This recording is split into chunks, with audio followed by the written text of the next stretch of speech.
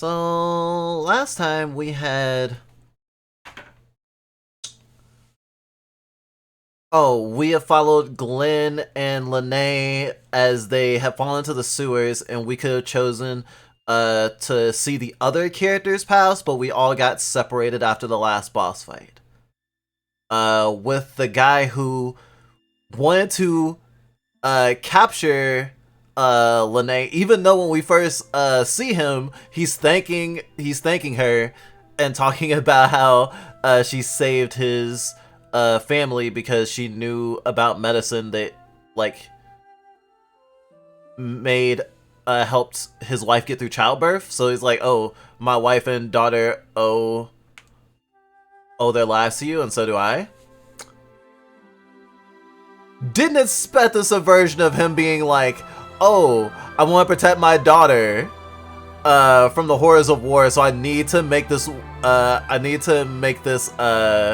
not happen. So I need to kidnap you to stop your brother from being an asshole. Because everyone's like, your brother's an asshole, and she's like, I can convince him to not kill or not be a warlord, essentially.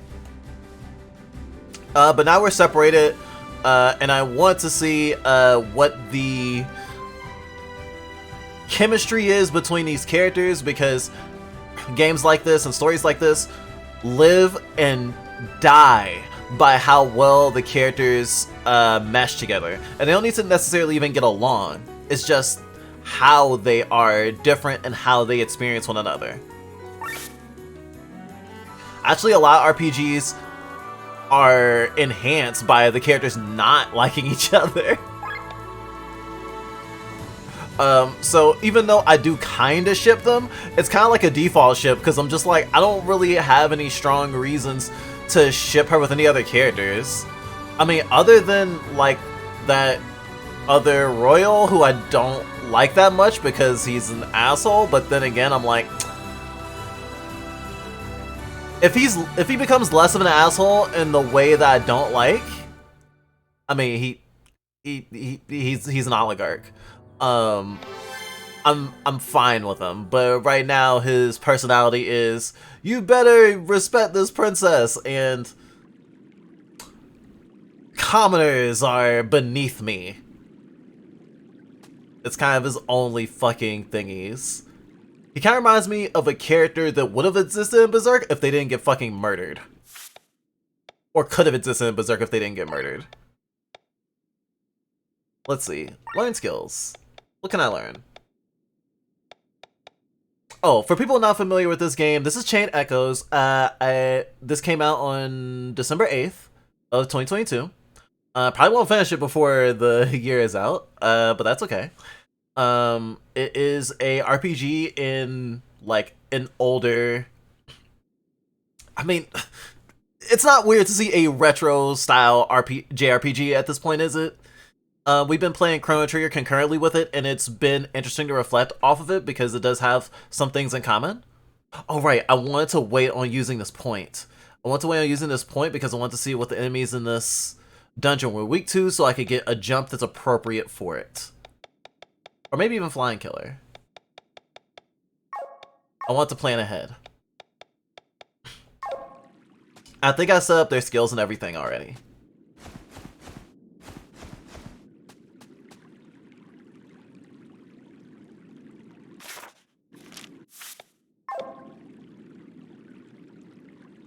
Find your way to the White Rose Inn. I can fix them as a common mentality most people have, I think. Oh, oh yeah. And the character in question isn't like nearly as bad as a lot of characters in like dark fantasy stories. Though I don't know if I would consider this dark fantasy. Maybe?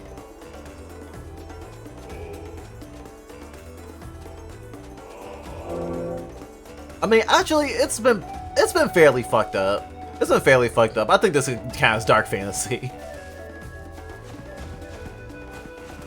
It's kind of horror adorable in that way.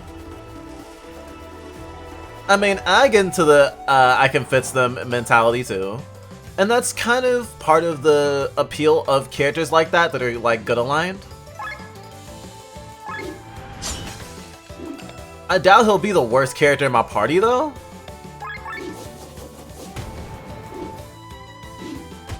Maybe.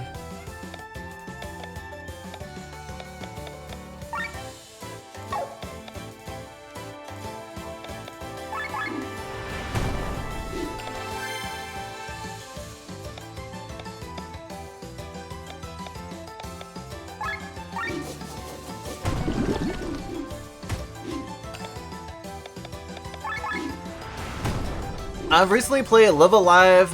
Live Alive. It's a retro RPG and I think it's great. I've seen that you were playing that. One time we were about to raid you and I think you were about to end stream, so we didn't, and it was like the end credits of Live Alive.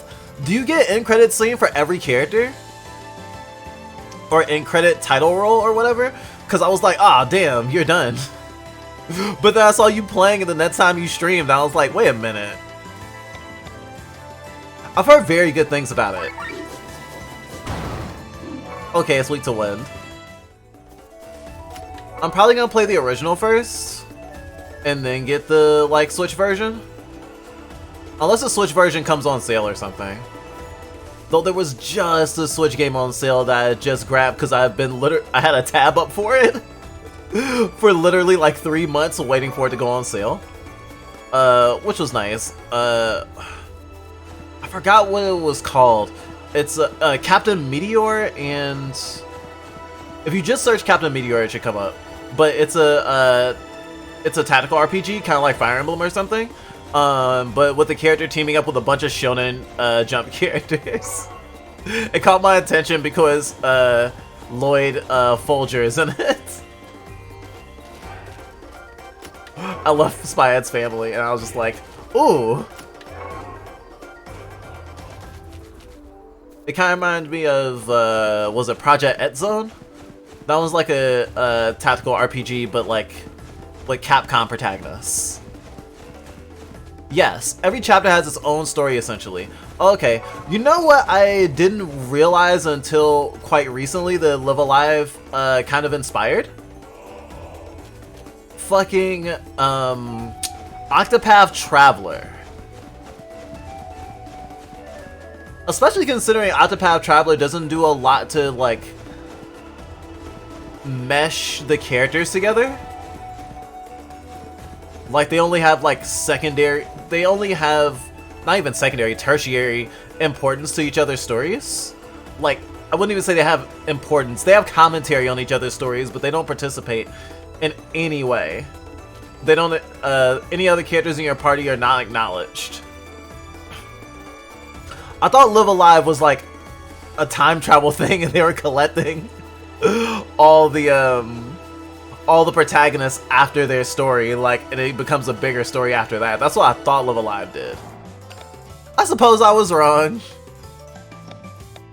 Octopath Traveler 2 is almost out, though. I still haven't finished the first one, so I'll probably do that one first, even though the stories aren't connected.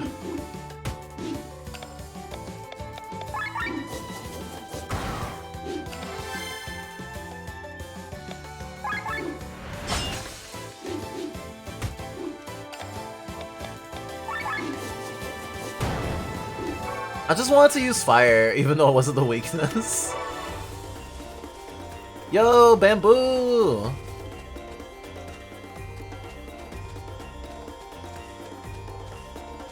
Okay, I can't leave that way. I'm still in the area, actually. This was the same environment we were in when we got into that fight.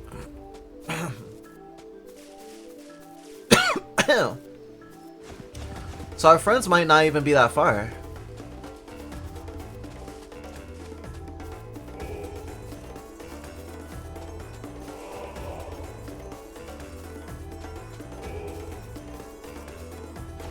This is like a retro inspired or a retro aesthetic RPG renaissance. Or even just a nostalgia wave renaissance. Why? Y'all started so early. I literally just woke up. Good. Good. It's like Thursday morning Toonami. That's what I want to be. I want to be that. You wake up, oh shit, it's Fluffbite. In your face.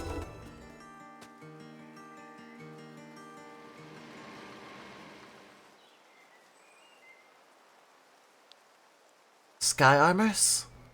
These are X3000P models. That's unbelievable. They're the most recent models produced by MRC. They have double the horsepower of the previous model and use less fuel at the same time. This is the biggest generational jump between models since the P100 series. Look how smoothly their joints twist before changing directions. It's beautiful. Your passion does you credit. Huh? Look over there. Oh, is Lene gonna be the bitch he pulled by being autistic? They're mobilizing for war. How horrible.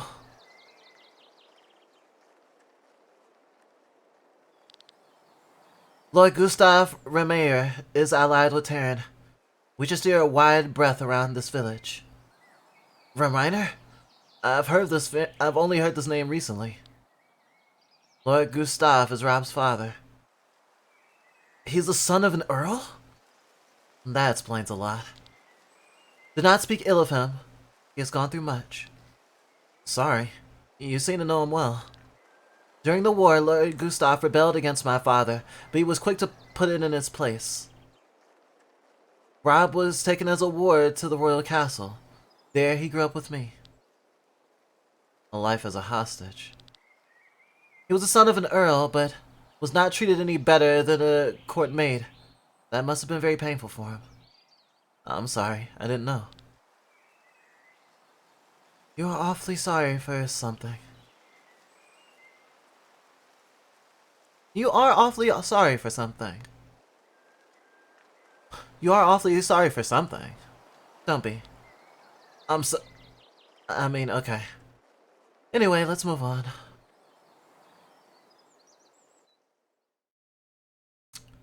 Damn, that reminded me of Farnese.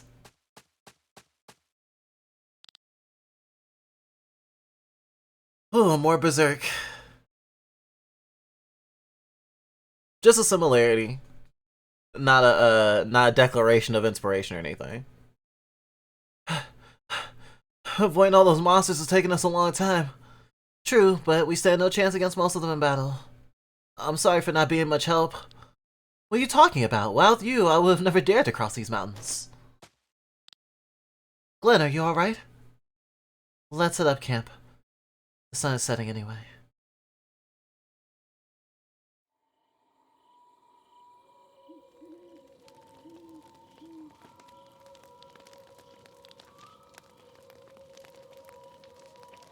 I don't know if saying that there's a time travel segment.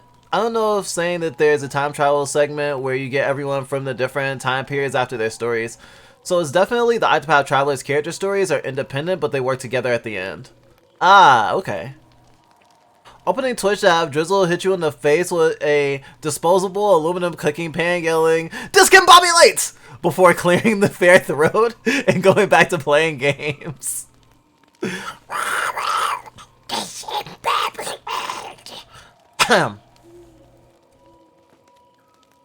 Say, I know it's none of my business, but what do you plan to do about your brother?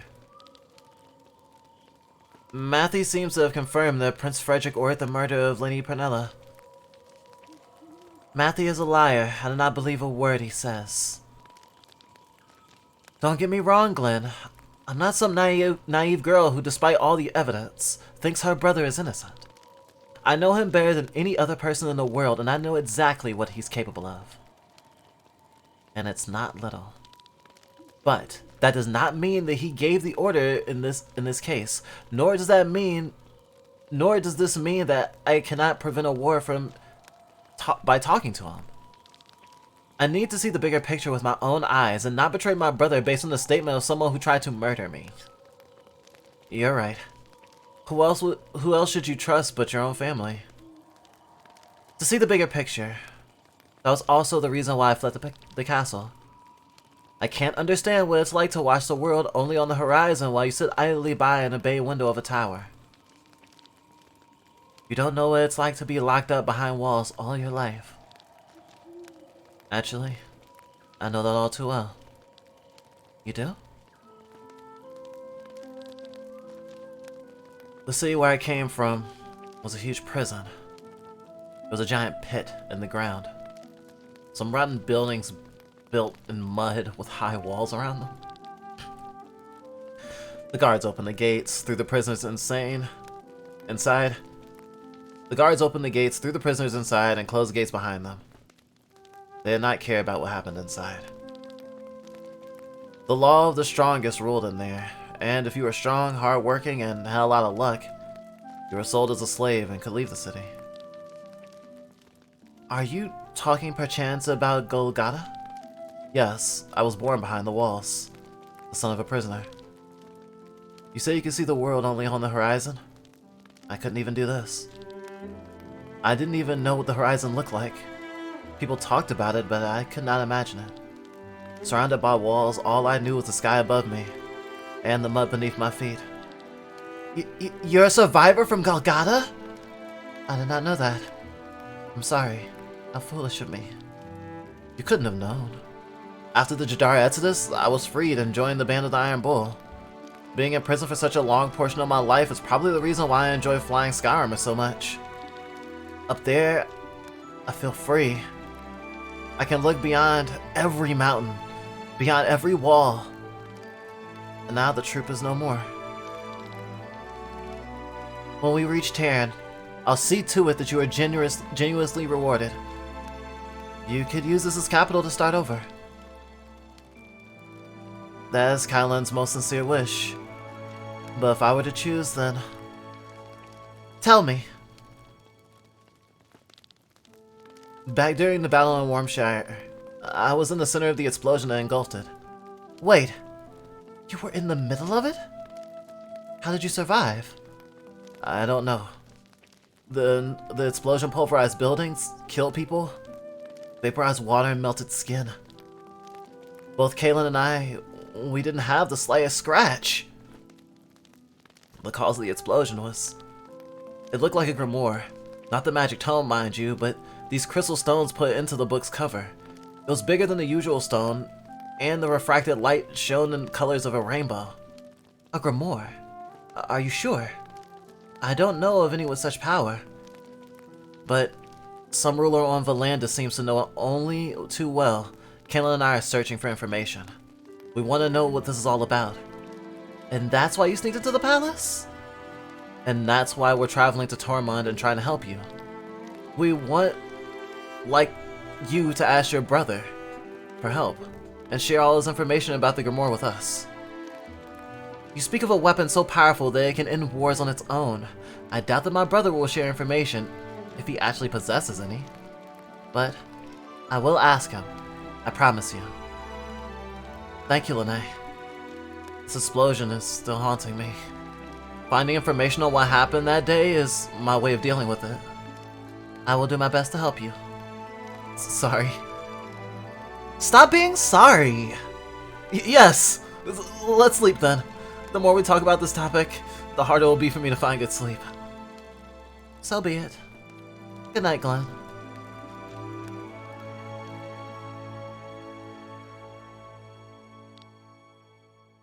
Good night, Lene.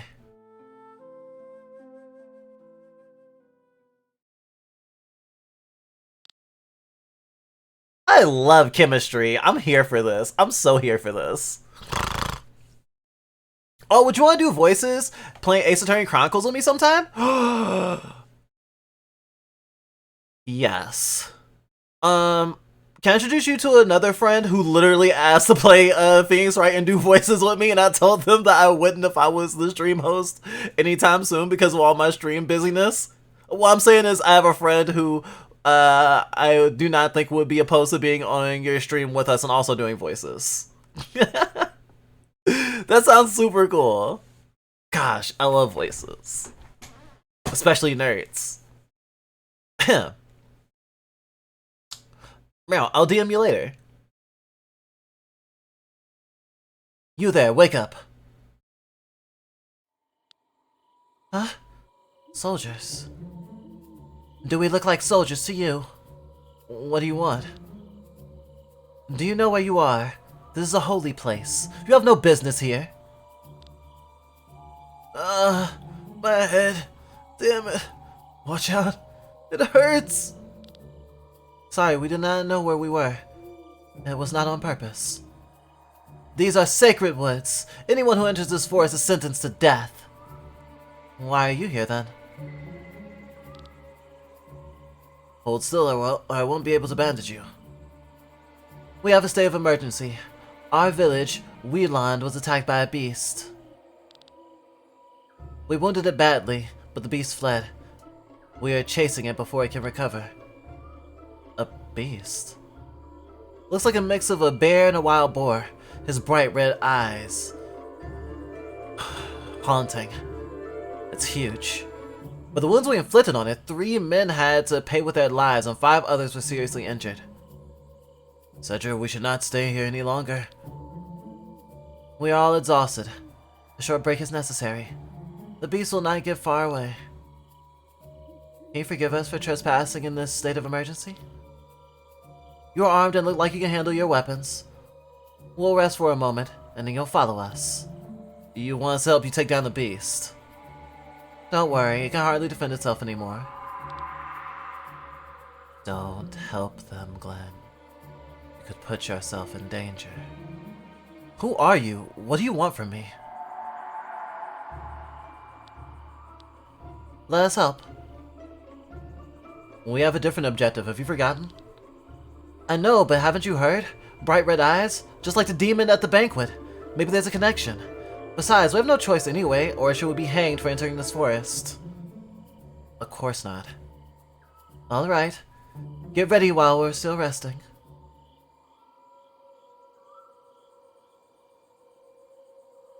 He's only hearing one voice. For now. I also like how the door appears whenever that happens. I think it's like something embedded in him from his time as a prisoner, maybe? It seems like maybe a memory or something he's locked away. Could be a headmate. But it feels like a blocked identity right now. Although the door really reminds me of the Door of Truth from Fullmetal Alchemist. The monster's eyes are glowing red, as if it was possessed by some kind of magic. Even our local monster hunter had never seen anything like it before. We've never seen such an aggressive beast before. We'll have to finish off while it's still injured. No telling what will happen once it recovers and returns. The monster came out of nowhere. It destroyed 2 houses and a barn. We can take a break for a few minutes. The beast won't get too far. Get yourself ready. Glenn has 420 health. Oh no, 420 SP. I forgot the characters have full HP and MP whenever a new battle starts, or HP and SP, HP TP. I forget what the P was. So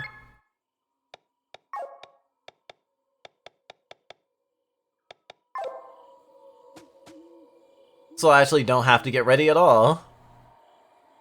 Huh? Fairy? Stop kidding. This is no fairy tale.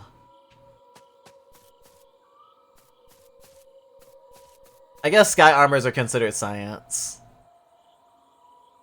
I'll be in and out. I'm tired. Oh, sleepy baby. Enjoy your nap.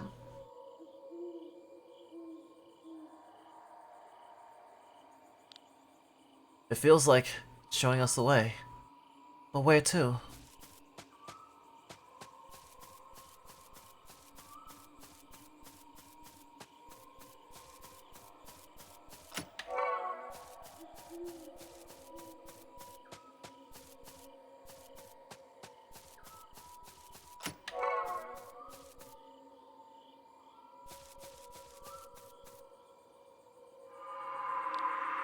Don't go any further.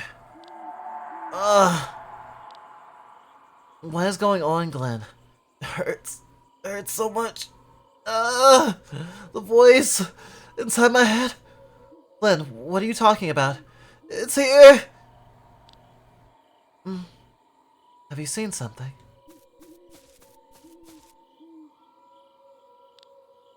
I cannot really see anything. Focus, Glenn. It's a trap! Lene! Dodge!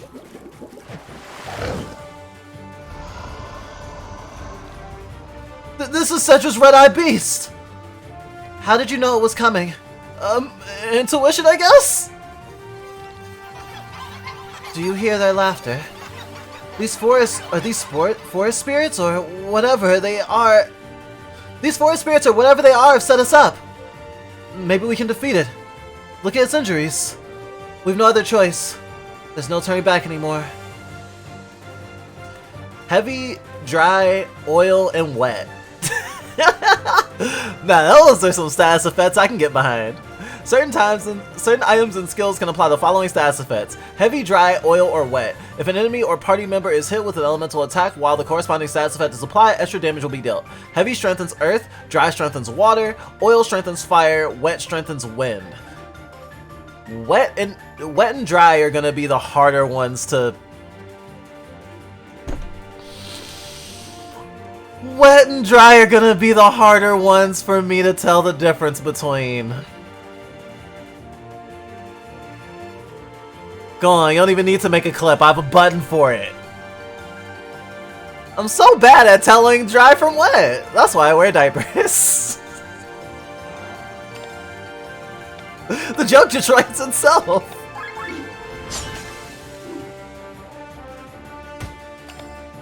Counter physical, okay.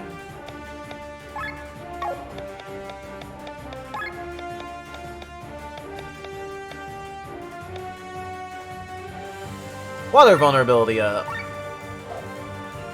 Now you're dry. Unlike me.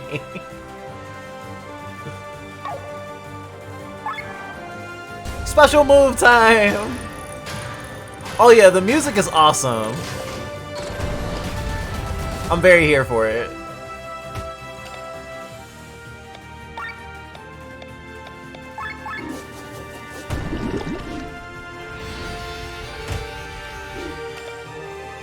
Okay, I wasn't super strong.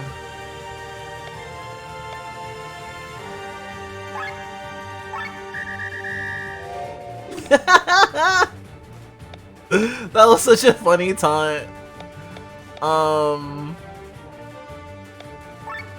Heal all.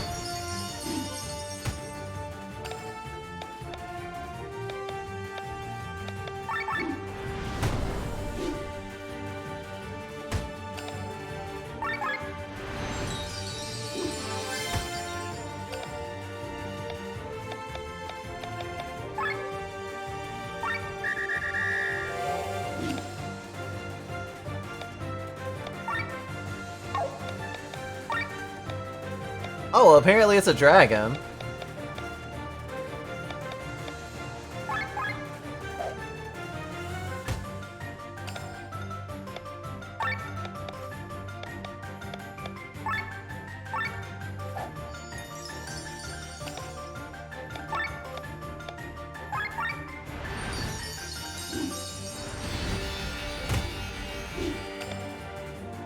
Oh, lost oil. Good thing I have oil slash! Okay, so if I throw it on because of the item, it only lasts one turn.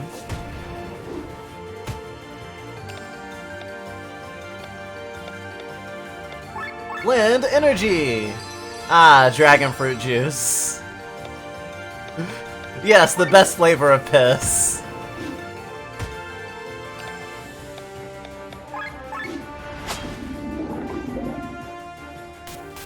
Ah, that was easy. Reminds me of a Princess Mononoke beast.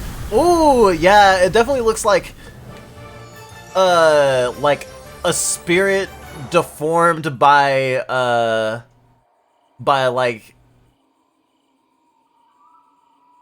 being disrespectful to nature.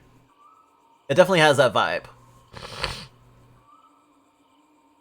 I don't hear any laughter anymore.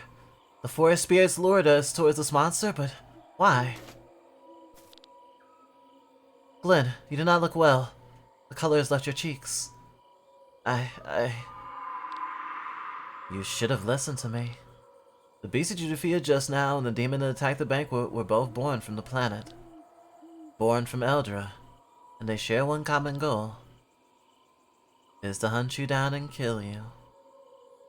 Do you understand, Glenn? The world wants to see you dead. Glenn!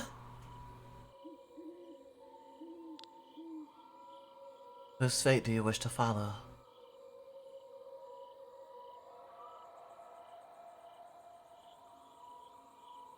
Oh, and then after that, I will find out. Okay, so I just choose the order.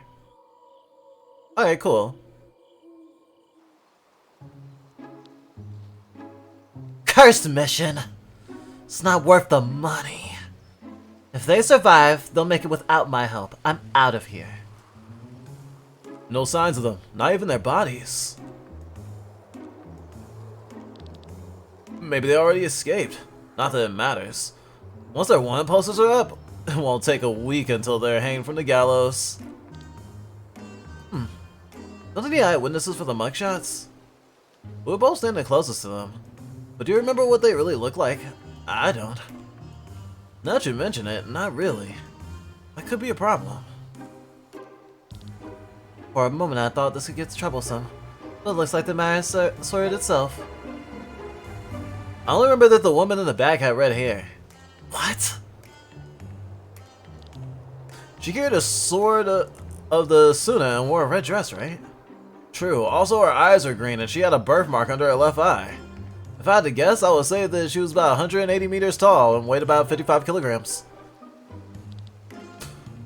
No wonder they don't remember what the others look like. They were only staring at me. So at least this one mugshot should work. Exactly, soon she'll find herself in jail. There's no way to escape that fate. That's right, she had to do something truly heroic to get pardoned. Yeah, something like finding the real Princess Celestia. And bringing her safely to her brother in torment. Yes, damn it, I get it! I'll go help the princess! What was that? Maybe I can catch her at the White Rose Inn that Sir Victor talked about. I can still escort them through the Fiar Woods. I believe there's a town east of here. That might be a way across the canyon. Finger-giving ring. Or wing? Finger-giving wing? I shouldn't go there. I love how the game just fucking bullied the fuck out of her. She's like, I'll go and do my own fate.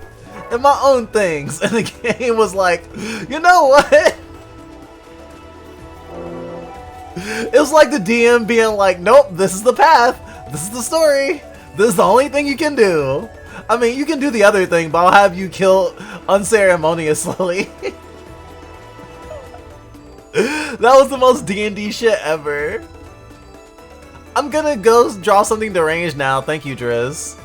Did I give you deranged ideas? I hope I did.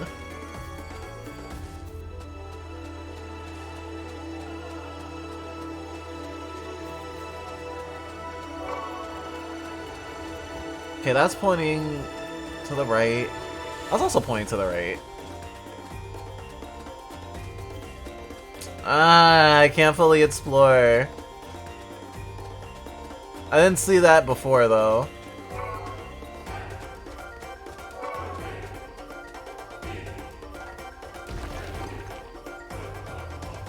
It's okay. Not every stone gets to be unturned. Oh, she has a 1.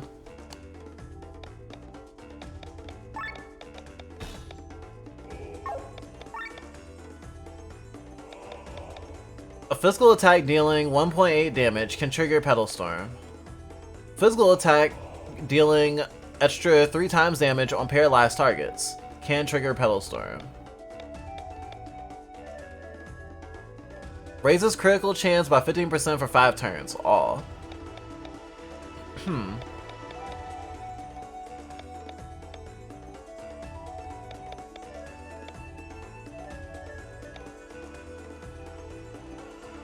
This is the type of skill she doesn't have, so she can, so I can use the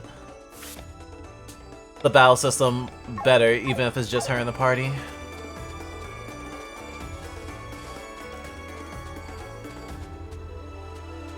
Oh, I can run through that. I thought that tall grass was hard grass. Hard grass for hard ass. She seems like the bully character. She does kind of get bullied. It's like... I mean, I guess in a way she's kind of comic reliefy. I guess she's kind of like Faye Valentine. Like, she definitely gets into shitty situations, especially because sometimes her eyes are bigger than her stomach when it comes to stealing shit. She's a thief.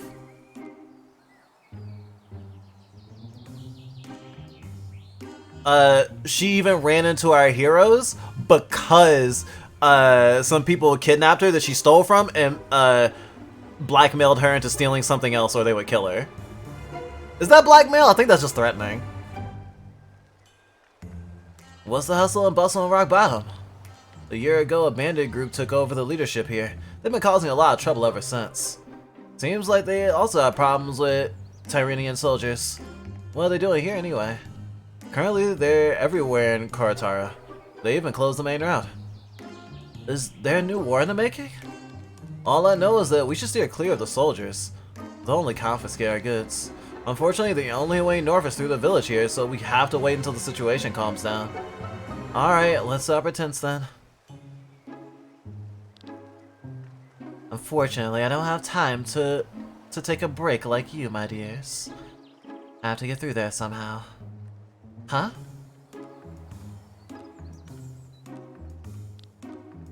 Oh joy! How did they get here so quickly?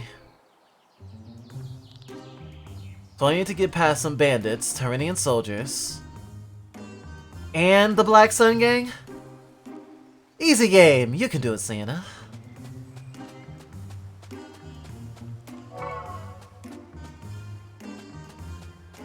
It's like if Team Rocket got forced to be a good guy.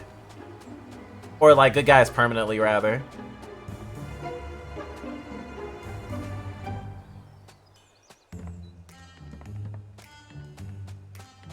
Okay, go in there.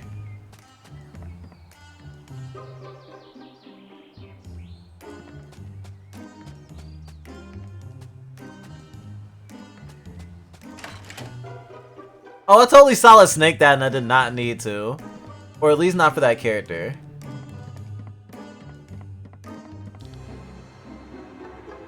Do you have anything better to do than to barge into people's houses? At least make yourself useful and bring this lunchbox to my husband in the mines. He forgot it this morning.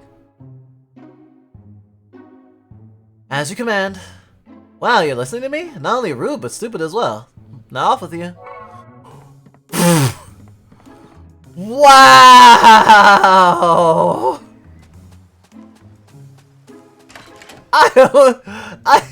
This game is funny as fuck. Especially because she kind of is stupid. Or maybe just simple, I want to say. Because literally, the other option was no, because you didn't ask nicely.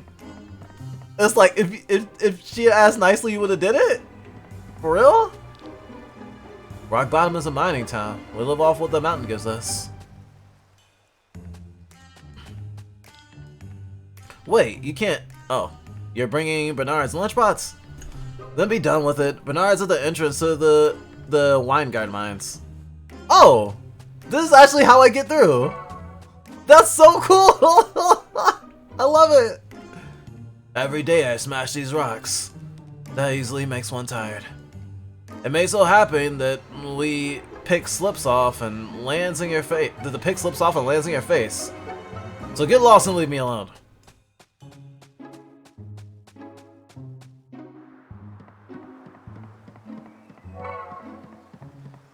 This game's writing makes me happy.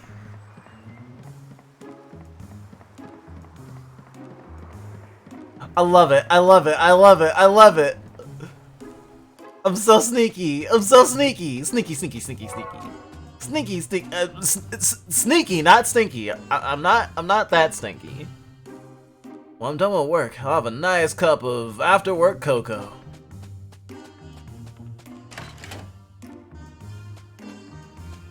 I was gonna say I understand I'm taking the F-bomb out now. earlier, but now I think about it, she said an F-bomb. Oh, fast travel. Ooh, this is good. This is good. Upgrade weapon.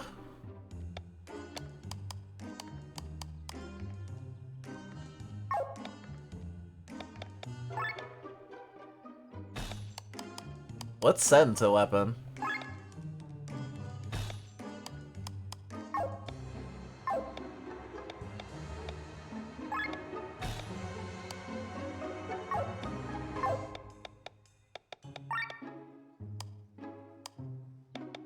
Plain shirt?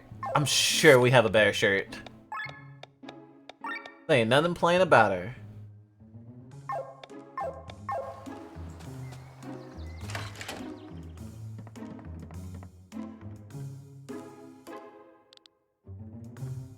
This motherfucker look like Robotnik. Don't even play. Well, well, well, the infamous Black Sun Gang. To what do we owe the honor? Hope you're not trying to compete for our sources of income. If you do, then no less infamous trophies will soon adorn my walls. Is he threatening us, brothers? I would advise you to put down your weapons. You don't want to mess with Valantis' most notorious band of thieves. We're not here on business, Nargant. We're in pursuit of a woman. She's probably crossing Katara towards Tarmund. What could a person possibly have done to make you chase them through this godless place? She has meddled in our business too often. Meddle! Meddle! She has red hair and wears equally red clothes. She is quite good looking for a human. Have you seen her? Good looking ladies abound here, but I can't offer you a redhead one.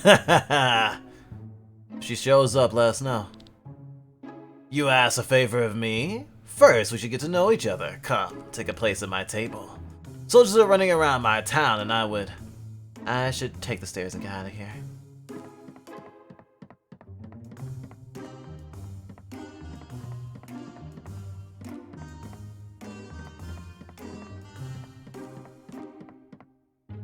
I can be really fucking sneaky. What do you want? What? You want a room? Welcome to Rock Bottom Inn. How may I help you? No room, huh? Get out of here now. I'll try to see if I can find anything. Only the nicest people live in Rock Bottom. That's what they told me before I moved here. No, I wish they all dropped dead.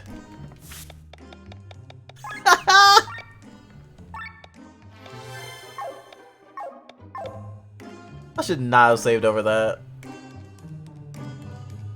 I wanted to use the campfire thingy.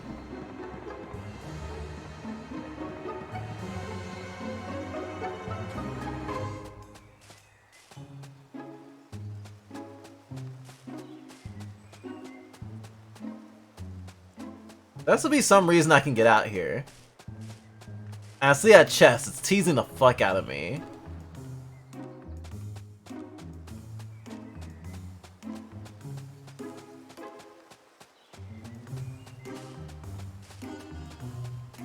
Maybe just to show me that the chest is there?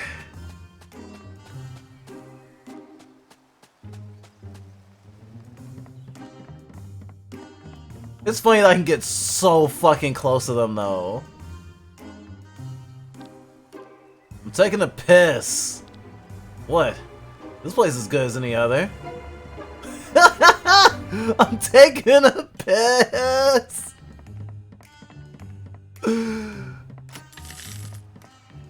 Oh fuck! This game is too much.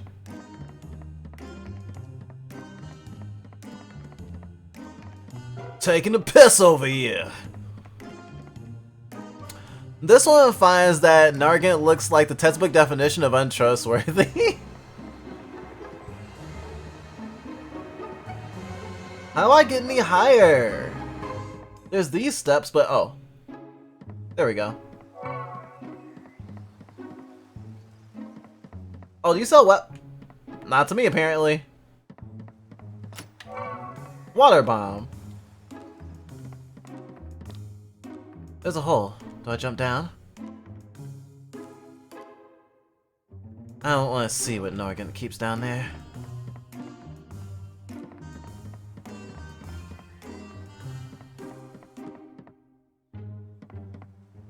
I don't know which way is the critical path. I did just save though.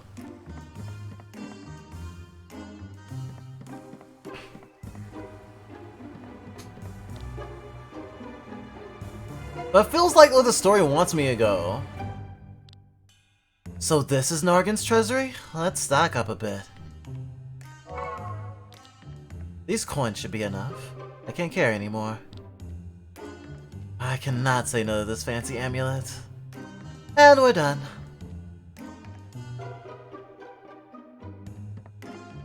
Oh wow.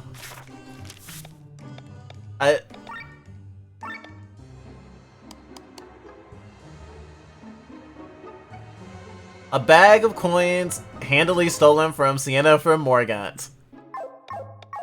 She only took a bit! Gosh, oh, she's in a long line of characters like this. Not just Faye Valentine, but also like Nami from One Piece.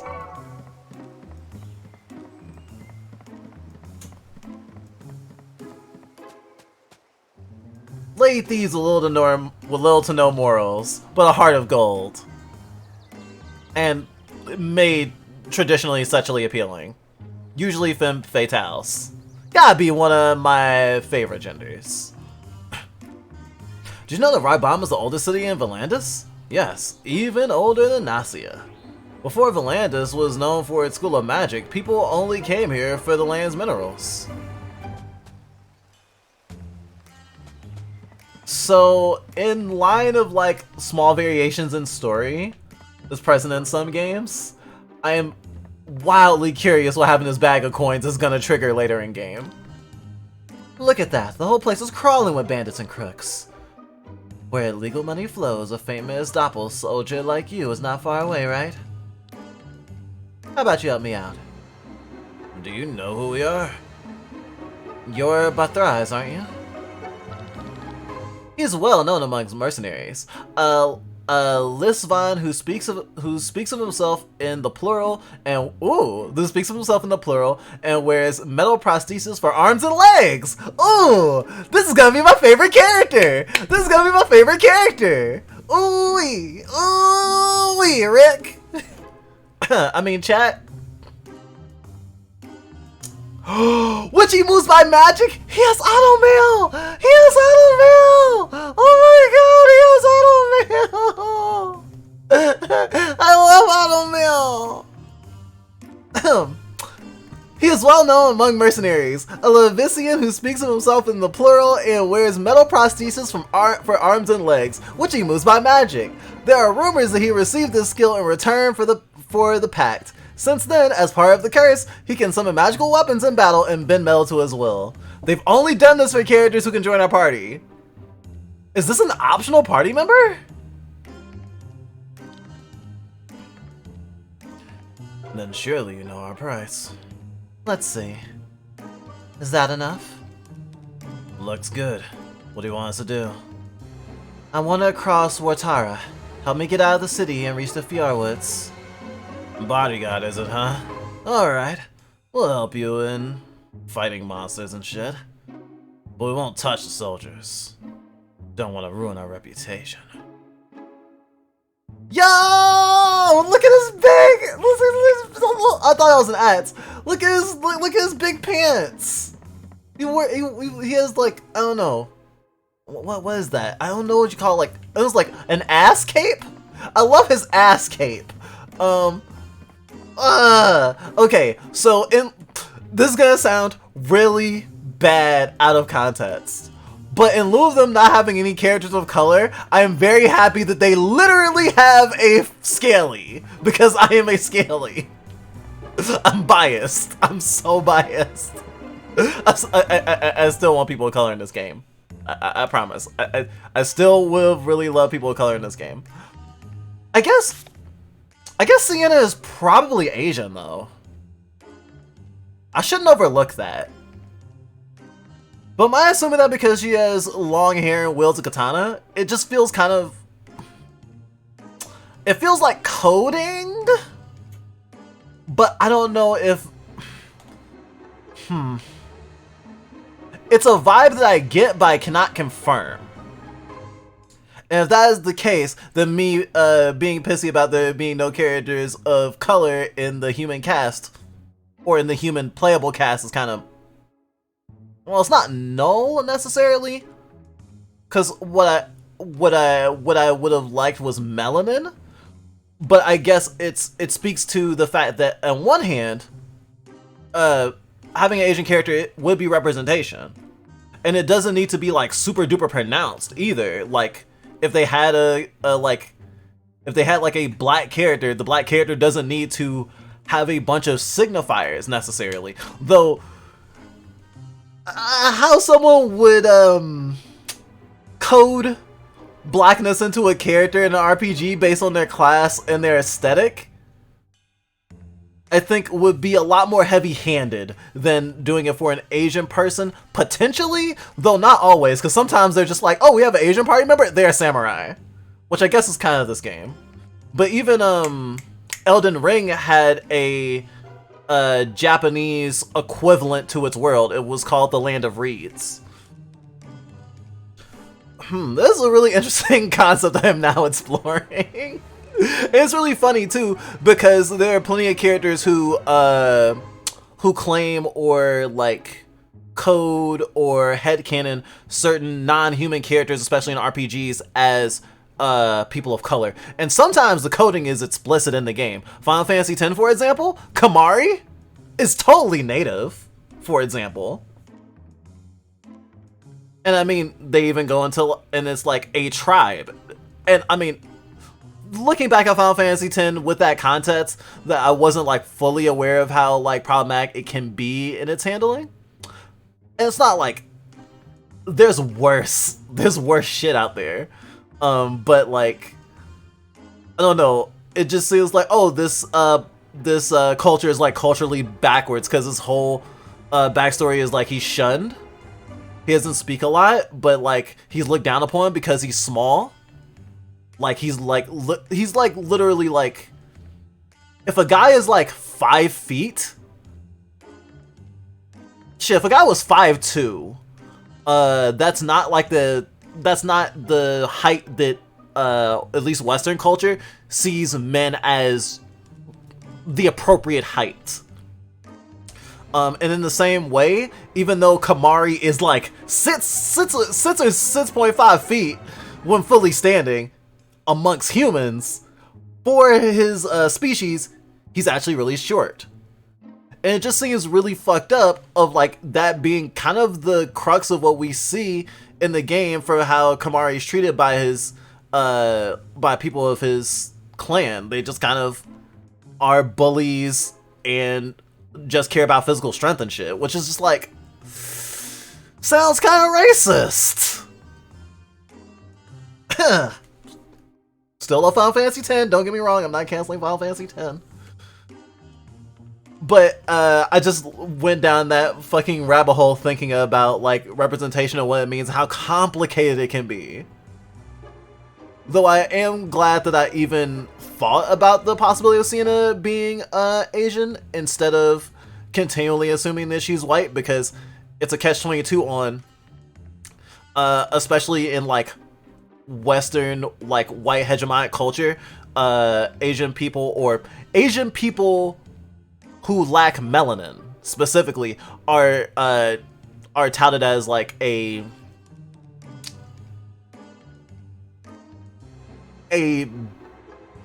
acceptable minority, an aspirational minority, because of stereotypes. And so it feels like the same argument that some people would go like, oh, all this queer representation is only lesbians because having gay men would scare the establishment, and having gay women is ooh woo because they don't take women on women stuff as like seriously, or like there's a whole culture behind trivializing like romantic and sexual relationships between women. Yes. And that does play into why there was historically a lot of or specifically this conversation came up in queer representation in cartoons, because a lot of queer representation in cartoons has been femme on femme in Western cartoons, and a lot of people are like, I want to see some more mass queer representation. If you want more mass queer representation, watch Paranoid Park. The haunted park Netflix show with the trans boy. It's gay as hell.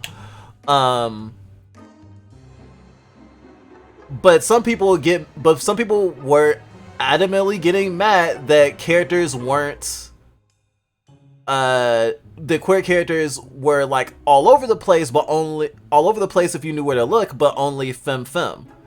And it feels a little misguided, because it's understandable to get mad at that and to like pick it apart in a way, but in the same way of like, oh well, I think Sienna might be Asian, and so that makes it okay,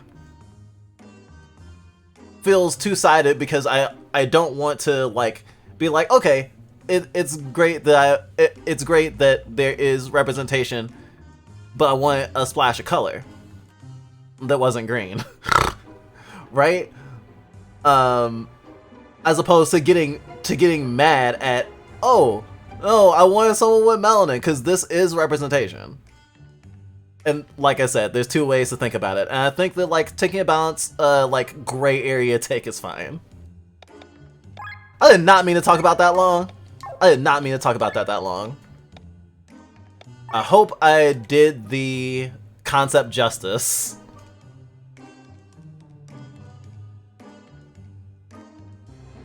High class shenanigans have been doodled. Ooh, I can't wait to see the doodle. Furry fandom sleeping on this character. I can't wait to find out more about him. Furry fan about to find out. I don't know any other furries playing this game. Actually, I don't know any. Actually, there was someone who came in last week who was also playing this game, but other than that, I haven't seen anyone else playing this game in my circles. League kind of has similar things, where they have Shumira as the Middle Eastern desert region, Lonia as the Asian region, and Latstal as the South American region. And the newest character added Kasne, who's from a new African region. But not all the characters are heavy-handed, color-coded, I guess. Like, Echo is black, but he comes from Zon, and is an inventor who can time travel. I didn't know he could time travel. I really need to finish Arcane. I didn't know that Echo was even like a character in League like outside of Arcane, or like not an Arcane original character until I saw I think you playing one of the like spin-off games. I'm not sure if it was you or someone else. I know it was like a League. It was a game in League that wasn't League. It was like a visual novel and Echo was in it. He seems pretty cool from what I've seen in Arcane. I really like him. Apparently, it's also like a League fighting game coming out, and he's in it. And I'm very interested. When I talk about coding, it's about like signifiers. Like I would say that Echo is like African coded, or Pan-African coded rather, because his aesthetic is like. I'm trying to remember what it was called. Like Afrofuturistic. That's the term. His fit is very Afrofuturistic, and speaks to that. Coding is kind of about like certain signifiers that are commonly used. Some can be very stereotypical. Some aren't necessarily. Some are cultural signifiers. For example, for a black character, if you want. Or a black coded character, if you want to code, like for example, if I wanted to get a new background for hanging out that was supposed to be our room, in order to further black code ourselves, since our models aren't human, I might have a pic in the background, because black people can have, or commonly have, mostly have curly hair to some degree. And so having a pick around would make note of that, even though there are white people who have curly hair and might need to use a pick too. That would be like some really subtle coding, as opposed to uses a katana is very, very heavy-handed. Just looked up some art and she looks super white.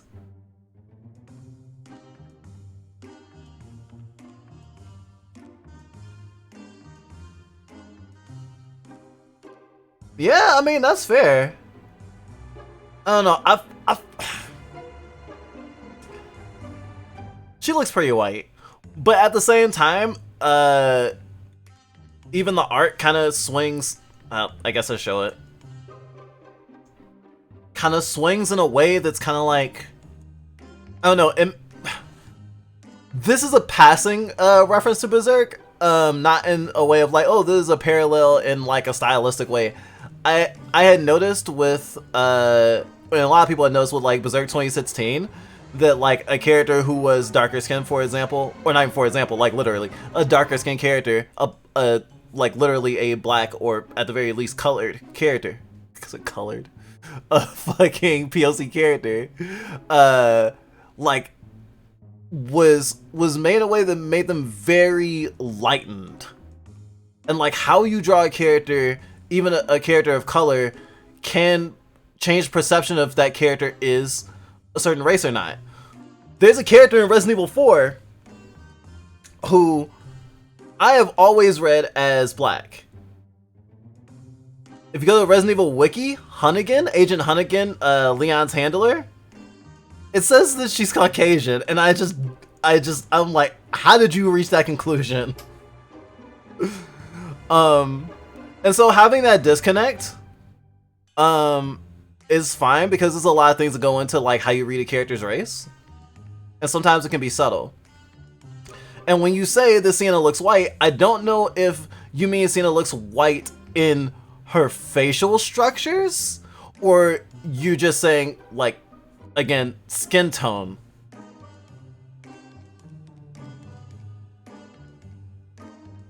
Because I'm thinking more of the art that I see the most recently, and she doesn't look quite like the other characters, but at the same time, I know I'm trying to reach a bit. Even if they have like detailed notes to tell me that every character is analogous to a European person. Like, I had to make that reach at the very least, because coding does exist, and it happens in RPGs all the time, and often they'll give a character who has Asian sensibilities about them a katana. Or if they seem very like honorable in a way that seems a little bit more distinct than like a knight.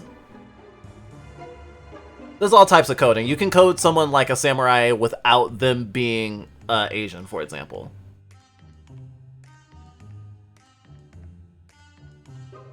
I mean, there's a lot going into like what I'm thinking when I made that comment, especially in the sense that like the red Asian femme fatale is kind of a trope, like Ada Wong. Oh, Echo has his own platformer game I think they're working on. Ooh, that sounds cool as fuck. I want to play League games that aren't microtransactional. That'd be cool. I don't know, a visual novel with I don't know a visual novel Echo in it, but I know they have an RPG called The Ruined King that has Ayami, Barnum, Misfortune, Pike, Yusuro, Ayari, and Ayari. I see. Yeah, it's like a dating sim, I think. Look, gotta have a character with a katana, because samurai cool. That is true. I did not acknowledge that it could literally just be they decided that she should start off with a katana.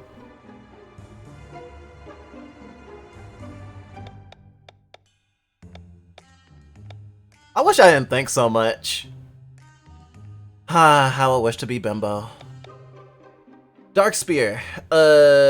Wait, what weapon do you use? Ruby. Oh, right. He can he's like fucking, not Nero, Virgil. He's like Virgil. He can summon swords. Light Claymore.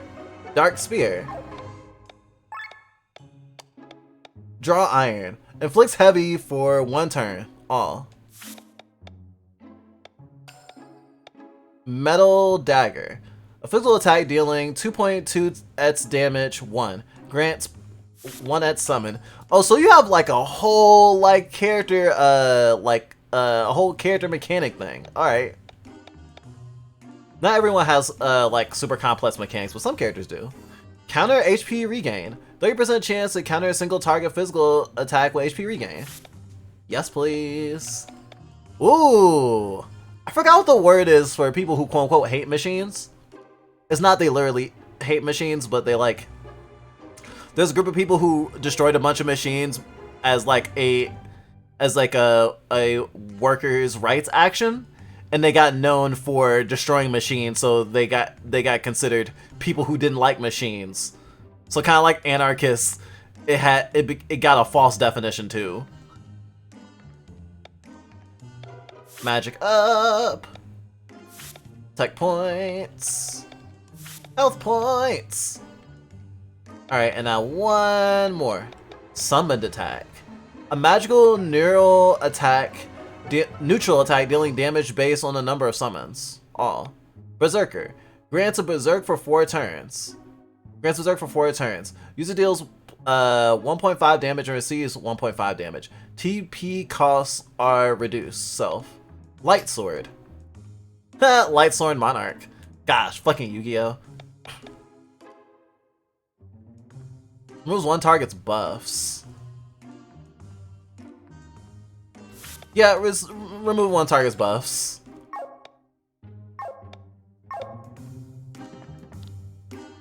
Can a man drink his ale in peace for once? So let me just check. Does she have, I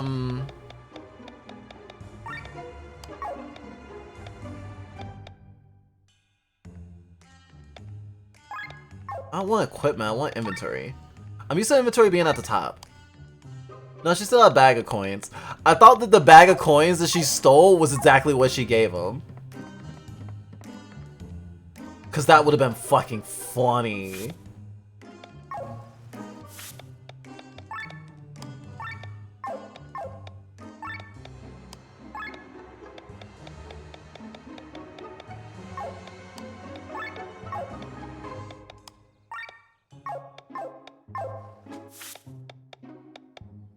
Upgrade. What do I need to upgrade it? A long feather.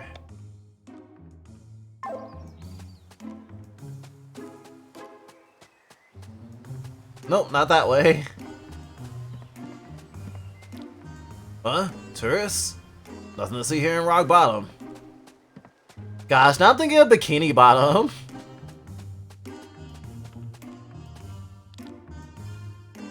Sometimes we encounter vicious little creatures while digging through these mountains. They look like ovens and light themselves on fire to raise their attack powers. If you encounter one of them, make sure to throw some earth or water on them fast.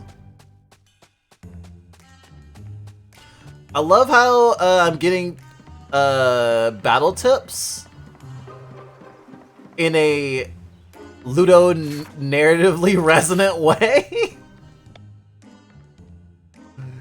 Oh wow, she has more HP than him. Wild.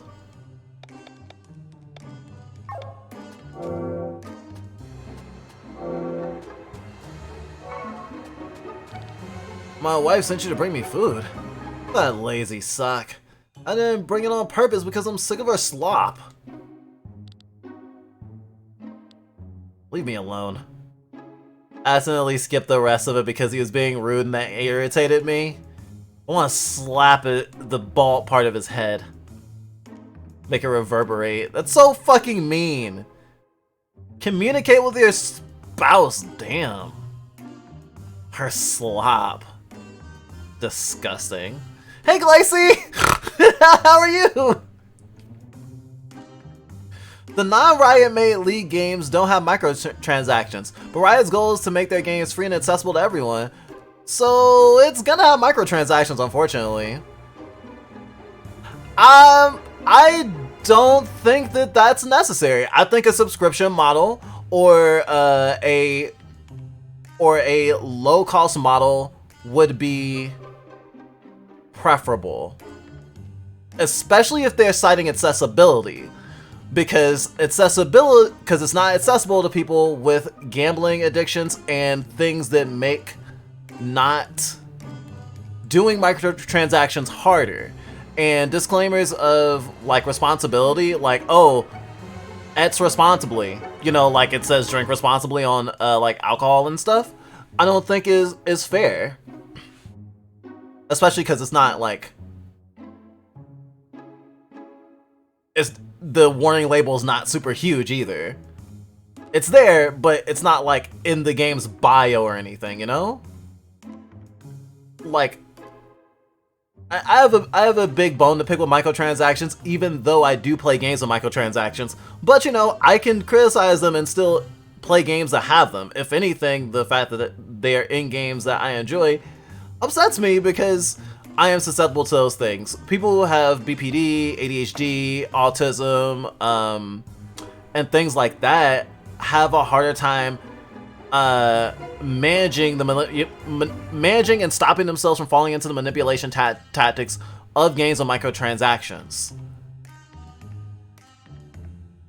So I don't really feel that, and there's been a lot of research done, and that's why microtransactions are the way that they are. Much in the same way that, like, if you have a like credit card subscription or something, they have worked it in that they expect you and try to, or most companies would like you to forget that you did the free 1 month and now started a new subscription because you didn't notice, even though you were gonna cancel. That's why I want your credit card information even when it's free. Though, to be fair, games like League of Legends, I'm pretty sure you can play without putting in your credit card information. A lot of games are like that. But they only take your credit card information once you actually start paying, obviously. I know it's been a long and winding debate about these sort of things. But like, I envy people who can play games like League and not put money into them, or don't get like bad and toxic spending habits. And obviously not every game is for everyone, but like, microtransactions destroy families.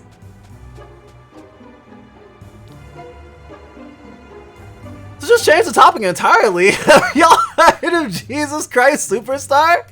My mom plays tracks from it this time of year, and she took me to the musical like a few months ago. It's actually really interesting. Like, I got an atheist reading from it. Oh, fuck yeah. Actually, funnily enough, when I was a theater major, we were a theater and film major in college, a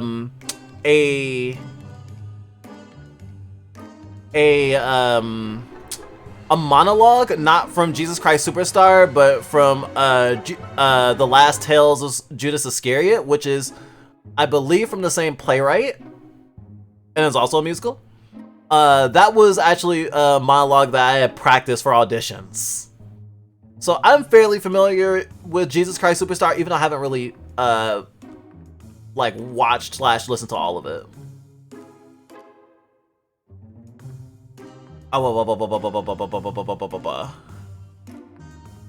I think Team Fortress 2 is the worst. Is that what TFT means? That was actually not what I expected to be the worst. I've never touched TF2, but maybe I'm thinking in terms of Western stuff. Because in terms of like literal gacha games, I think that like they're playing gacha games that are really bad.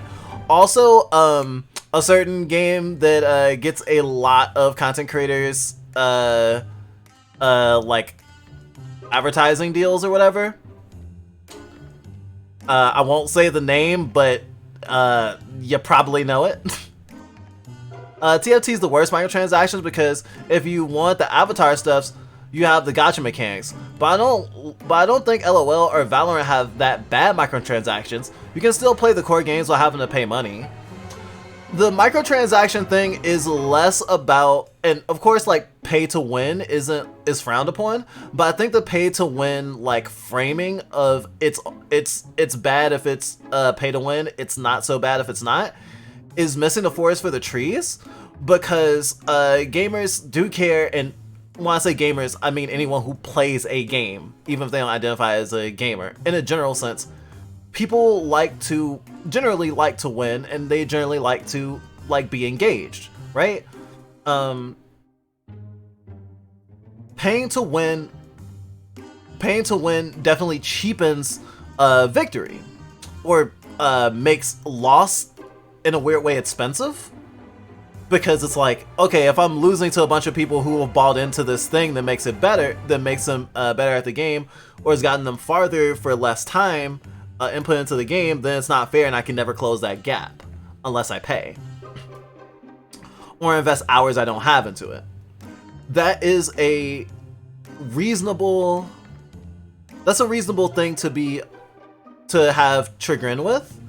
But when these conversations happen, I think it's important to iterate that there's like a human psychological element of wanting to express yourself, and that process being monetized. I think the reason that a lot of games are not pay to win is because it is not as profitable as cosmetic microtransactions. And although a lot of people don't think there's a big deal to them, because for cosmetic microtransactions, like, the core game is still there, a lot of games' appeals are their characters or their skins. Especially in the ecosystem of the content. It's been recorded that, or it's been seen that kids who play Fortnite, who play with default skins, get bullied. It's not just being seen as poor, which people have been bullied for a long time. It's more than that. It's like lacking the ability to express yourself. It's like also being mocked for being boring. If anyone ever like commented on you going out and wearing slacks and a plain black t-shirt, or for having no posters or anything on the walls of your room and just having all white walls, it kind of makes people uneasy in a general sense, even if they don't think badly of you. People like to express themselves, and like little things of customization are huge. And also, you can have a bunch of them, and it really like accumulates.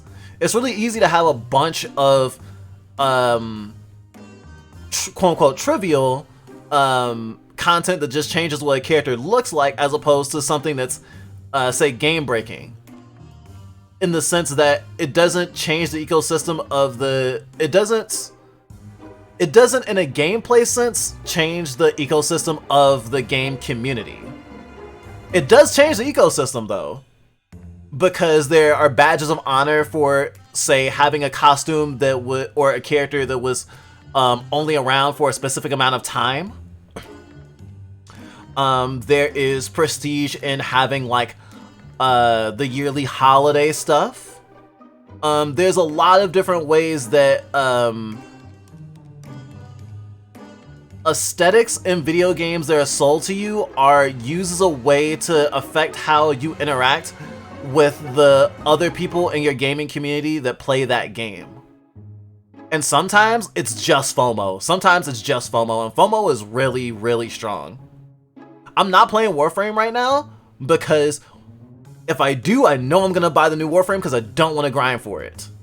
Because even if I have all the parts after I do the mission, it'll literally take me like 3 days, and I would still have to buy a character slot. So I know I'm just gonna buy the new furry Warframe, which means I have to not buy it. And it's like, I think Warframe is one of the best games with microtransactions and how it has its microtransactions. Because you have access to so much of the content without actually putting money into the game, but you have to put an inordinate amount of time into it. But the catch-22 is, even if you grind to get all the different characters and whatnot, which a lot of games do their microtransactions that way. Oh yeah, look, you can buy the characters. I'm pretty sure League does that too, right? Like there's like a lot of different heroes or whatever you call them to play with, but they're not all available from the outset. And I don't think you can just unlock them all. You have to buy some of them. And so it's more than just cosmetics, even though like the core characters you start with, I'm sure are awesome and reasonable, and some of them are probably like in the metagame, but I think it's a lot more complicated than just, oh, well, it doesn't change the core game loop, so it's fine. Sorry for the rant, but it hasn't come up in a while, and I haven't played, I have played Warframe relatively recently, but I haven't like dug my heels into microtransaction games in a while, and it always feels weird not to talk about it. And like when it comes up, I like to have those conversations when I can. Sorry to derail the game so much though. I can understand that. It's the taking mom's credit card for V-Bucks lol. That actually happened recently. I had heard about I don't know if it was because it happened recently or it was just something that I was watching that was referencing it recently, but I remember it was like a thing about how someone borrowed their mom's credit card and took like $2,000 out for Fortnite money, and it took them months to get it back.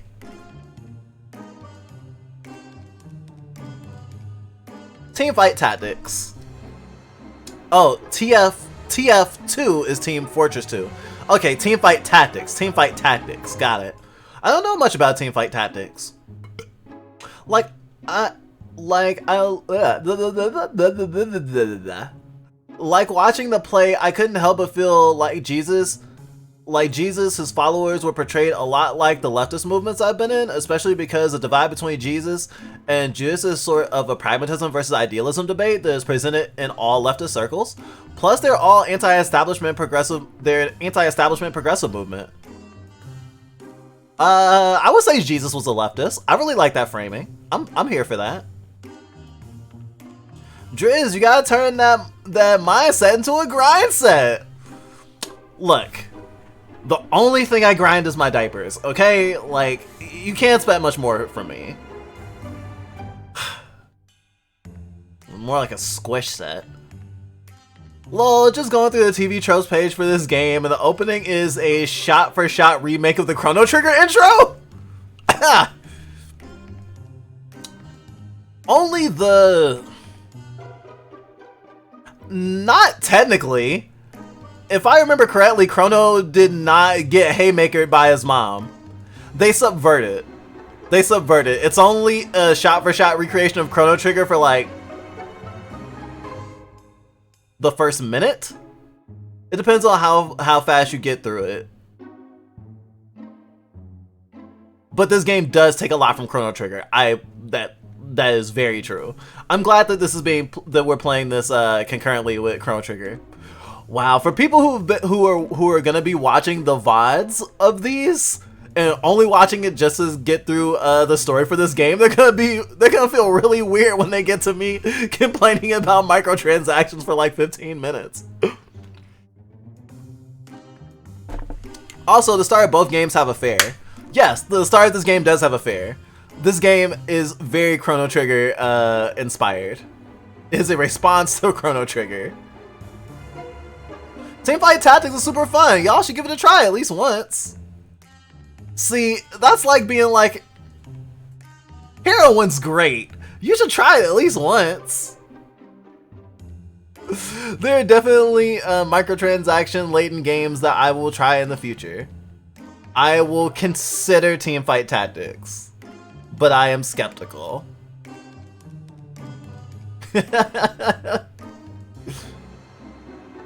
The key is needed to operate the elevator.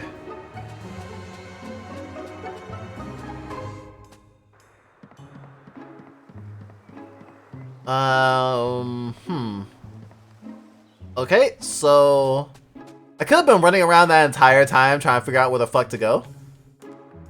But instead I couldn't walk and chew bubblegum at the same time, so I didn't. So I guess I won't feel bad about it. Have I been in here? Oh wait, I forgot. Green arrow just tells me I can go in the door. I do appreciate that that's a thing. Green arrow just made me think of this is where you need to be, as opposed to this is where you can be.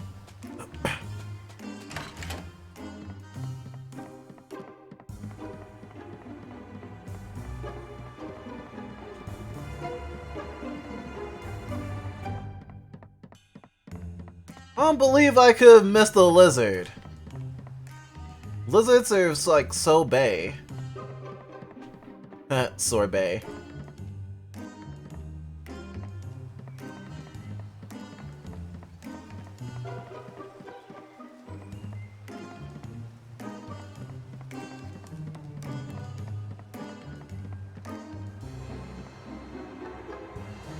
Oh.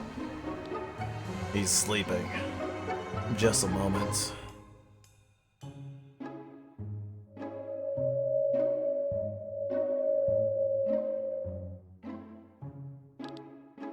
How did you do that? You don't see a Liveson who wields magic often. Oh, so the rumors are true. You made the pact and received the curse. Spare us the gossip. Or do you want our price to go up? Let's use the armor to get past the soldier at the exit.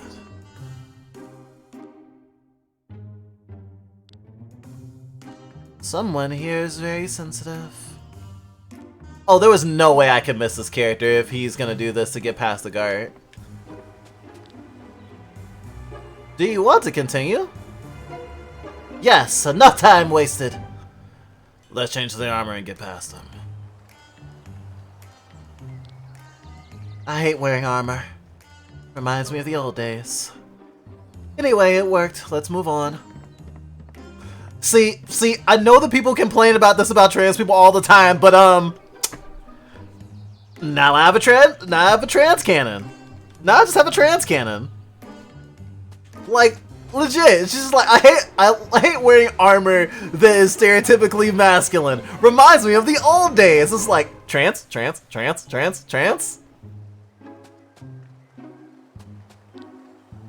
Shouldn't go there. Obviously no one's here is gonna complain. But like, sometimes I feel weird when I fall into like the stereotypes that people complain about trans people at large or leftists at large. And obviously it's like a self-consciousness thing. And like there are things that I think like trans culture, at least how I've experienced it, or how like leftism can be, that I think is criticizable, but like a lot of the stuff a lot of people's criticisms come down to I want status quo. I don't respect people. That type of person shouldn't have autonomy. So sometimes it can be easy to be like, oh, this is hogwash. But I do get self-conscious when I just randomly go, hey, this character who I didn't read is trans at all, I'm now like reading trans hard as hell off of one comment. Ooh, cute hat. Oh, she's she, her, he's he, him, and that's cool hat. I love it. Raises critical chance. Crit buff. We're buff now. Metal dagger. Damn, you use a lot of TP. Weapon summoned.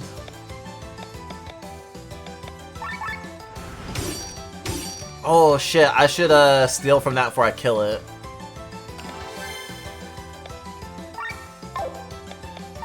Pilfer! Nothing to steal. Light claymore. Oh, it's a claymore made of light. Oh, the weapons I have summoned will attack on top of the attacks that I do. This is about to be my favorite fucking character. I love him already.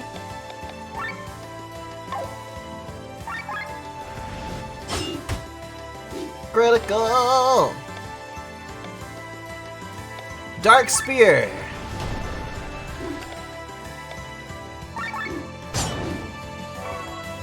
And that's all she wrote. Sorbet. Damn, I want sorbet now. Or at least ice cream.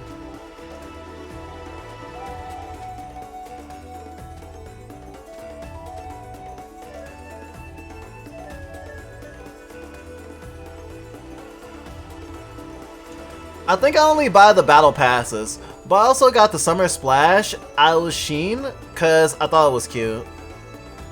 I guess that also the thing is, like, buying microtransactions in a game isn't like... It doesn't reflect badly on you as a person. Especially if it doesn't, like, it's not hurting your quality of life.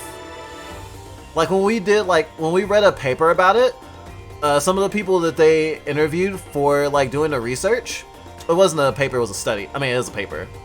It was a study paper. At one point, one of the people being interviewed was like, "Oh, I couldn't always afford to put money into the game, and I stopped when I could not afford to put money into the game for too long, because I wanted to participate in, like, those ways." And that was interesting. And what was more interesting was like, oh yeah, now that I have a good job, I save money. Like, someone has savings specifically for gacha games. If, like, everything else in their life is squared away and fine, that's okay, but it does also hurt people. And I don't think of myself as bad every time I buy into a gacha or something. But at the same time, if I'm getting a battle pass, depending on the price of the battle pass, I'm sometimes like, I could literally buy a game with this. Like, literally, for the price of what, for the price of a Fortnite battle pass, I could probably have bought this game. And that's weird to think about, you know? One of the game's unfiltered stretch goals has a dual tech system. They mentioned they wanted to put in DLC, so I expect that to be DLC. And it's like, they're nowhere close to implementing any sort of DLC, they're just thinking about it, they said. Because on the Steam page, the last, like, thing the developers said was like, oh, like, we're rolling out, like, bug fixes and stuff like that, and, like, finishing up, because, like, the post-development phase is here. And they were thinking about stuff like DLC. I know they're actively working on a New Game Plus feature, which is not there yet, but will be here soon, probably. I don't know how soon is soon. Alright, I can't steal from you. You have nothing to steal. Deals high 9 elemental damage to one enemy. Damn!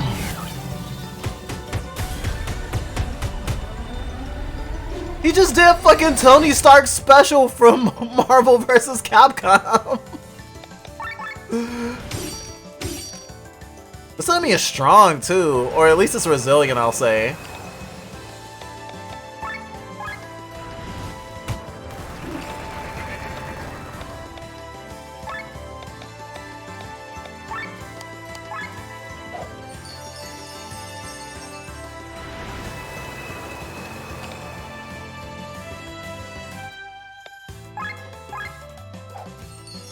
Awkward.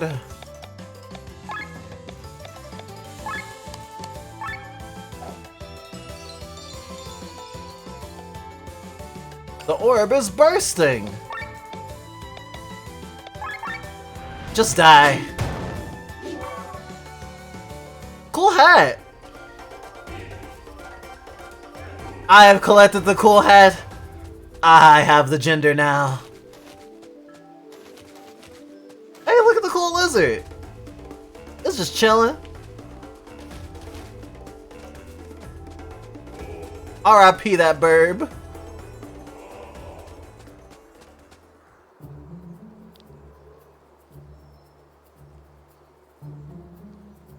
So you're the woman they call Sienna.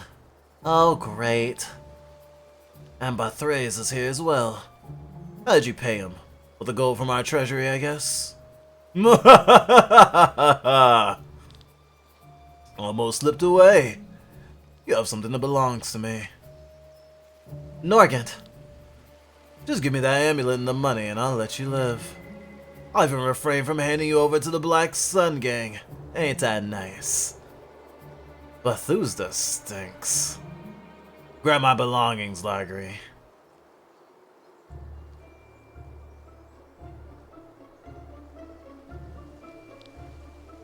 That's not all of it. Where's the amulet? Can I keep it? It fits a lady much better. Sure you can, if you join my girls, that is. Tempting, but I think I'll have to decline. As expected. Largry, be done with it. Ah! My hand! That bitch! Sorry, my reflexes. Just you wait. Osric, got her.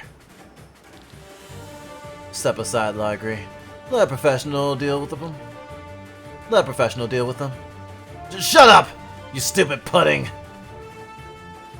So you wield a sword of the Suna as well. A rare sight. They say these swords have a will of their own. Can you hear them calling out to each other? Oh, now that you mention it, I can hear my sword calling out for some jello.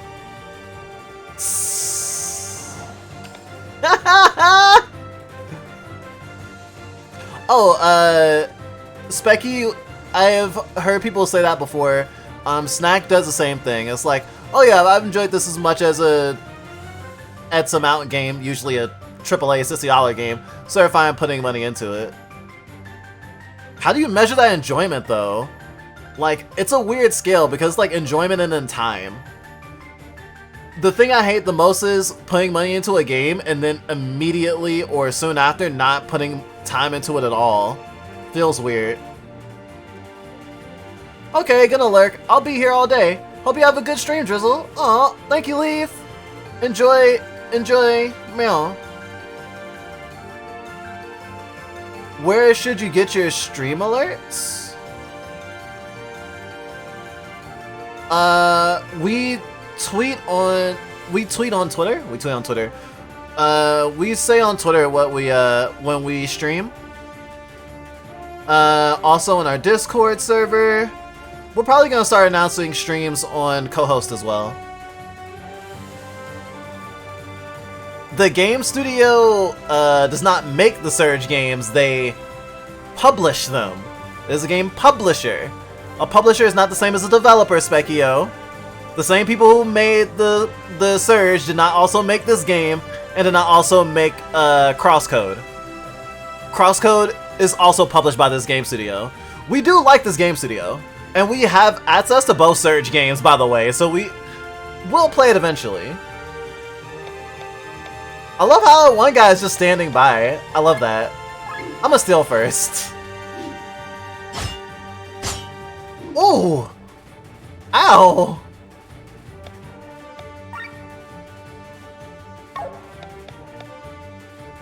Like, ow!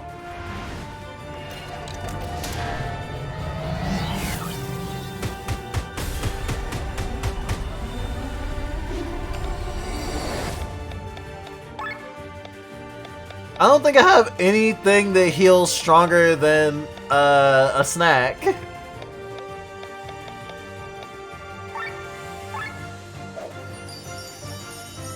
I have full health.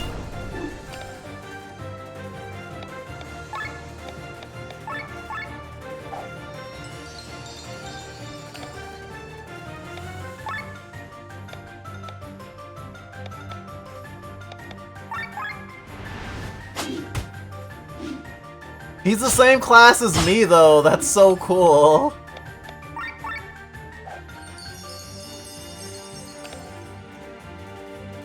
On the page I'm looking at has a clear divide between the studio's developer work and publisher work.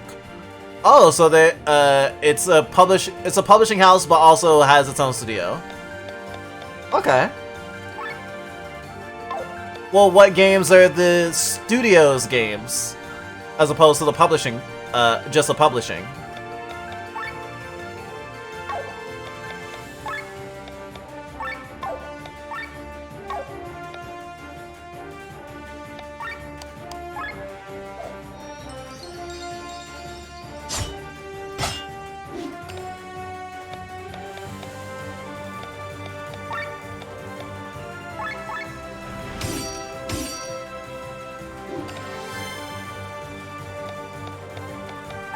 Oh wow, I just got into overdrive? Wow.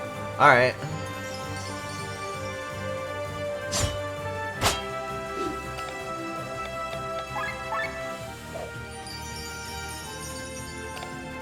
This is ridiculous!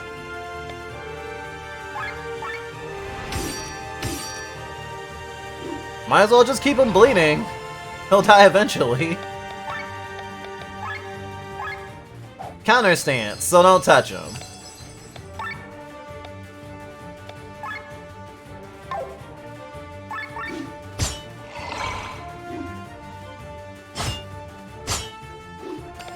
Oh wow.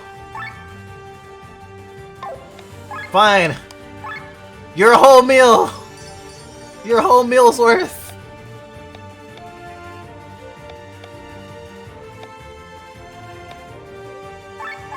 Dark Spear!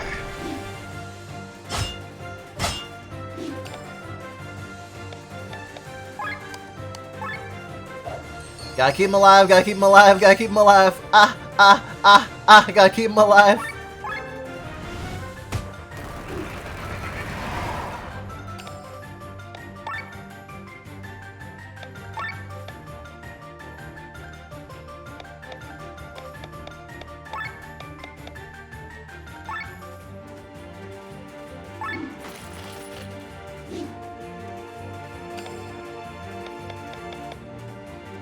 Stupid nothing to steal.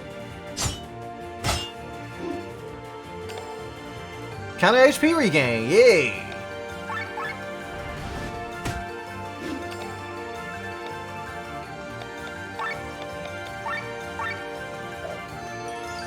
Publish crosscode.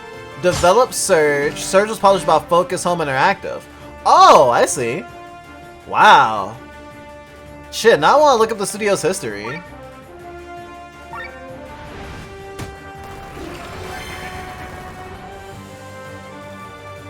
I don't know how much health you have.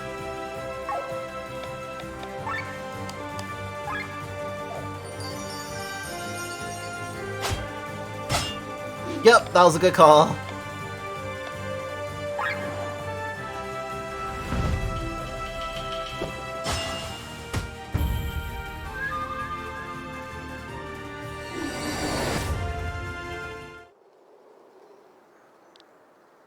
They are strong. Out of my sight, Osric. You're a failure. Hey, mercenary! How about you give me a hand? My man is missing one thanks to that woman. No matter what she paid, I'll pay double. Why didn't you say so sooner? What are you doing? A mercenary follows the sound of the coin. Let this be a lesson to you, girl. You miserable. Good choice. Are you crazy? I offered you gold! What kind of mercenary are you? If we changed sides every time someone flipped a coin, nobody would hire us anymore. Reputation is more important than gold. Nice! Let's get out of here. That I knew that they were gonna get out of there together, but or that's what I felt in my heart. I was like, how's that? He has no reason to yet. There's no emotional component there, but that does make sense. That does make sense, and that's such a trope. It's like, oh, I'll just pay you double, and it's like, yeah, no. You'll regret this. Oh, it hurts so much. I can't go on this pain. Do you hear me, Sienna? You'll regret this. Oh wow, she's just stacking up enemies left and right. Thank you, Beatrice. You paid for it. Here, have the amulet back. Wait, this is not the amulet. It's a stone? Are you talking about the amulet here? No one steals from the red succubus that easily. My sweet dear. But when did you switch it? Switch? You never had it to begin with. Let's continue. No. That's it. We've done our share. No way! You're supposed to accompany me to the Fjordwoods!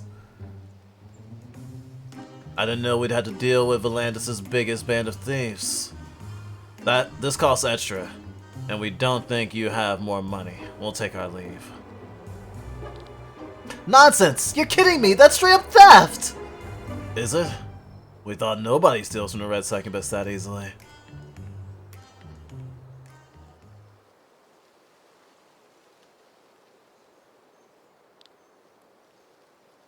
Can't wait to see him again! Favorite character with Bang! Or, bang pots and pans together with. Yeah. Yeah, those. Whose fate do you wish to follow? Scalies that you would bang pots and pans together with.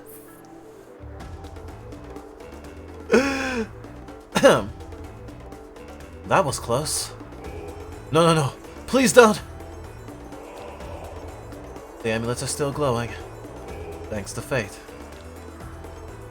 Calm down.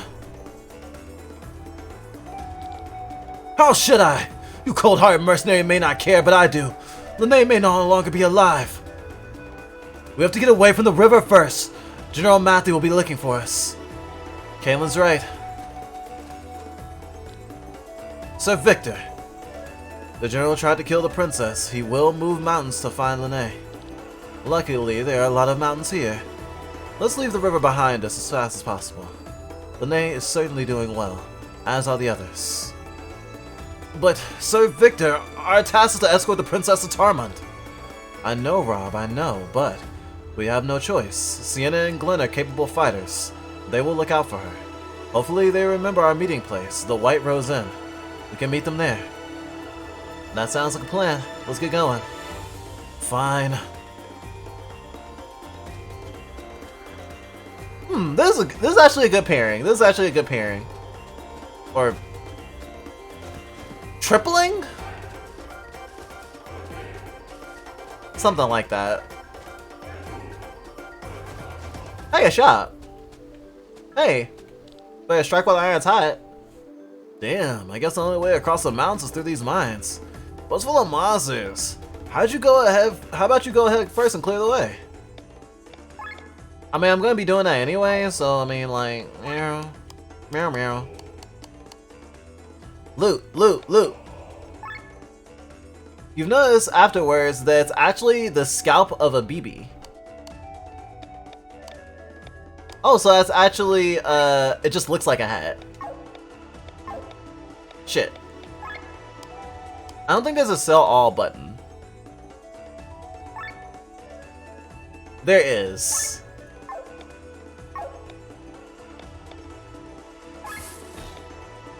New deals!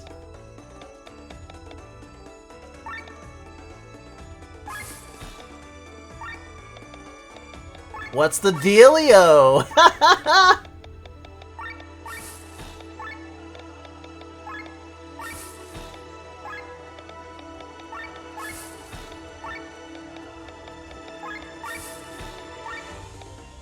Ooh, I got an orb. Now I can ponder stuff.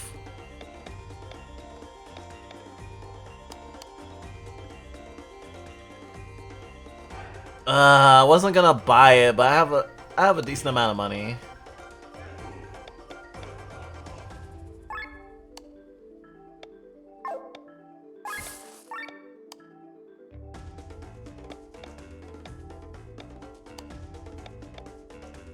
I can only buy, I can still only buy snacks. I can't buy, meals.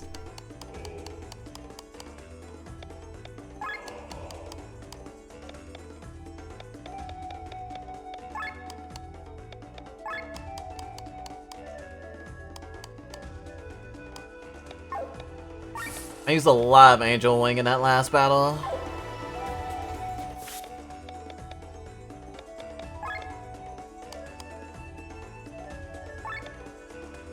Enhance! Enhance! Enhance!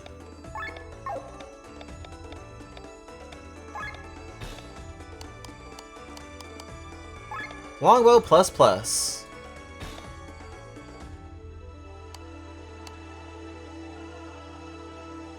He hits with poison. He doesn't hit with any elements. Anchor? Increase damage by 10% when wearing this piece of armor. Dark resistance. TP up. Raises TP by 10%. How about we make some crystals?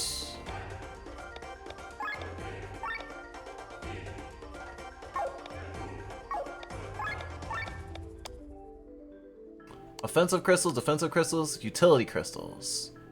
Ooh! Yes, please.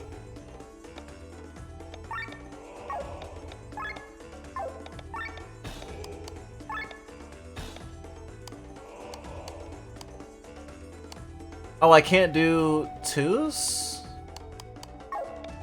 Ah, I have to do a 3. Okay. Card Master?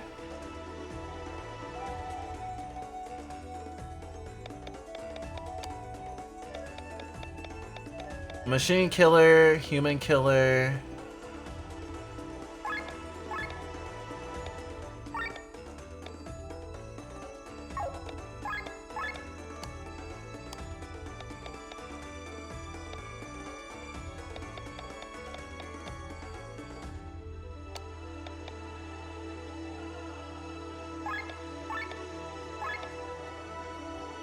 TP costs down.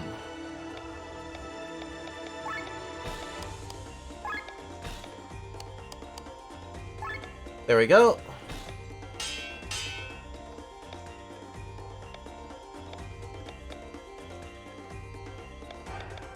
Upgrade. Where's that Claymore at?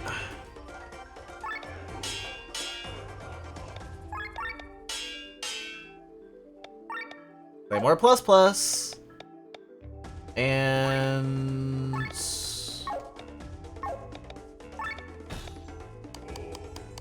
what do I want for the Claymore?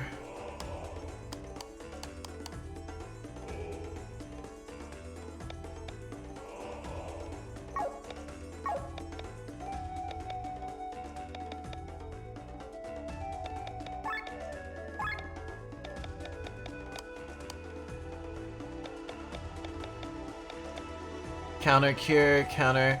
I'd rather just have a normal counter.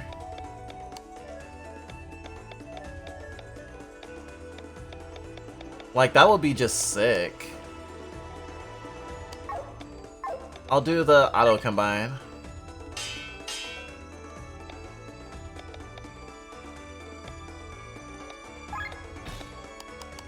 So now I should have more options.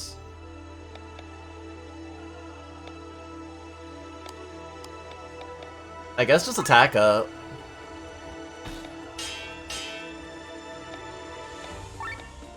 Can I set another one in?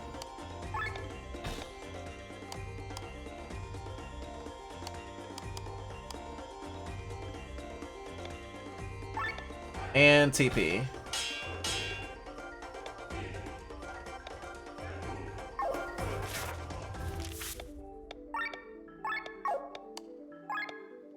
Longbow.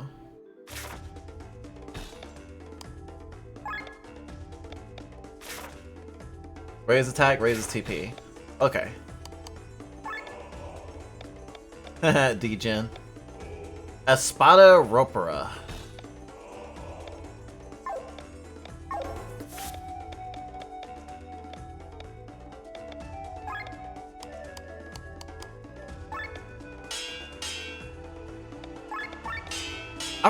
Espada is Spanish, but I forget what it means. The healing beings now. The healing beings now. Not just the healing beings. Wait, the healing beings. So where are the? So there are plenty of film series. Wait, even higher. Oh, the page I'm looking at has a clear divide between studios, developer work, and publisher work. TV Tropes page is a good start, I suppose. Home Focus Entertainment bought the studio in 2020. Oh, I see. Oh, that sucks. I don't know if I mentioned it, but in a recent Magic the Gathering setting, they used Sir in a gender-neutral title for knights. So there's plenty of femme series. Oh, that's pretty cool. Is this like Octopath where you play as multiple playable characters whose stories intertwine sometimes? No, this is actually just a much more typical fantasy or I guess group narrative trope where the party got disassembled and we're looking at different pairings and seeing what their dynamics are like without characters that they're like principally like with. So no characters who have history with each other have been paired together, or have any considerable history together have been paired together. Although Sienna was alone, we did meet a new character, and I hope they'll be in the party soon. Because they're just a guest character for that one part of the game, I will be mad as fuck.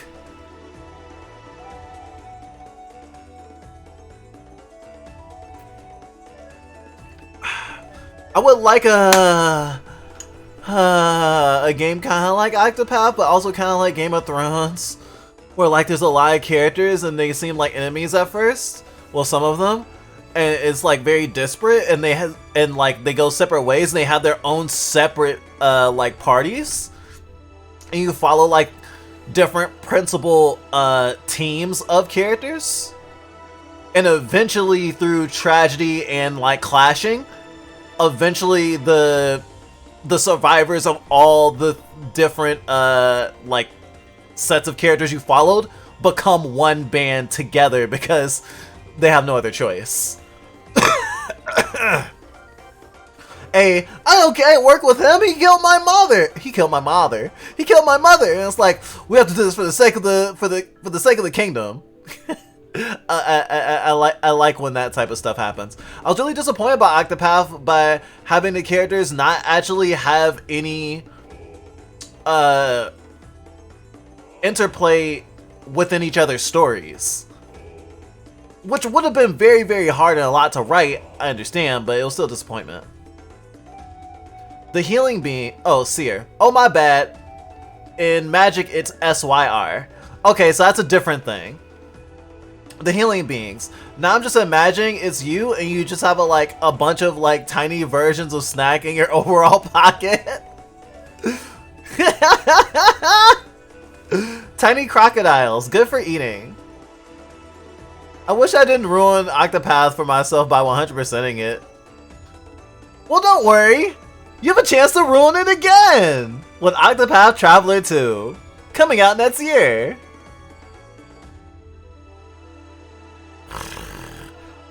I am a great faith. Thank you for noticing. There are a lot of good things about Octopath, and then there are a lot of bad. I didn't play it enough to be too annoyed with it. But I can't wait to get into it again. Since 2023 is the year of the RPG for Fluff Bites, I guess one of us will end up playing Octopath. Who ends up playing it will basically determine whose story we follow first. Actually, it might be a cool system thing. Ooh, we should wait till we get PNG for Glitch. Then all of us can pick a character, because there's 8 of us. Or is there 9 of us now? I forget. 1, 2, 3, 4, 5, 6, 7, 8. Yeah, there's 8 streaming fluffs. So every one of us could pick a character, and we could each have a turn following those stories. That'd be really cool. Damn. I'm so smart. I hope Octopath Traveler 2 fixes the major flaws of the first. Other than the thing I mentioned with lack of interplay, what do you think were the flaws of the first game?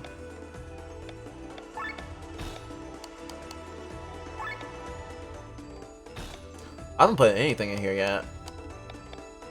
SOS Agile up. Buffs the stat by 30% when HP is under 25% for 3 turns.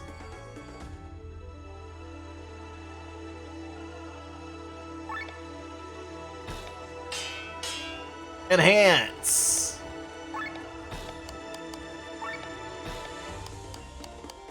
Wet Strike. Chance of 15% of this ailment on every hit. Oh, actually, that would work out because he has a wind magic attack.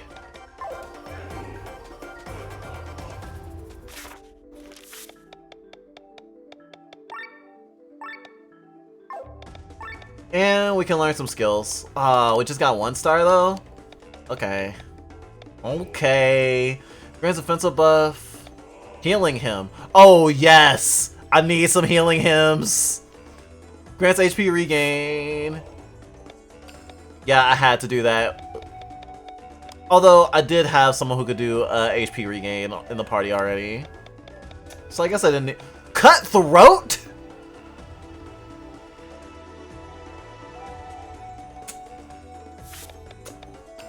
Considering he already threatened to slit someone's throat earlier in game, I'm just like, well, that was foreshadowings of a mechanic. Cool name. Oh, you know how you shut up magicians so they can't use magic? You just slit their throat. I mean, give them the pacifier of death. That's what I'm gonna call slitting throats from now on. The pacifier of death. You're welcome. Way better than an Italian necktie, gotta tell you. Sword Wave. A physical attack dealing 0.5 damage. Becomes stronger with consecutive uses, up to 5 times. Huh. Alfred's Will. Lowers the target's defense and mind by 10% for 3 turns. Ooh, that sounds good. Offer. Restores 50 TP to 1. Ah, that's just like a skill that Glenn has.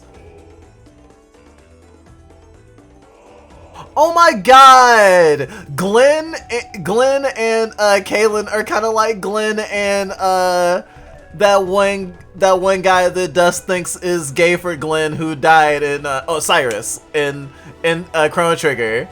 It's like Cyrus and Glenn. It's so cute. They have the same skill, I'm assuming, because they both have like similar training, come from similar battle background.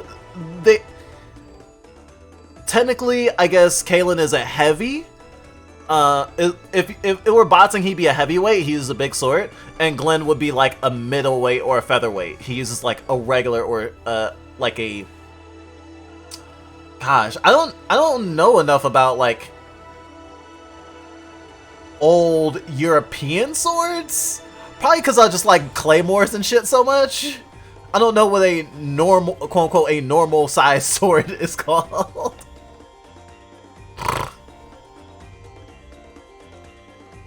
Ultra move?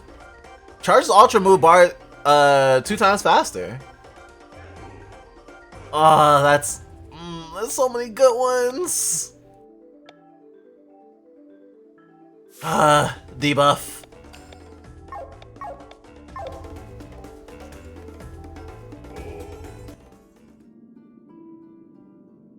Why Grand Minds?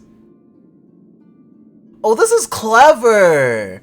Okay, so I don't know like story-wise what it's gonna do, but having these little chapters was a really cool way to do a bunch of stuff that you couldn't do as easily with the entire party together.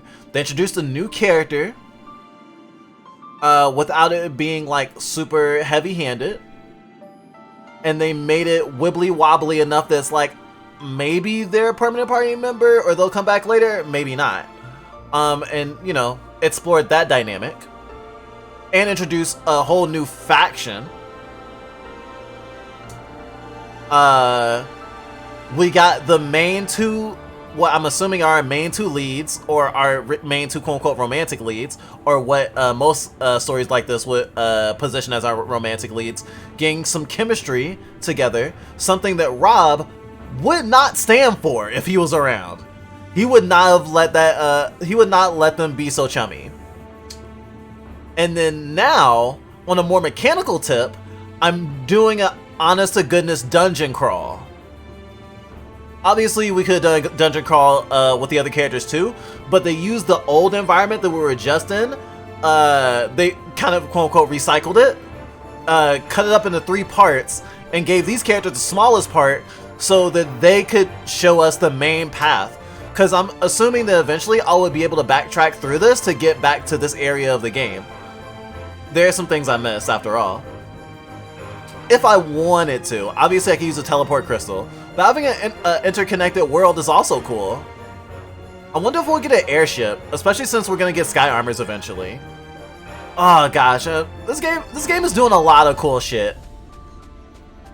I'm glad that my 2022 could have this in it. Abandoned mines, huh? You think it's the right way? The Wiregram mines are a vast network. If we follow the rails, we should arrive at another exit. How do you know it? This part of Katara belongs to my Lord Father. Quite wealthy, aren't we? Planning your next robbery? Forget it. And with that, I'm changing the formation.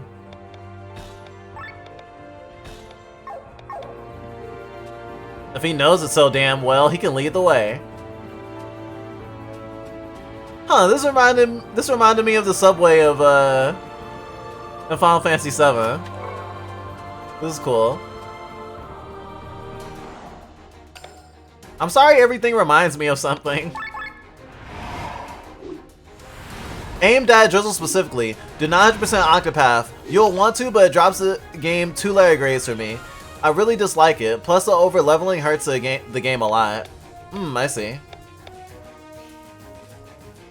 I'll keep that in mind. I know 100% most games, I don't know if you've noticed. So I don't think I'm really in a danger of that. Just getting through an RPG is hard enough for me.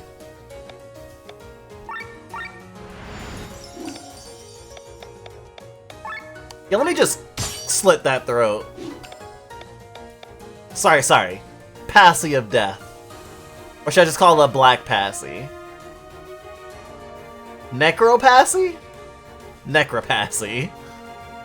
No, Passy of Death. I like it. All stats lit. What does that mean? Ah, boiling flesh.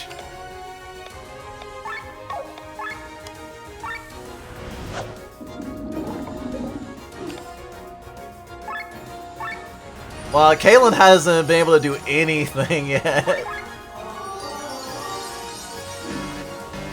Oh, overheating shit.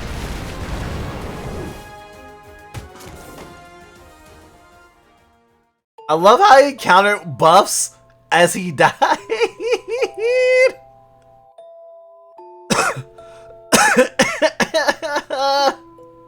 Sadness, decay.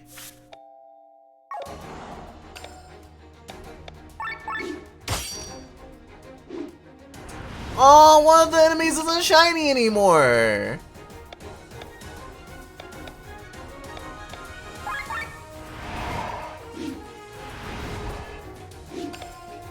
All stats lit.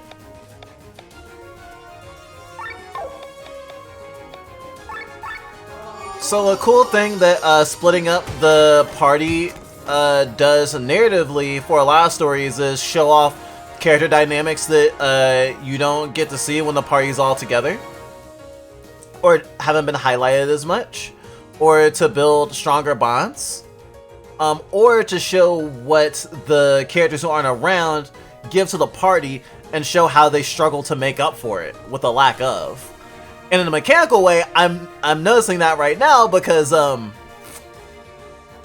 Lene has a skill that literally takes away buffs from enemies.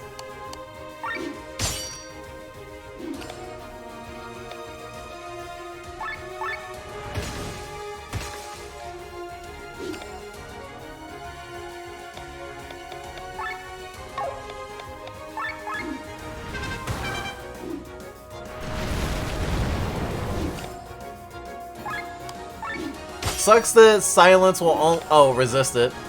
Oh, I would have to keep hitting them every turn. I guess that wouldn't be the worst thing, but damn.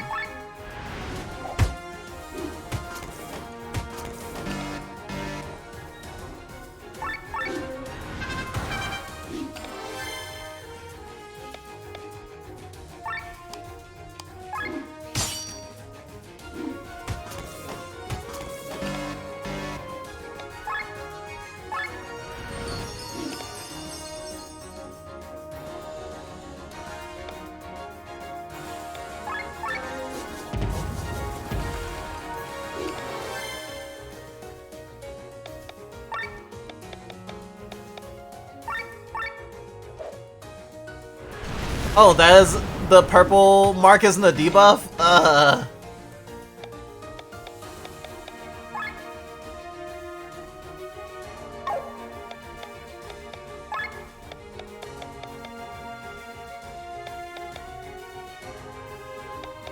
don't think I have a overdrive for that.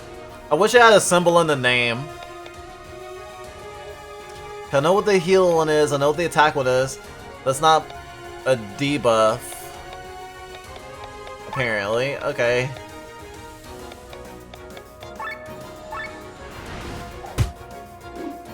I'm almost down to one. Oh. Dead. Okay, let's try again. And here I thought it was gonna be easier because I had 3 people in my party. The end game is a horrible, frustrating grind. Don't get sucked into it.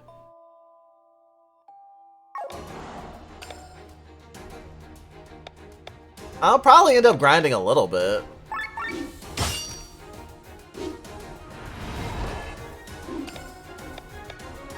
Kinda hard not to.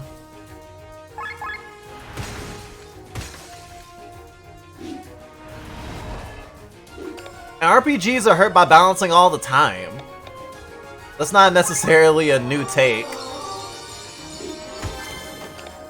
I wouldn't say you should get to level 99 in most RPGs. It's like wholly unnecessary.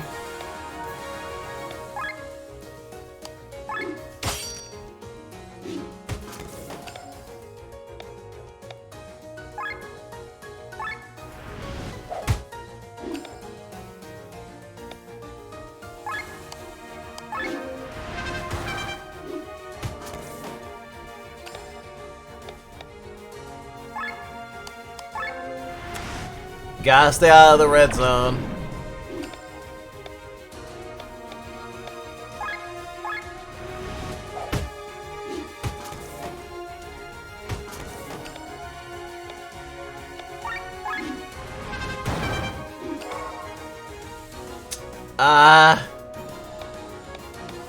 Kalen didn't move net, so I don't get the heal. Alright, poison shot. If he's gonna go down, at least he goes down swinging.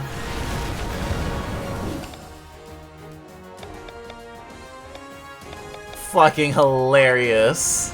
That's like, oh, heal to bring down the overdrive meter.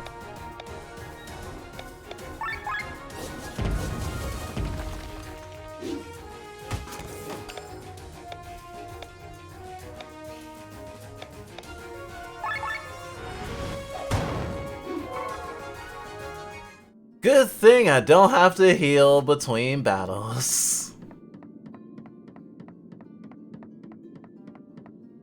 Hey, just need to make sure. Ooh, do you hear the whispers? Hey, Noel. I'm having an okay day. It's going swell. How are you? Is your day swell or is your day more dry? Look at this. Transportation lorry. Maybe we can use this.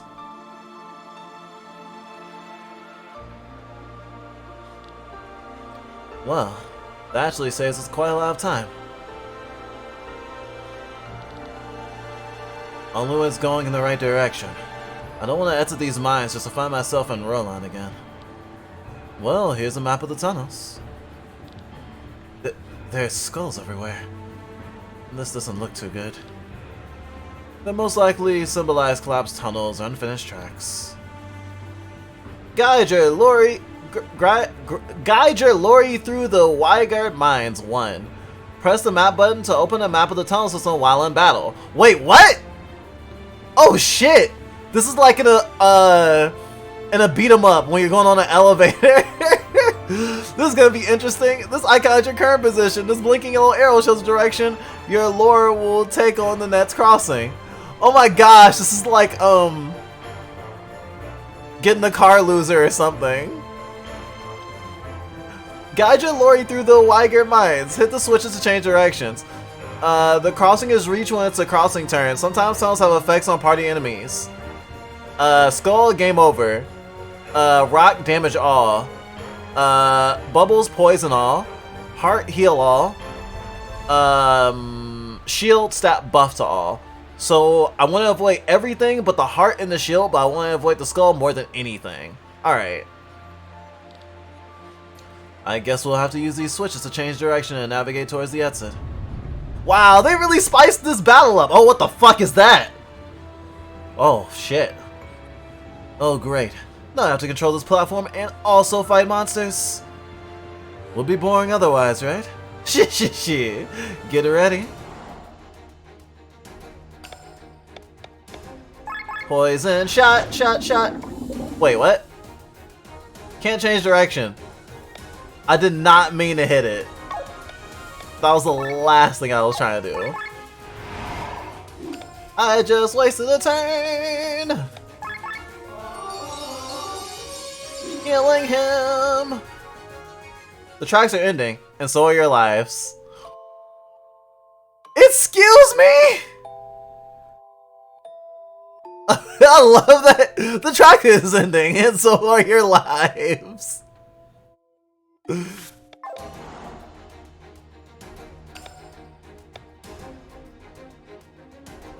I see.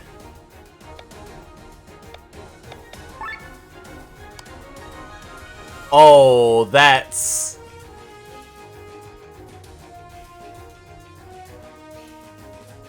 I hope west is to the right.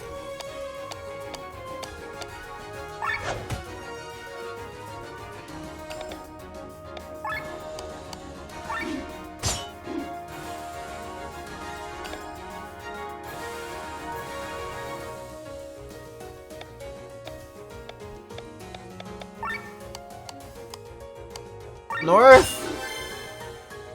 Change direction to north. Too late.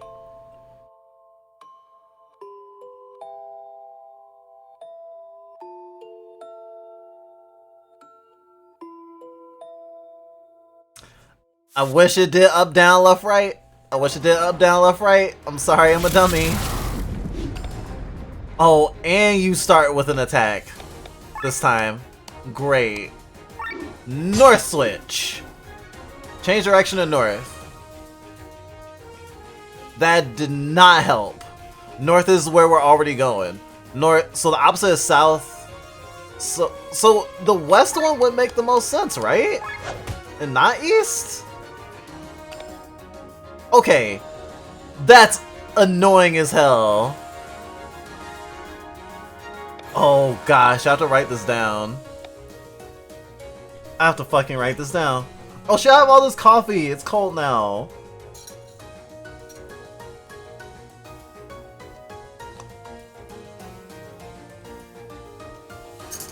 No wonder I haven't been peeing.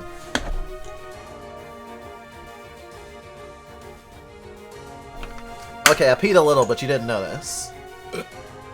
Alright, I was gonna write it down. Shit, do I have a pen at my desk? Gosh. I don't want to get up and get a pen yet. Let's see how well I can do. So east is to the right. What's the opposite of east? I thought the opposite of east was west. Isn't it?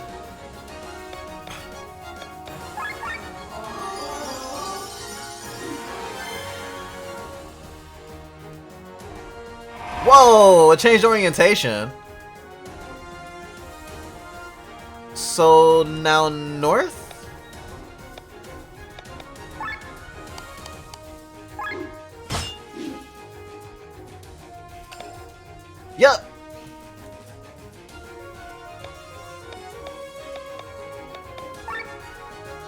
Here's the first time I got to hit you.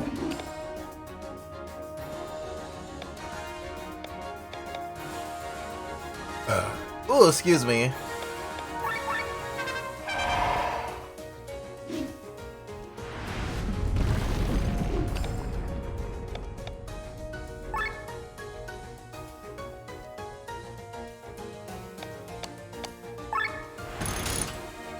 Explosion trap!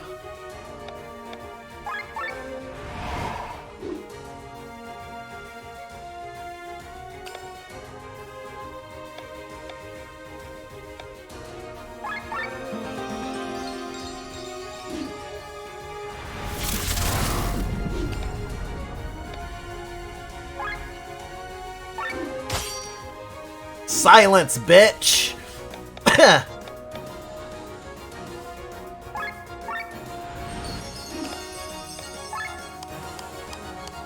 East!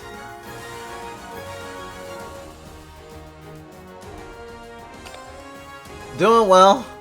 Oh, we'll get hit either way. We should go north, though.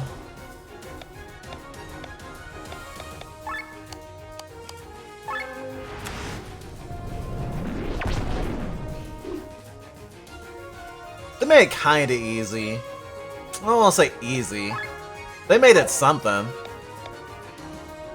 Fuck it. Power move.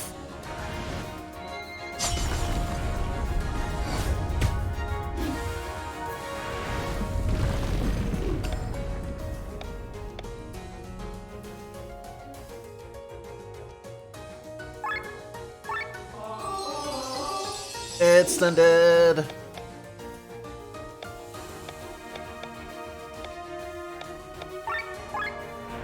I wonder if I'll keep fighting the Gazer when we get to the end. Oh wait, shit! The next turn came way sooner than I thought. Okay, no it didn't. No it didn't. Whew. East again.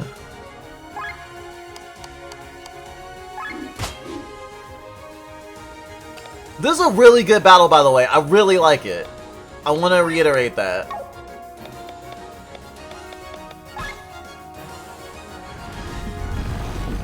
I confused the tram's turn and the enemy. Because the tram is basically the enemy. And just staying alive and hitting the switches at the right time is hard as hell. Forget about killing the goddamn thing. Okay, actually they made it super easy. They did not make this they didn't make this like super complex. I am wondering if this puzzle will come up again in battle. I hope it does.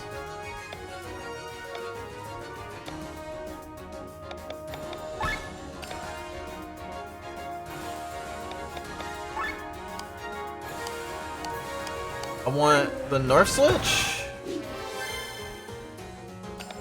Yep. And we should be able to get out of here now.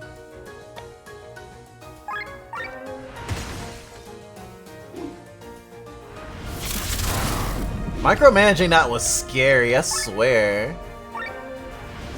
Nope, you still get to be poisoned.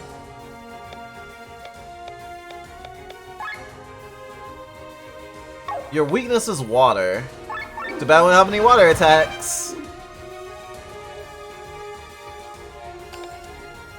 Gazing into the distance. Such a sweet gazer. Power shot.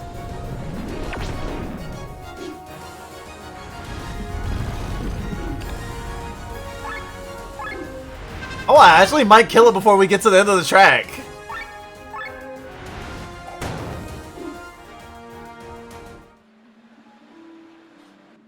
I did.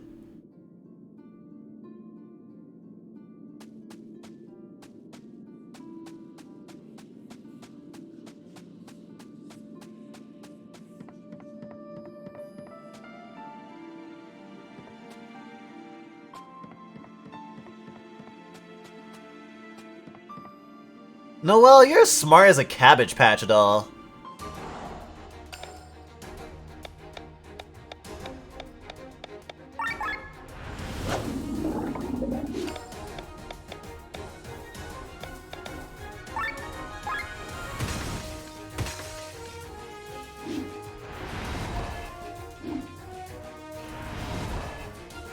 wonder how many variations of objects with boxing gloves are in this game.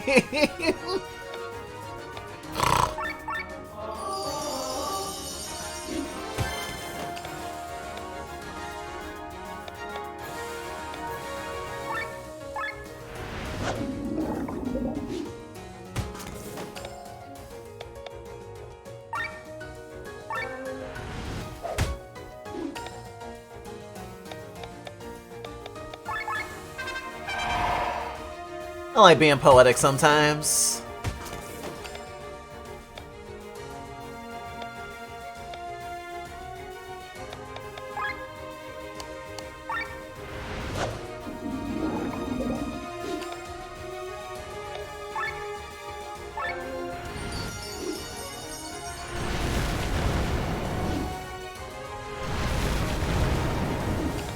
Ooh, I have a feeling Boiling Flesh was up next.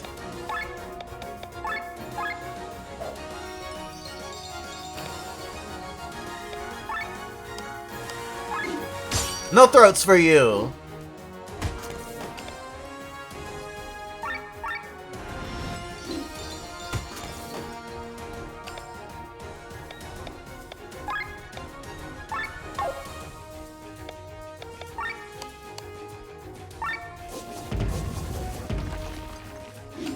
Oh, now you're wet.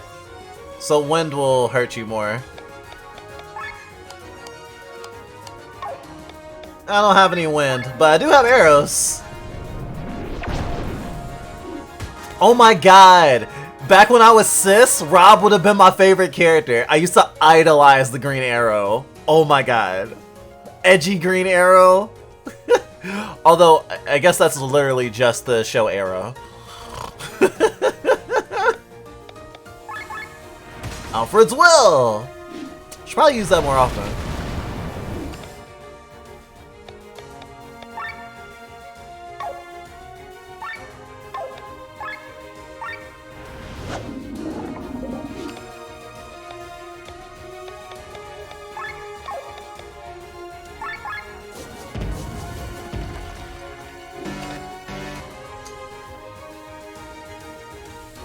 Damn, that's awkward. Special move time! Else you might should one-shot someone. Wow! Well, at least it's not Christmas. East? I thought you picked West!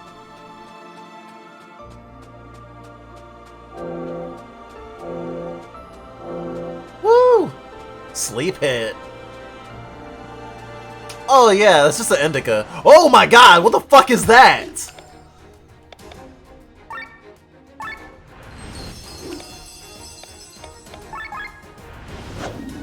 This is like a fucking Bloodborne enemy. Or Dark Souls. It could be either, really. Healing him immediately.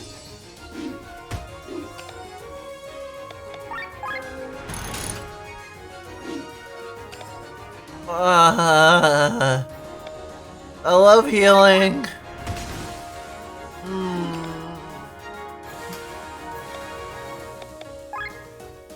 You're weak against darkness? Or aliens? One of the two.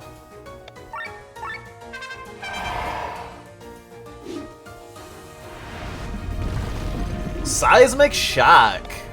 Yeah, I'm cutting your goddamn throat right now.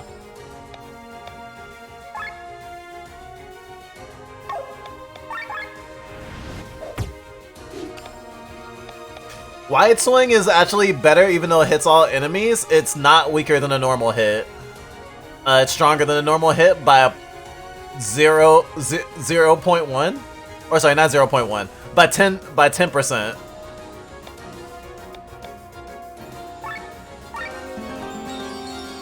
And TP regain. Don't want to run out of that.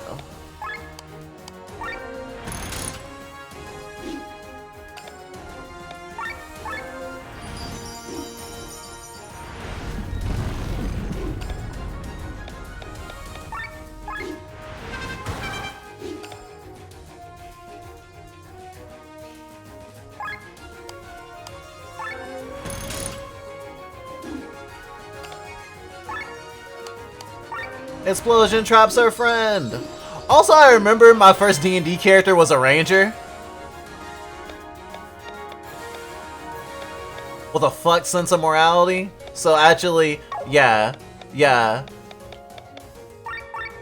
Rob's not my favorite character, but like, a past version of me would totally vibe with him.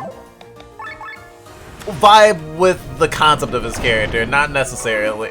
I definitely wouldn't be like, ah, yes. Like, rich people's kid who wants to, like, protect a princess and will slit anyone's throat who says bad of her. I'd be like, I could work with it. Oh, what the fuck is that? I think I found a Net's boss! What was that? The Magloworm. It's been punching holes into Volandis for centuries. It's the cause of the numerous earthquakes.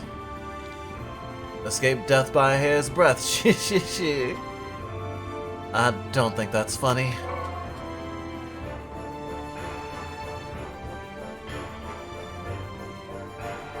Yo, wait, can we stop for a second? Can we stop for a second and appreciate the beat? The downbeat? I think that's what it's called. I'm loving it. I'm loving it. It adds so much dimension to the song I just barely noticed. It's a lot. I'm liking it a bit on my end, so have a good one. Brown, see you, Noel.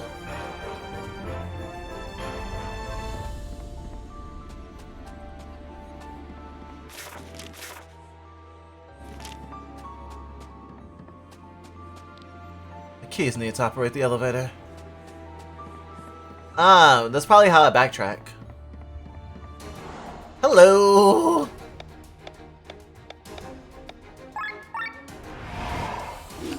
Must recall your training.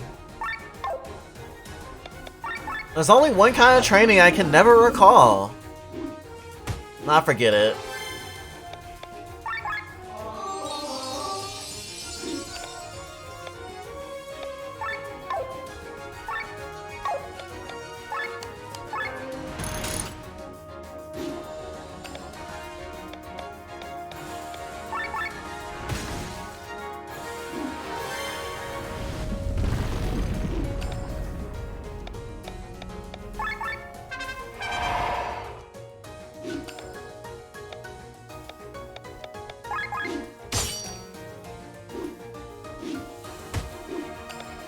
Oofy owie.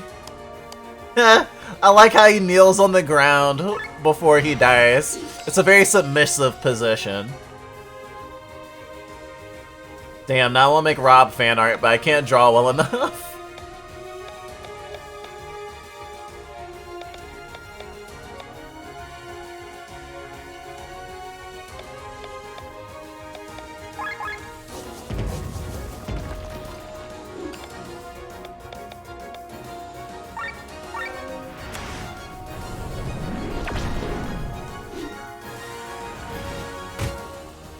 Oh, a gravity spell? Didn't expect that.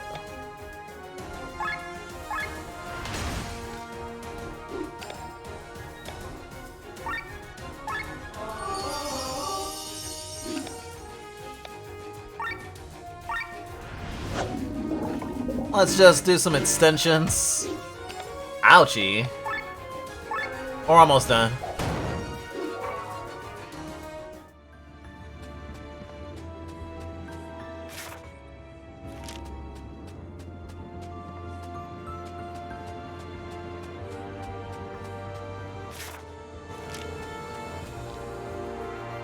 Banarso, to Dired no Gaimim. That's something I gotta backtrack for, I guess. Another one of these. Alright, at least I know now how to do it. I have a feeling we cross half of Cartera just by using these mechanisms. We must hope we make it in time and the princess is safe. And here we go again. This thing is huge! Time to get serious. Okay, I think this is the boss of the dungeon.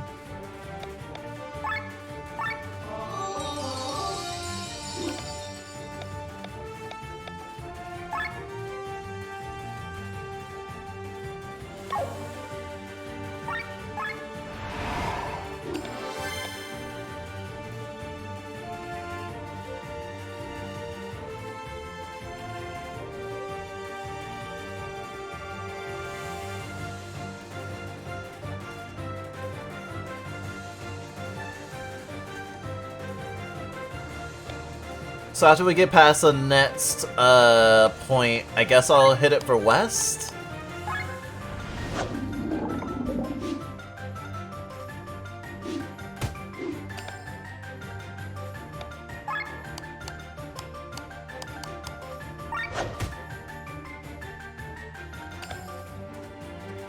Got it. And then everyone will get poisoned. Then after that, east.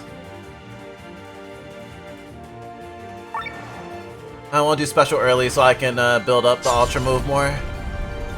He's the only one with the attack ultra move anyway.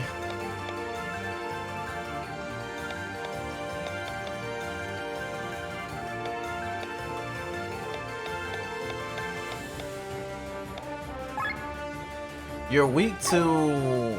Is that wind? Yes, you are weak to wind. Ooh, gosh, survived just barely. Here you go, Victor.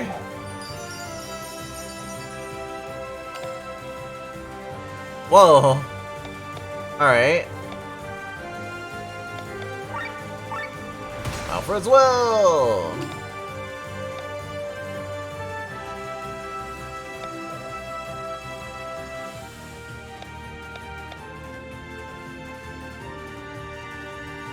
Oh, we're automatically going north. We don't have to actually change the direction.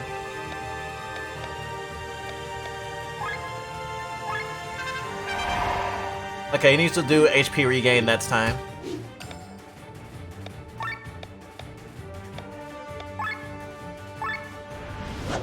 Don't forget your poison.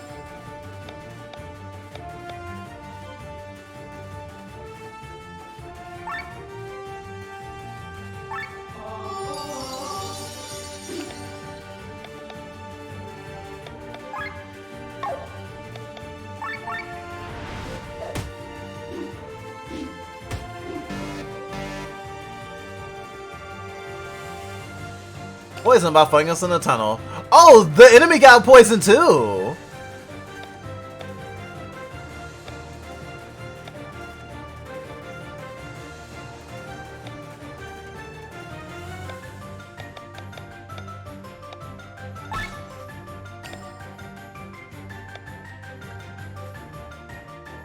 Oh, that's another automatic. That's good.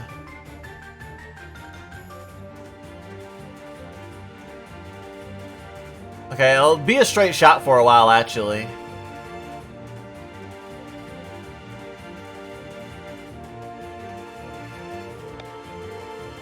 And we'll get a heal. So I'll do some TP regain. We're fine.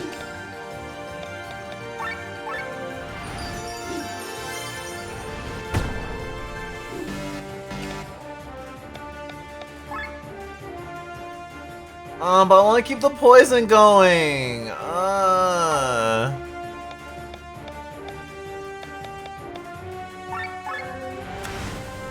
Gotta bring down the overheat though.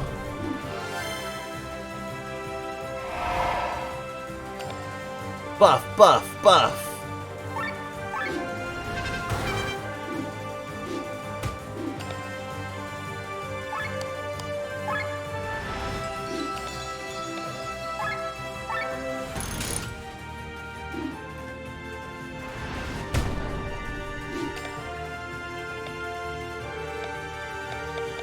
So I guess if an enemy does attack, all the explosive traps don't work? Oh shit, I need to hit a switch.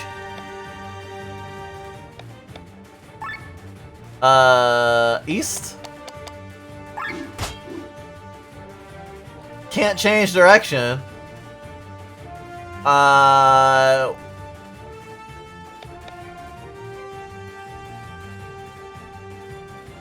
West? Question mark, question mark, question mark?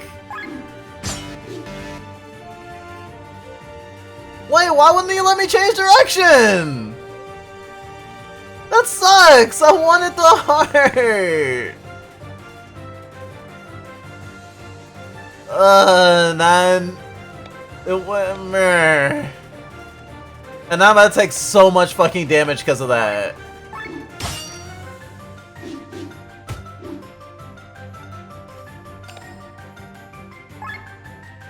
Okay, I want to go not towards death.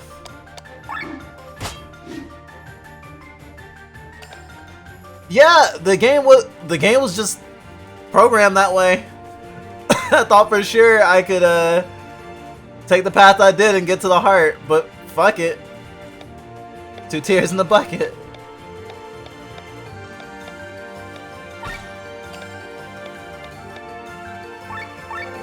And now that I've fucked up my drive meter, and I need to work even harder to keep it low. Okay, and actually, I should get hit by the rock so I can dodge the poison. I should get hit by a rock so I can avoid the poison, and then I'll move west.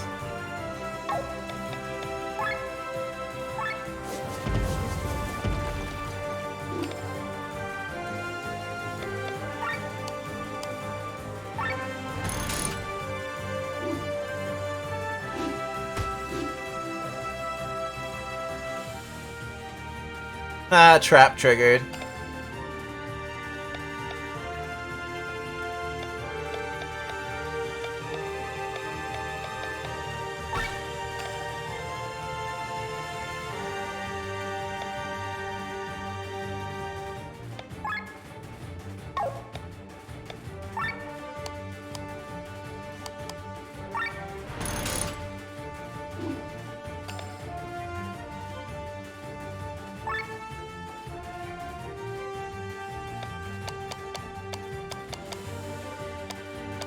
No, it would be south. I've never hit the south switch for any reason. Oof. Was the right direction. So once I take that, I'll need to move... Wait a minute. There's certain paths that I am not allowed to take, I just realized.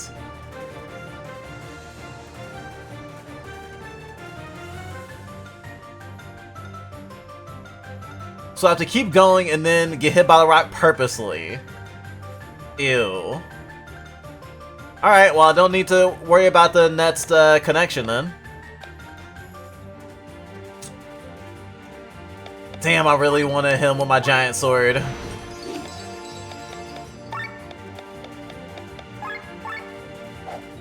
Please don't kill him as soon as he gets up.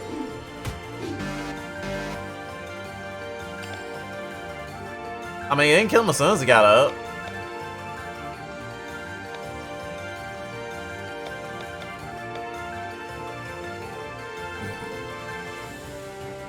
We're in a really shitty spot right now.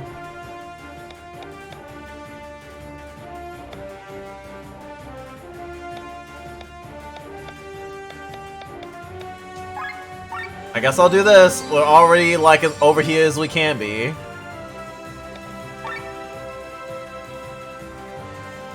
Removes all negative elements, raises the resistance for all party members, and removes all enemies' resistances.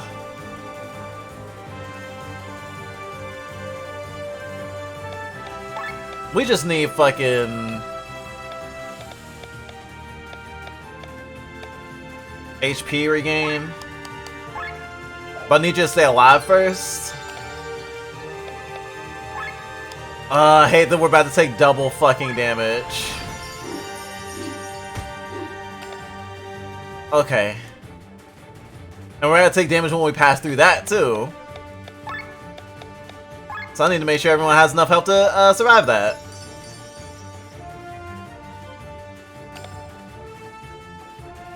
Okay.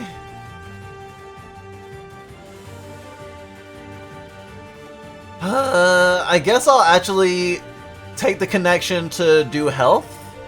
Maybe? Or I could end the fight faster. Oh, I think I want to end the fight faster. Or potentially end the fight faster. I need to go east now.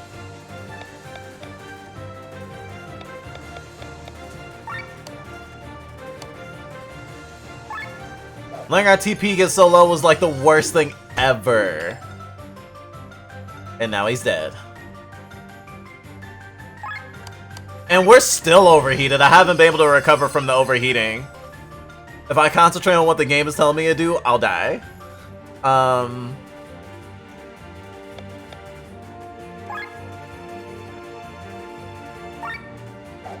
Angel Wing! Goodbye again!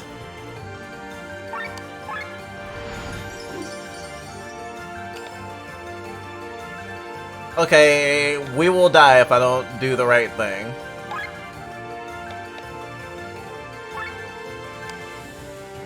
East.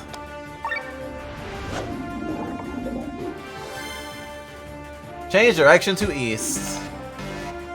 I'm so happy you did not die. Still can't do what the game's telling me.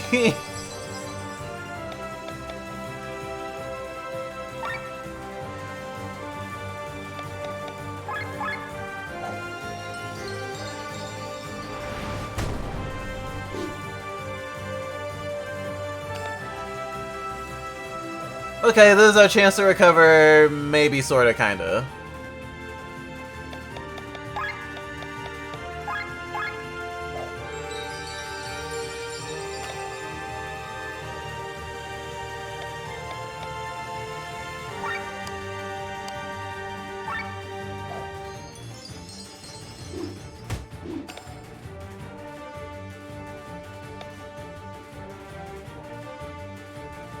I hate this so much. Oh, we're about to get healed, though. We are about to get healed, though.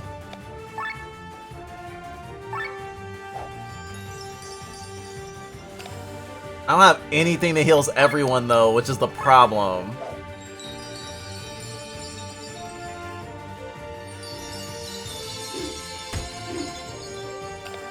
Okay, maybe we can get back to...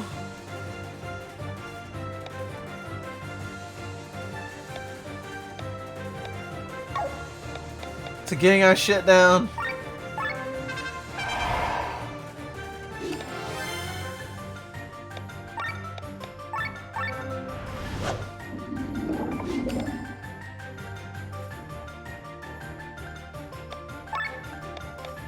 Yay, and now they're telling me to heal. Perfect, perfect, perfect.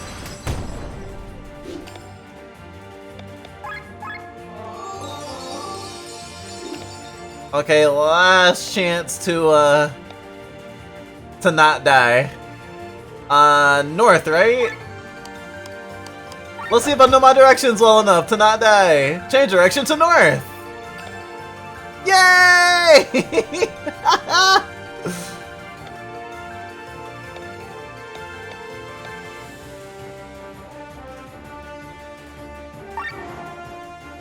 Special time.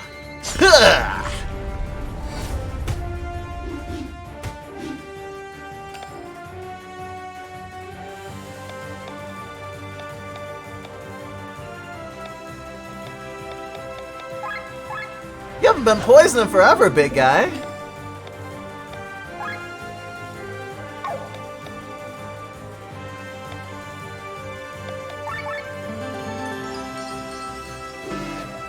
Ah, fuck. He doesn't have a thingy, though, to keep it down. Oh, defend. Woo!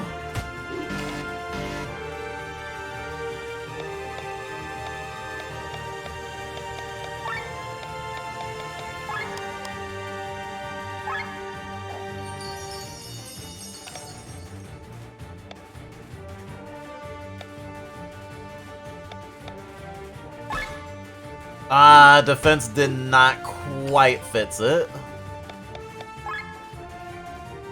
And now I'm just overheated.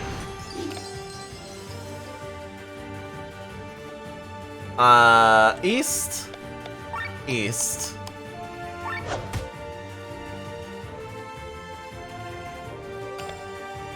That was a hard boss battle for my little brain.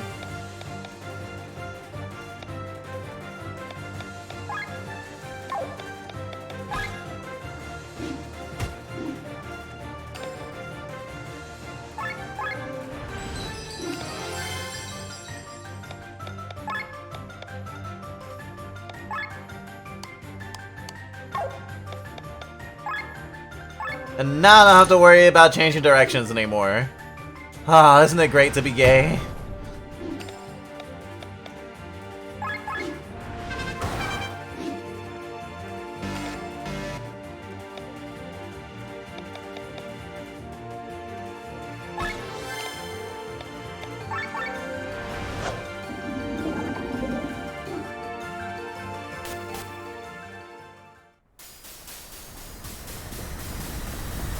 I wonder if it's set to auto die whenever I get to the end of the track.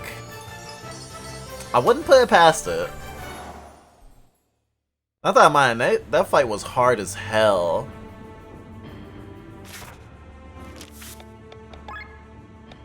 Now we can learn some stuff.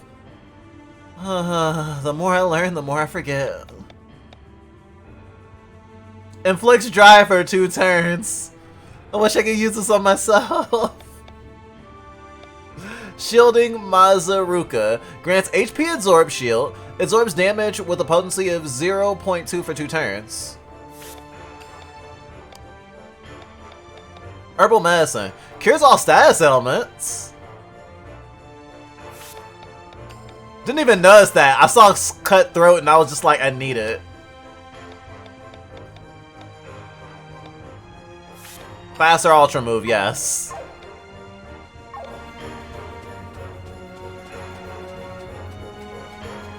The down beats louder.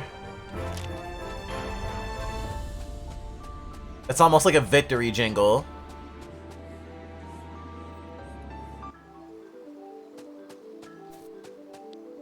We did it! Who am I? I'm the merchant you met at the other entrance. I followed you all the way through the mines. Yes, I was on the lorry thing as well. Oh my, nobody ever notices me. My mother was right when she said I have the charisma of a botsfly. Anyway, you need something?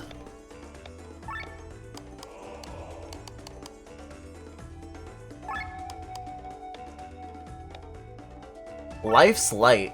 The lantern in the light of Rugrim's life. You took it away. This piece of coal has a magical aura around it. New deals have been unlocked. Heavy armor. Shielded mail.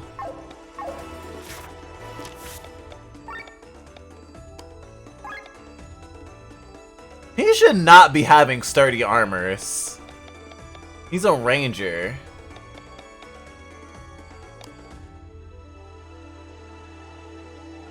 Him though. Makes sense.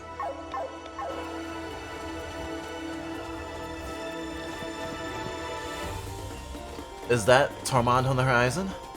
Yes, it's a rare sight. Normally it's shrouded in clouds. It isn't called the Rainy City for nothing. Oh, so we're going to Seattle. Got it.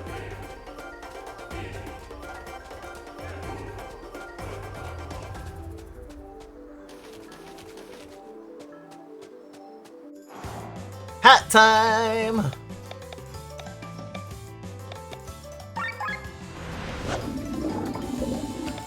Poisoned!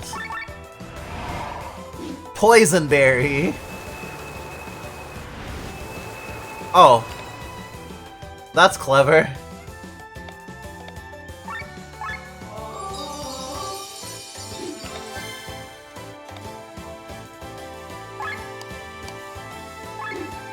Cutthroat.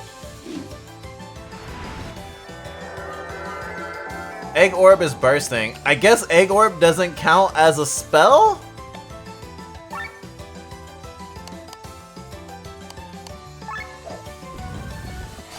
This motherfucker just made shit right there. Miss.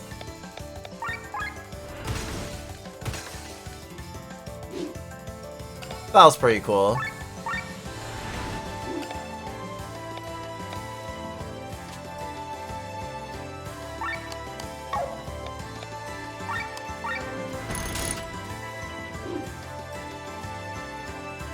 The orb is bursting.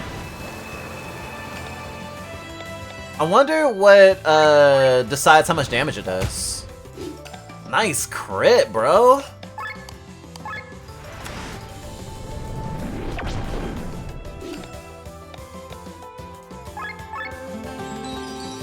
Good thing I had one buff I hadn't done yet.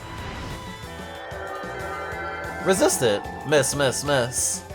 So interesting thing in this game, an interesting mechanic, is that after a buff ends on an enemy or a party member, they'll have an up resistance to that,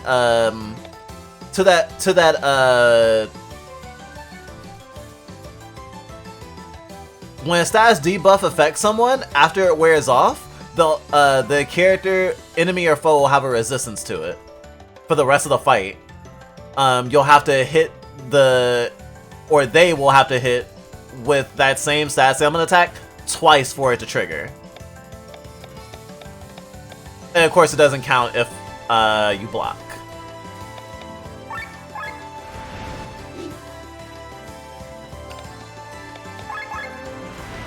Actually, Chrono Arc has something similar, but only lasts for a certain amount of turns. It's actually a buff on it in and of itself, specifically for CC debuffs, crowd control debuffs, most notably Paralyze, which of course allows you to effectively have more turns than your opponents.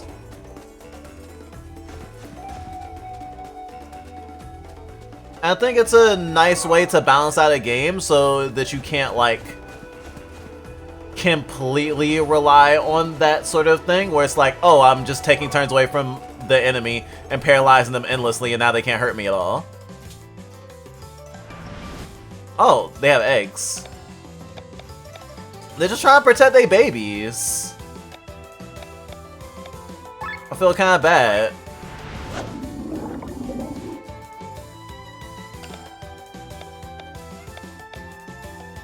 Fuck it.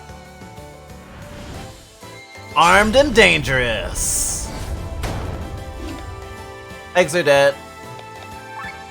Wow, you've both failed as parents.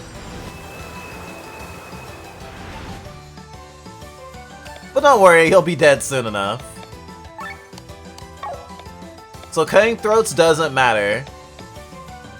I guess it's kind of like they're alchemists or something, or maybe it's the magic that they're using is like, since they're through the eggs that they're wielding, it's not them in particular, but their eggs aren't alive.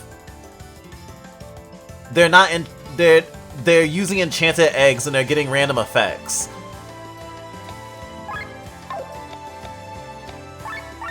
Which is pretty cool.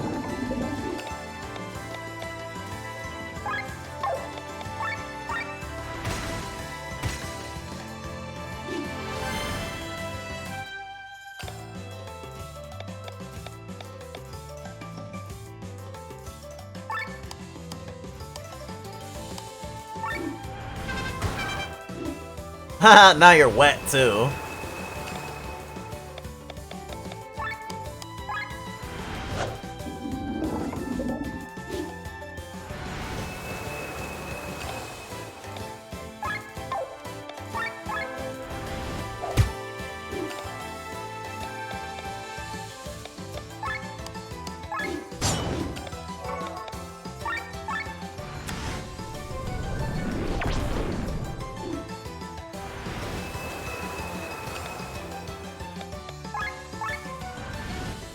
That's all she wrote. Whee! Iron Polygus.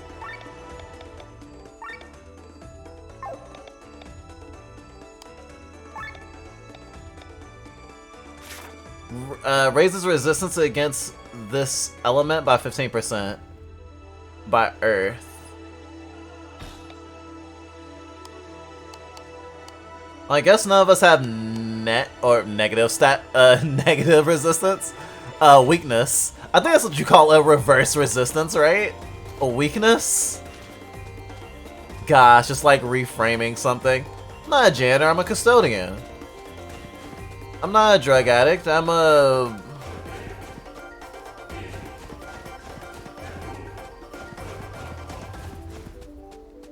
Gosh, what would be the reframing of that? A mind-altering substances connoisseur.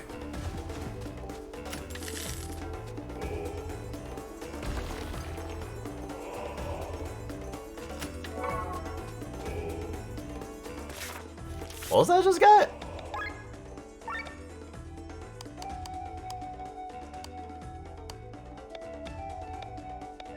It was like something extender.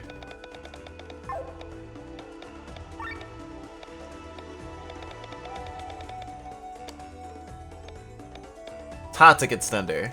Ooh. That's definitely gotta go on Rob. Gotta get some more of those.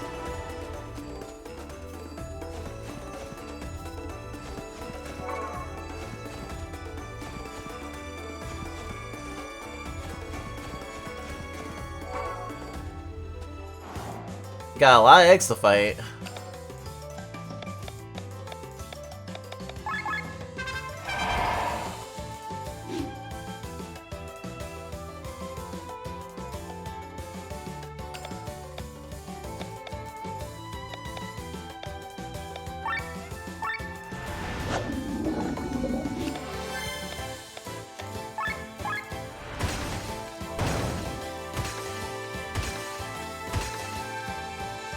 Okay, they don't have a lot of health at all.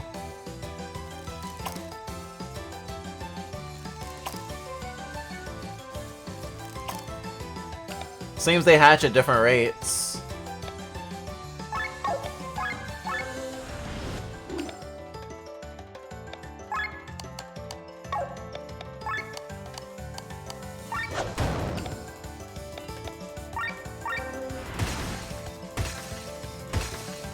And they have different health pools than the eggs.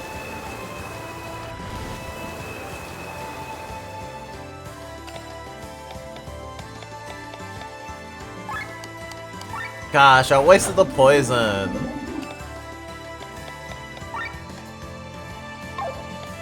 Oh, you're weak to Earth.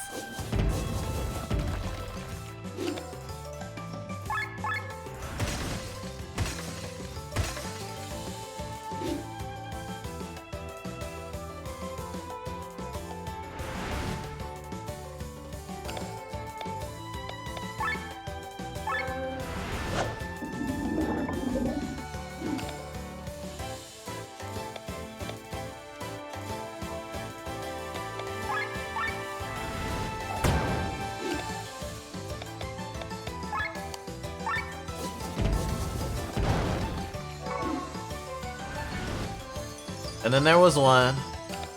Aww! I wish it had healed you too. That would have been only fair.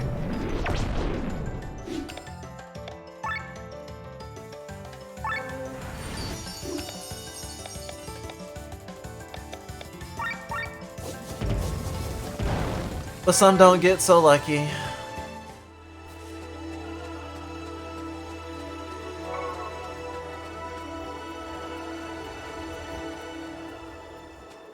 I know this game is gonna be long because I'm like 12 hours in and I still haven't used the sky armor outside the tutorial. Sir Victor, I just remembered this path. I've walked this way 100 times. You've been here before? Yes, a long time ago, when magicians were no rarer than mercenaries. I'm an R, as you know, and I've studied at the University of Nysa. I lived in a village outside the city and walked this way down here to the university every single morning. The road turned right over there, but now...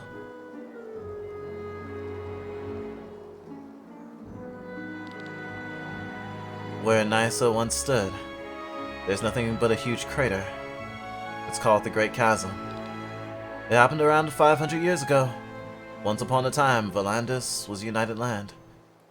A neutral state where nobles from all over the world came to study the magical arts. After the fall of the city, however, various lords and ladies claimed the land for themselves. Since then, peace has never really reigned here again. What exactly happened to Nysa? I heard stories of an earthquake. This is one of the theories. It is said that the city, protected by a magical shield, sank in one piece and is still standing at the bottom of this crater. This should be easy to check, shouldn't it? Once again, you have no clue, thief. Climbing down the cliffs is impossible. The dense fog blocks the view, and the uncontrollable wind smashed every airship against the walls. And if that were not enough, mighty wyverns have found their new home in this crater full of miasma. And even that's not the worst. Indeed, Astrodale has built its nest down there. Asnodel? Asnodel the dragon? One of the 7 true kings? He too was attracted by the miasma and has been living down there ever since. He does what dragons do most of their time. He sleeps in a bed of aether. Next time you plan to raid a place, you could at least show some respect and learn some facts. Your ignorance is downright disgusting. Oh, come on, I've had enough of... An arrow? Who goes there? Only a gang of common robbers, so open your pockets and show me your gold. The only metal you'll get from me is the steel of my sword. Sir Thoma? Look at that, little Rob! Haven't seen each other in a long time. You know him? A former knight of my father. After the war ended a year ago, he betrayed us. We did not betray anyone. It was your father who did not pay us. The only thing we can be blamed for is that we followed his lies for so long. Let me guess, after the war reserves were empty, you were promised land as payment. But without a winner, there were no castles to give away. We were lied to and exploited. We were wrong to pay him heed. You did not deserve any payment. You were paid to win the war, not lose it. I see no lie in this. Keep your gold for all I care. We'll take the lad hostage. Try it. Just another word you won't be able to keep. This is a fucked up predicament. I don't want to kill these guys. Also, this is a Final Fantasy VII reference if I've ever seen one. The Lion Guard guy looks like how Red 13 looks when he's dressed up as a Shinra sailor when you're on the boat. Oh my god, that's so fucking awesome and cute. I love it. Anyway.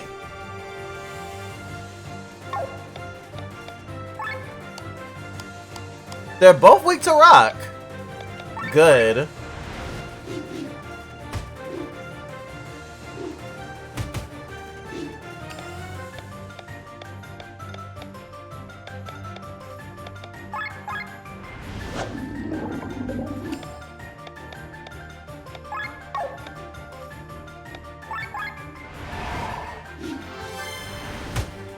Ooh, wide swing. Oh, I'm starting to notice. I think they're doing that on purpose, having characters of classes that we have access to in our party. That guy's a heavy, just like Kalen. That's super cool.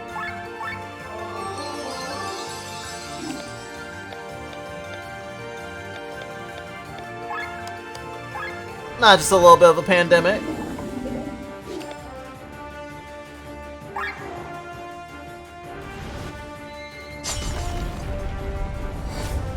That's such a silly special. I love it. Bomb throw.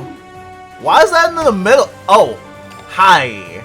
Hi, Mark.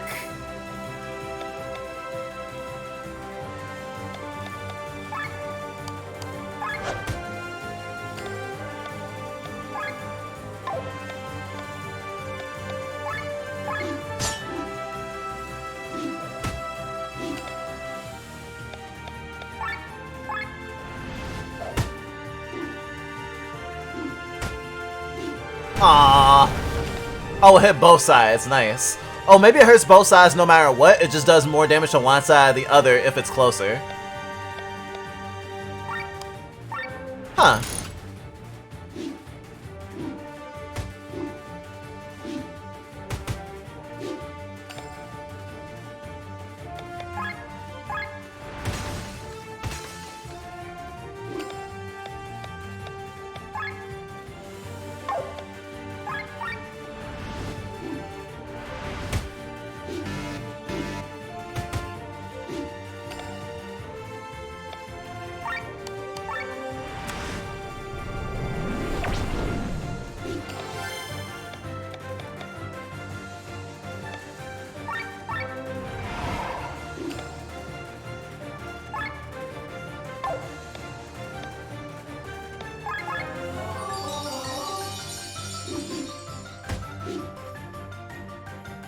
Trap triggered.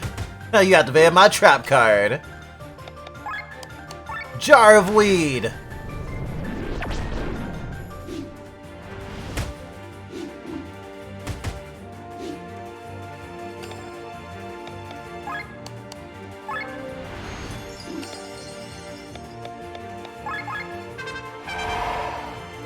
Bards are so useful.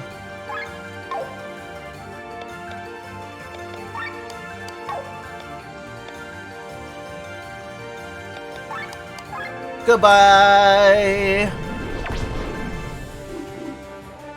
Okay, he's down, but he's probably not dead. Probably.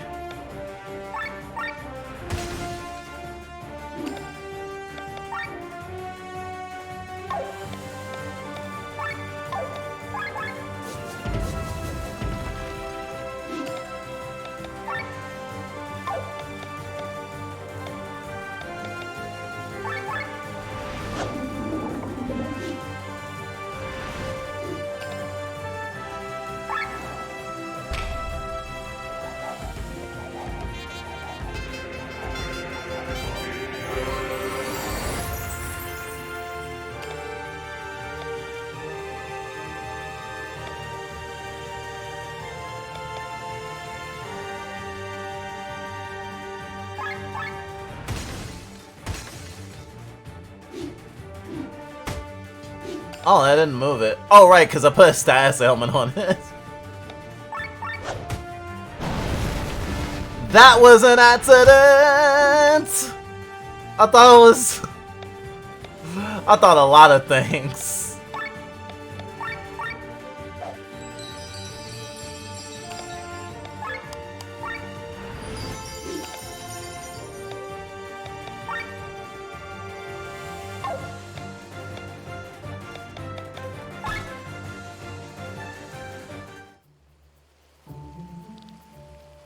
Just look at yourself and where your greed has driven you. Greed? Quite the opposite. We did not fight for money or for land. We fought for our homeland and for our lord. We were loyal knights. Your father was unable to pay us, so for many years we fed our families on honor in the hope of victory alone. And we did so proudly. But with the end of the war, our hope died. He could not keep his promise. It was not our decision to cast away the oaths we gave your father, no. Your Lord Father has been strangling our oaths for years by himself. Don't you understand? We needed food to keep our families alive. We cannot live on hope and honor alone. But you apparently seem to be living pretty well on blackmail, robbery, and murder. Do not speak of honor. You are death. And you are dead. Leave him, Rob. For what reason, Sir Victor? Out of mercy. Mercy? Get out of my... I spit on your pity. You will feel my vengeance. Remember that. Better move on before more of them show up. We should arrive soon. Right, Rob? What? Yeah, it's not far. Let's hope the others manage to get there as well.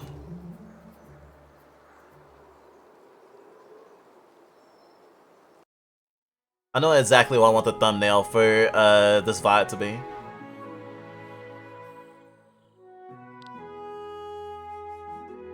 A toast to our reunion. I'm so glad that nothing happened to you, Lene. Glenn took care of me. Good care of me. Yeah, unconscious in your arms. Thank you for bringing him here safely. Well, the people of Wayland helped me. Is it a good idea that we drink here? Shouldn't we be resting? Tamand is close. If it wasn't for the darkness of the night, we could reach it in no time. We've earned this break, right, Sienna? No need to ask me. I'm always available for a drink. I bet you can hold your liquor. You won't find out with just wine. Is that a challenge? Landlord, please bring me your strongest liquor. Honestly, I prefer class. That girl behind the bar looks a whole lot like one of the protagonists of Eastward. Just a thought. I can serve with both. This liqueur here has the fine taste of an Arcadian predelicate wine, and the strength to knock down even a warrior from Baki. Excellent. I plan to travel to Baki in the future. Let me try it as well. Our latte, fetch the frutilor, would you please? Yes. Arlette? I thought he was like... I thought he was saying like... At first I thought he was like making like it wasn't exploit, not exploitative, and it's the thing when you like Excelsior or Timber, like it's not an onomatopoeia, but it's like a word that has like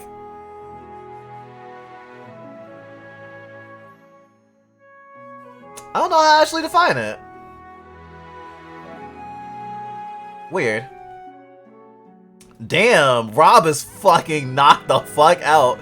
I wonder if the stuff that those guys said to him got under his skin, actually. I bet it did. Especially since he had to work so hard to be recognized by his father. He probably still isn't recognized by his father. Like, as being, like, worth anything or whatever? Or I get his father.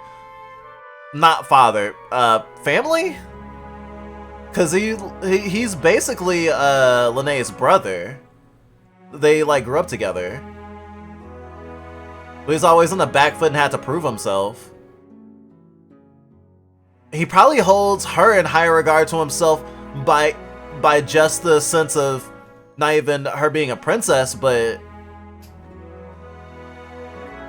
him kind of being her retainer? Huh.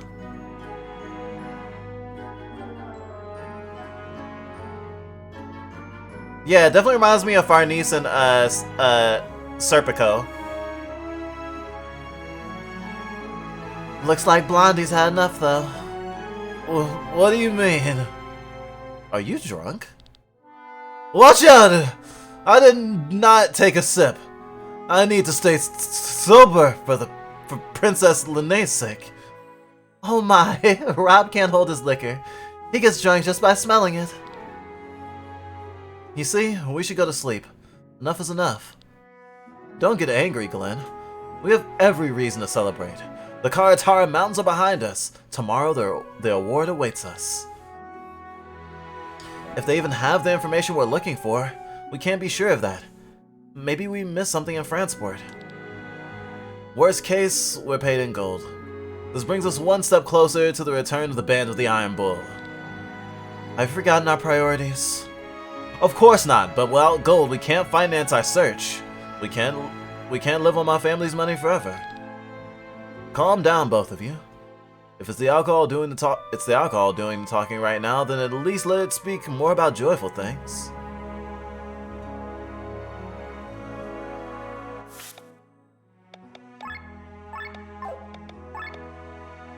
What can I learn? What can I learn? Restrain. Honestly, I'm only getting it because of what just happened. It's like Glenn has lots of restraint. He's like, we should go to sleep. We should go to sleep. We should go to sleep. If Glenn was watching one of our streams, he'd totally be one of the people who was like, hey, maybe you should take a break and redeem it. Main quest, the mountains are behind the group. Only the Fiora Woods need to be passed in order to reach Tormund.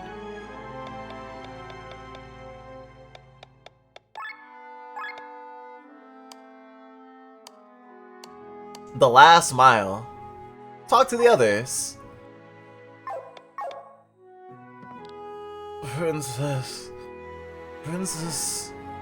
are you well? It's too dangerous. We shouldn't go there. You're the most important person I have. Well, that's one way to speak your subconscious. Usually my daily life consists only of writing and traveling. Rarely do I get the pleasure of trying out my musical arts. Did you know that when I was a little boy, I was a traveling showman and toured all over Adelia with a troupe? Even as a child, I had a very deep voice and could delight the audience with it. But my magical talent was recognized. I was sent to the University of Nasia. My master Bartholomew suggested that I devote myself to musical magic. It was a perfect fit for me. Wow, even though you don't look 500 years old, you are definitely an old man. telling me your stories. If you want to make small talk, you're in the wrong place. But since I'm drunk, I can make an exception. Did you know I own an airship? The Himmelskaiser. I even have a crew member. We traveled to the Valanders because of the Hoagie. The Hoagie was supposed to be anchored here and our ship needed repairs. I had myself dropped off in Fransport to earn a little money. Once the repairs were to be done after a couple of weeks, I was supposed to be picked up. I wish we had better timing. Then we could have flown to Tarmund on the Helisanker. That would have saved us a lot of trouble. But fortunately, we're now through Kartara in one piece. I just hope this quest is worth the effort. Because I have to get back to Fransport somehow too.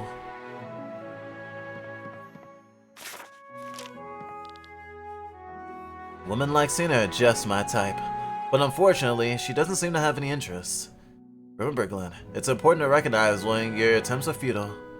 Some men think that they're being persistent, but by being that way, they're proving that. Some men think that they're being persistent, that they're proving their love to the woman, but in reality, they're just being creepy. Don't be creepy, Glenn. Don't be creepy. It's the flirting versus harassment meme. Also, yo, dude, aren't you married? Don't you have like a wife and kids? I mean, this is not like a surprise in any way to me, honestly, and it seems like he's been flirting with her since they met, but still. And polyamory does exist, but I don't know anything. All I know is that you're married. That you have a family. I guess we'll meet your family eventually, though. When I left the castle, I wanted to be sure not to make any naive mistakes. I knew my savings wouldn't last forever, and it would have to be hard. I would have to be hard. Exhausting work that would push me to my limits. I was prepared for that tough world out there, or so I thought. But the real problem wasn't doing the hard work. The real problem was finding work to begin with. Rob and I almost starved to death. Fortunately, he found a job with the city guard and was able to finance us for a few months. Then a job opened up for me. Rob was concerned that it might be too dangerous, but we did it anyway. We have had enough of dry bread and watery soup. This was the best instructive lesson for me after I left the castle.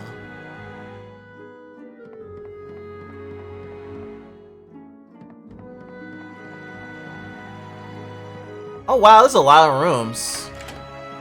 Not everyone gets their own room. Lava Gorget. But, what was it? Glenn and Kaylin could sleep in here. There's not any room with one bed? Oh, yes there is. Sienna would sleep in here.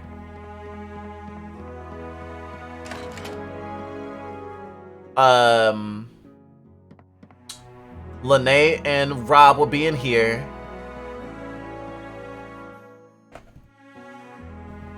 And Victor will be in here. Ha! I know everyone's name! Except that one party member that's not in our party right now. Huh? What's this? About the living beings of Algeria. There are five of their kind. The plants, the monsters, the animals, the humans, and the gods. This chapter shall focus on humans. They are numerous, from different species and well documented. The most common species are the ape-like Hynums. Since time immemorial, they have been found in every corner of the world and represented in every social class. Back in olden times, species other than the Hynums used to live in their own communities. That was before the War of the Thousand Kingdoms. The small but wise Memorians, like mammals? The small but wise Memorians, for example, founded the Vati culture. The elegant Hyum-like Yivs created the Galatea Empire. Nowadays, they all live intermingled, and only rarely can you find villages belonging to only one species. An example of this are the Sava on Hecandria. Of the lizard-like Livzen, there were once two. Those that came from the desert and loved the sun, and those that rarely left the water. One was found in Nabarila, and the other on Miranda. The most exciting species is that of the Gimli, because they're the oldest and have no visual relation in the animal kingdom, while the Thera resemble predatory cats, the Polka resemble pigs, and the Piara resemble fish. The Gimel resemble jello. Their bodies do not have a uniform shape, instead taking on an appearance that the individual creature wills. For short periods of time, they can separate their bodies and join with others of their species. When they do this, they share memories and experiences. The Gimli are so rare that little else is known about them. Whoa, that's so cool! That'd be a cool race to be.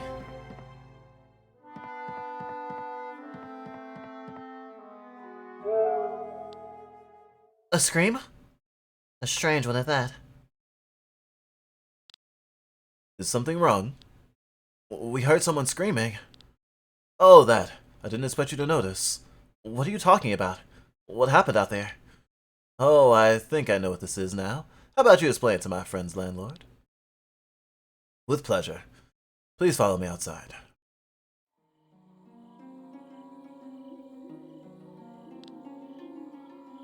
The reason for this scream is this flower here. Do you mean the flower can scream? If I pick one, yes. Let me explain. As you know, there's a soul in every living being, whether animal, human, monster, or plant. It is developed differently depending on the being. A plant does not have much of it. A monster has a corrupt version. When a living being dies, the soul leaves the body and flows into the maelstrom, a vortex in which all the ether of this world is united. In this whirlpool, the soul dissolves and mixes with other souls. When a living soul is born, a new soul forms in the whirlpool of ether and enters the body. It is an ethereal cycle. These plants are very special. People here call them white roses because their true name is unknown in Valandis. It's actually called the Weeping Mary. It has a special characteristic in that when it dies, you can see how the soul leaves its body and disappears into thin air. It sounds like a human scream. How terrifying. And quite annoying to many farmers. You seem to have a soft spot for this plant. Your whole garden is full of them. The scream may be disturbing, but their appearance is beautiful. Did you hear that? That was a scream! Princess! Where are you? Princess!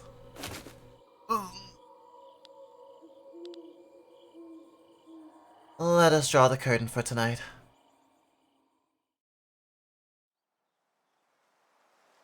I have to admit, seeing Rob being totally humiliated is great. I need more Rob degradation. I need it. I need it. I need it.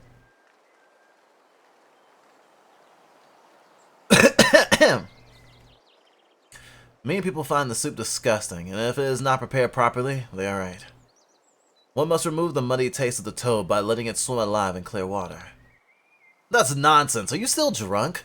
It's the muddy taste that gives the toad soup more aroma! Mud is nothing more than damn dirt. You don't mean to tell me the dirt carries taste? Hey, I've eaten both variations. Your toad soup lacks any taste. Oh, Sienna, have you slept as well? Have you slept well? Where is she? Who are you talking about? Lene. She wasn't in our room. I thought she was out here. Are you talking about the young girl? She left the inn with the first rays of the morning. Seemed to be in a hurry. What? But why would she not wait for us? That can't be true. Does she not want to pay us off? I don't believe that. She did not seem particularly stingy. Maybe she realized that you have not earned your reward after all. She traveled half the way here only with the redhead. Whatever the reason may be, let's follow her. We should catch up with her quickly. Thank you for your hospitality. You're welcome, anytime. Please visit us again.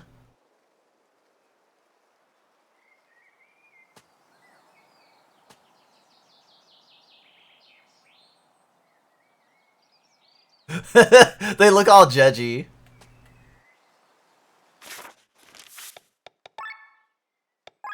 Let's learn. Oh, not everyone gets it. Okay, Blade Reflection. Inflict blind for 1 turn. All. Once a battle. More rare drops. Increases chance of 5% to obtain rare drops. Yes!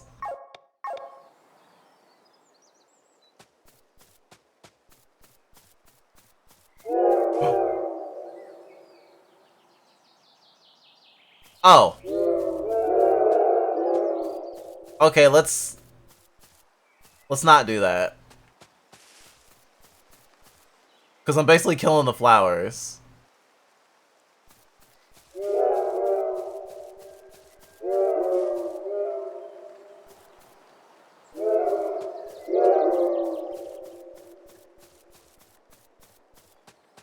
It was like, ah, I can see the soul leaving your body. That's the wrong way.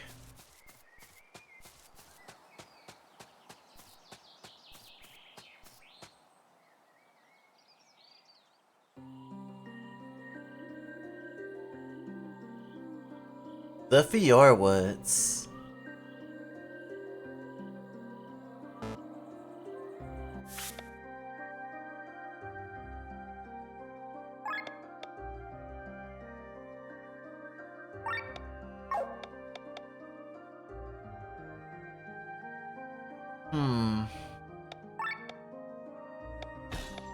I'll have you be the party leader.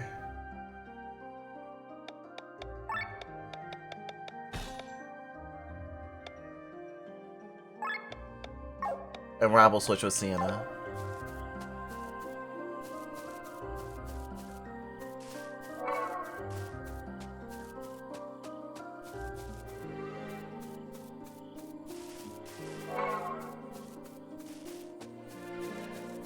I like the music.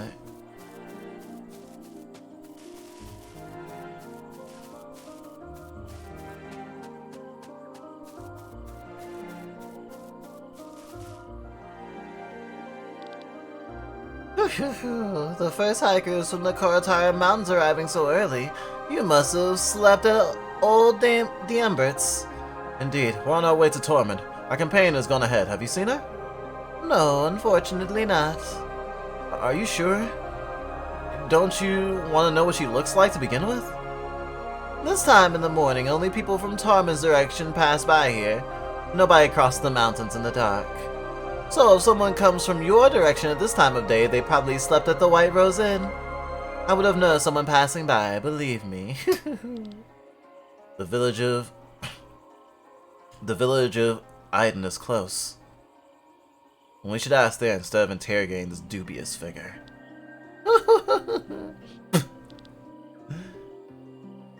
Do what you want, but if your companion was a woman, you should hurry.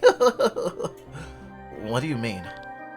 Never mind, never mind. Just the ramblings of a dubious figure. Farewell. Let's make haste.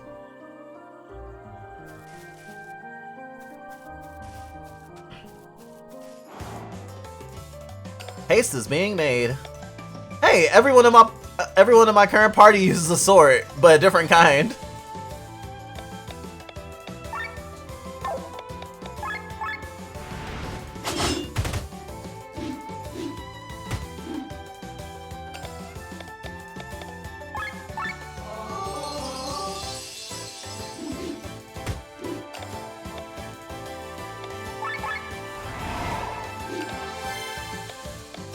Oh wow, I have so many abilities now.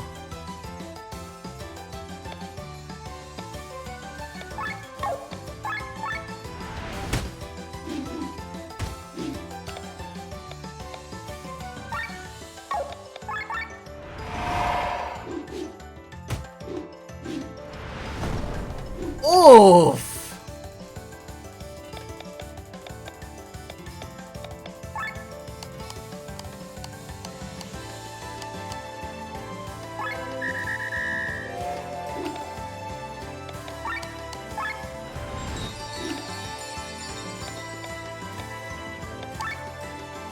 Weak to wind, huh?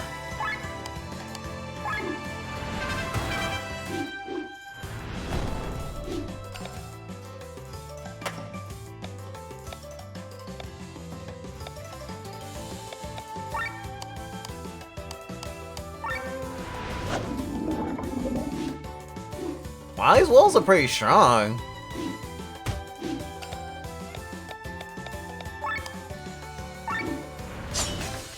Damn! Nice crit. Oh, I never did Alfred's Will. Okay, Alfred's Will does do damage. I sometimes get confused on whether it does damage or not. Pandemic! Ooh, that's a lot of damage. Ouchie, ouchie.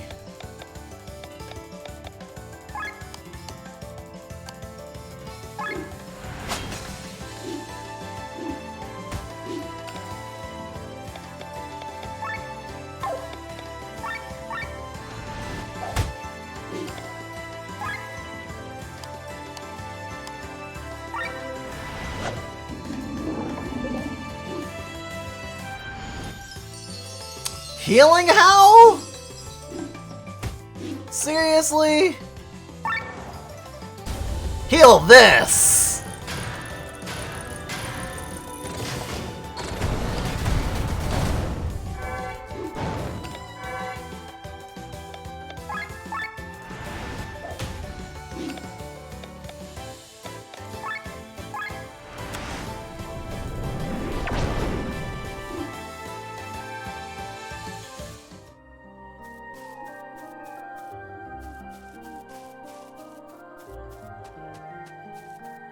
Damn. Alright, I should keep my guard up in this forest.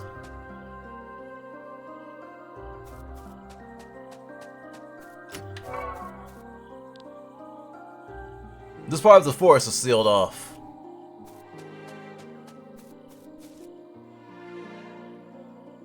I wonder why, I wonder why, I wonder why. Tell me why. Ain't nothing but a toupee. Tell me why. Ain't nothing but a heartache. Tell me why. Ain't nothing but a mistake. I want it that way.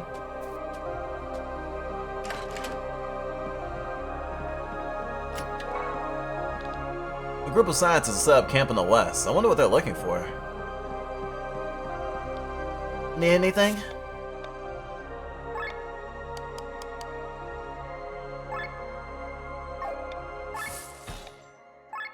New deals unlocked. Recurve bow. Oh wait, actually... Damn. I was hoping I could get I can get stronger potions. Food. Well, on some meals. So if I have a weapon that's not just a normal bow, I guess. This wooden bow is the starting bow, and the longbow is the first bow I found for him after that, which was in this chunk of playing, which is so funny considering like every other character I think I've gotten at least one other weapon for. So it was funny that I had to go so long without finding a second weapon for him. So as soon as I found a second weapon, I was like, yeah, no, going for it. Recurve bow isn't that much stronger, but I'll remember for when I want to level shit up. If you travel northeast, you'll reach the flower fields of Perpetua. Be sure to pack some medicine so that you can protect yourself from stats ailments. You came from old Danbert's? Whew, I wouldn't want to spend a single night there. He's a strange fellow, and there's a lot of scary rumors about him. It started when he came to Aiden from Tormund. At that time, there was no inn here, but instead of opening one in the village, he moved closer to Kantara. Updated quest?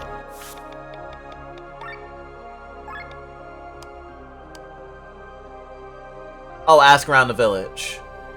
The mountains are behind the group. Oh, we're still in the last mile. Bro.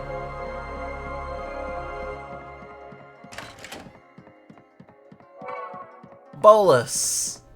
My favorite Bolus is Nikki. Nicol Bolas.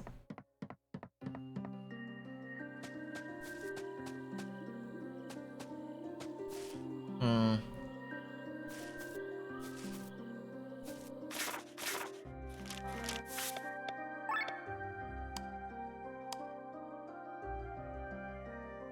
I'm gonna upgrade this. Wait, actually first. I picked up one of these recently, actually. But that's fine.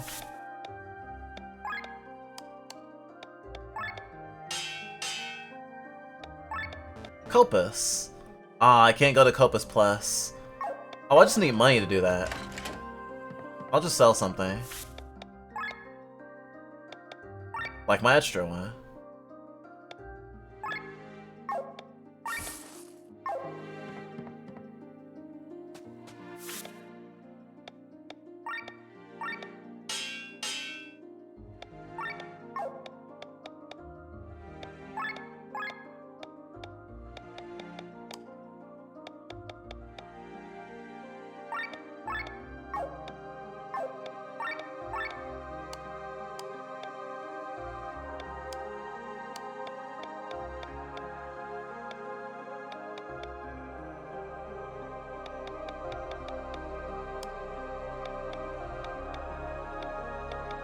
Ooh, fire attack. Ah, nothing to combine it with.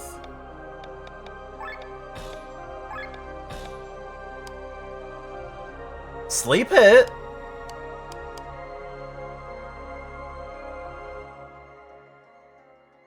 Debuff has a 50% chance to hold longer for 3 turns. He doesn't do a lot of debuffs, mostly just oil. Deals weakness damage and additional 0%.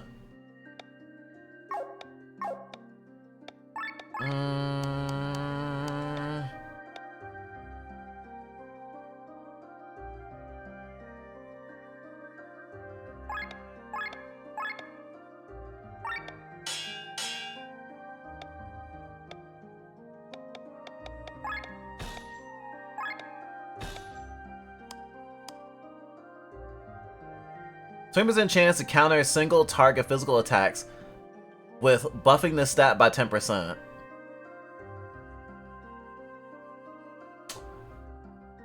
But it still won't make... Oh, counter gives me crit up. My brain kept going, counterattack? Counterattack? Not counterattack.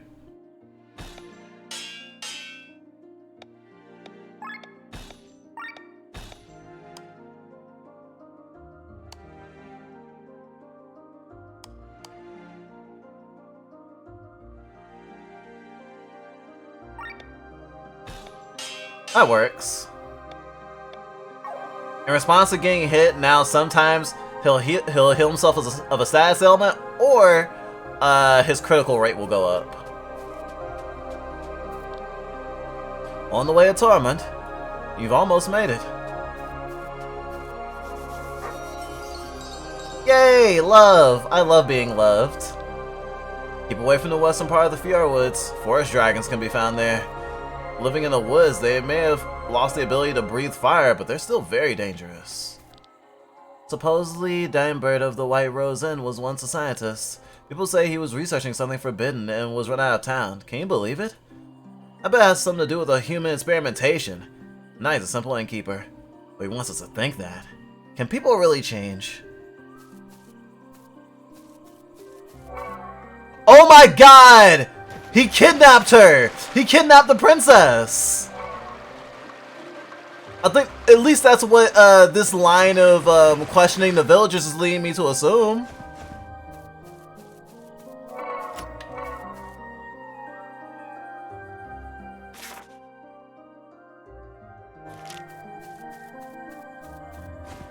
Human experimentation. Maybe he was inspired by the flowers or something. But she didn't go on ahead like he said. Should've lied better. The continents from Eldria form a ring. If you look at them in the form of a clock, from 1 to 4 o'clock you'll find the continent of Wappen, the largest of the continents. Here, not only the free cities share the landscape, but also the Arnrak, the Republic of Darver, and the city-state of Vati in the far north, where the climate is harsh, live the High Brothers. This land of vast plains changes the south into the largest mountain range of Eldiria, Ramunda, before heading southwest to the Temperance Plains and southeast to the wild jungles of Vati. Continuing to follow the clock hand between 4 and 7 o'clock, you will find the elongated continent of Do. Due to old documentation of drunken sailors, the continent has long been wrongly classified as a chain of islands. Here, the Suna and Hana populations live in an eternal war, which was already instigated before the War of the Thousand Kingdoms. Damn, this place knows war! I mean, kettle black in our world, but still. The peace treaty at the end of the Fifth Era, which was forced upon them, did not change much. Between 7 and 9 o'clock lies the continent of Brandion, which has been completely ruled by the Galatea Empire since time immemorial. Unfortunately, there is not much left of either the empire nor the continent itself, as they were completely devoured by the fungus. Between 9 and 11 lies Jadar, which is dominated by the Doma Desert. Here lies the Empire of Revolution to the south and Nabirila to the north. At 12 o'clock, we find our beautiful home, Volandis, too big to call an island, too small for a continent. Finally, the island of Miranda exists in the middle of the ring. This ends the tour around our known world. Outside of the continents lies the Ring Seas, and what is outside of them, nobody knows. Only the rock mass Pangea in the north was discovered beyond the Ring Seas, but except for the coast, where the mighty Baki live, nothing is known about this place. Fascinating! This is why I love video games with like deep lore, because so in like a book or a movie or something, you will... That's the wrong way. You'll constantly find stuff about like or you'll constantly find a push and pull with like how much lore they exposit at a time, how much they tell you and stuff. And even this game gave us some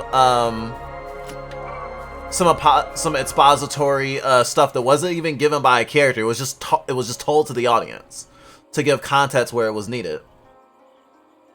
And like the more a work does that, the more it can take you out of it, and the more it feels like beyond just the show don't tell thing, the more it just feels like the story is explaining itself to you instead of like just doing itself, you know, just existing with you as a viewer. In a video game, you are not just a viewer, you are a participant. And so when you have lore like that just scattered around, I remember Mocha recently found a bunch of really important lore that seemed that you can complete Free on Planet 2 without actually collecting, and it's just like, oh shit, look at all this back shit. And it's like, it doesn't slow down the pacing to have a bunch of extra materials in the world you can find. I think it's actually really awesome. And now that I think about it, I want to check the journal. Oh yeah, I forgot about this. I would definitely, I want to mention it in the thing for the game, the on the Steam page or whatever, like a forum or something. That I think it would be really cool to include a list of all the lore you find in the game in your journal. I think that would be very useful, but then again, I am selfishly an analyst who would like it to all be in one place, even if I have to go through an entire playthrough to collect it, so I can look back on it easily.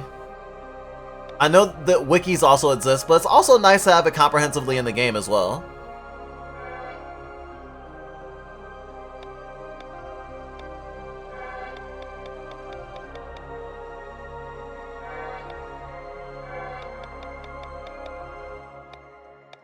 Love me some mucus.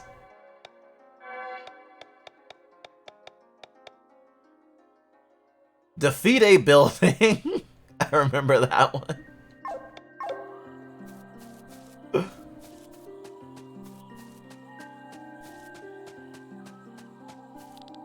A few months ago, a mob set out for the old Diembert.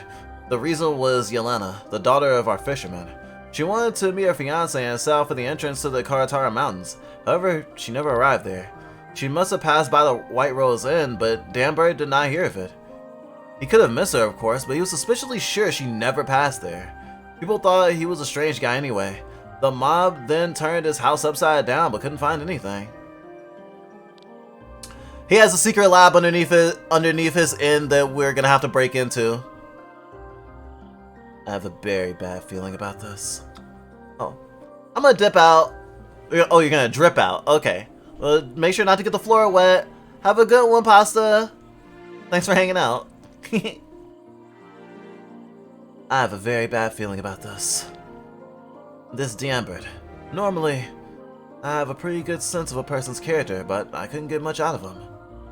Do you think Linnea is possibly still there? You're not going to tell me that the guy kidnapped Linnea while I was sleeping next to her? My sleep is not very deep, I'll have you know. We don't know if he mixed anything into the drinks, though. You can't be serious. Enough, we have to go back. He's right.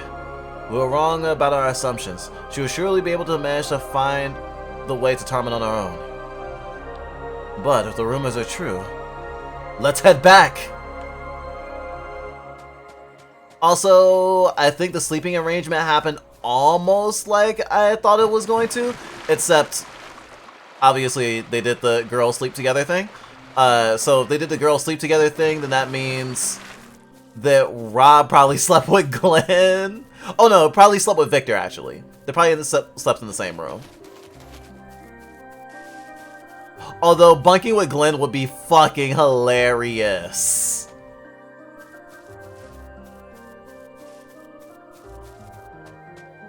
I didn't see the other arrow thingies. Oh, whoa. Okay, there's another arrow thingy. So, this direction, and then, where's the other one? One to the left, another two to the right? Okay, so to the right.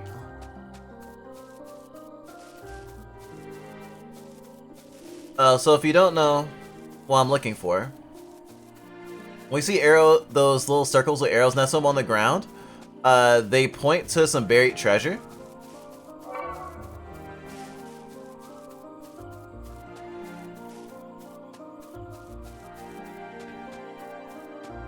It can be quite difficult to find. Ooh, a shiny enemy. Bonus loot!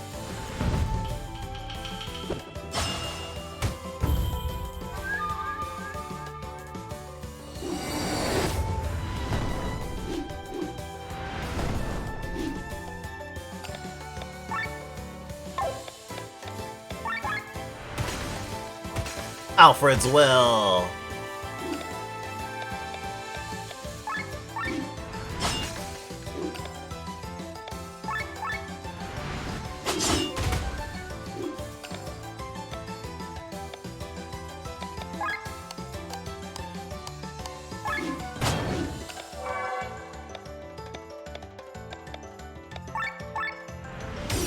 Kuching, kuching.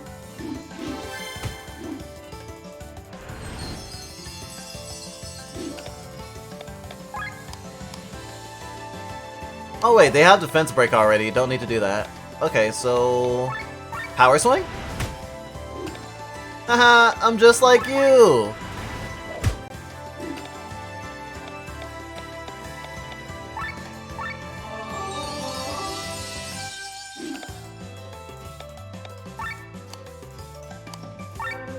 Bleed for me!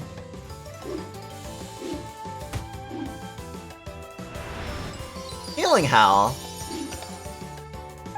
How they heal. Heal they how? How? Oh, how they heal.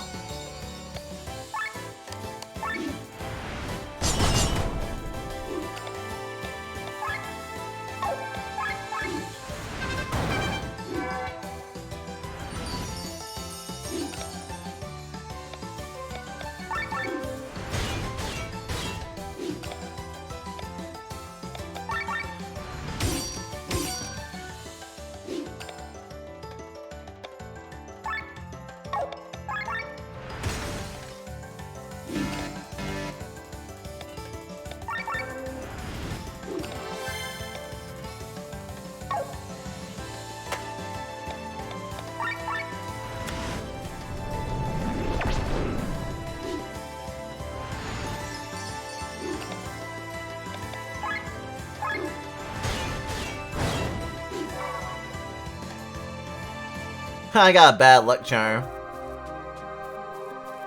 Gosh, I got enough of those.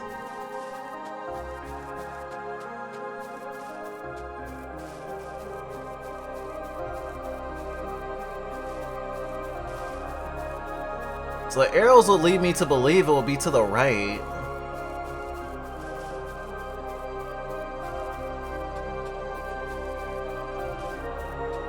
These buried treasures have been harder and harder to find.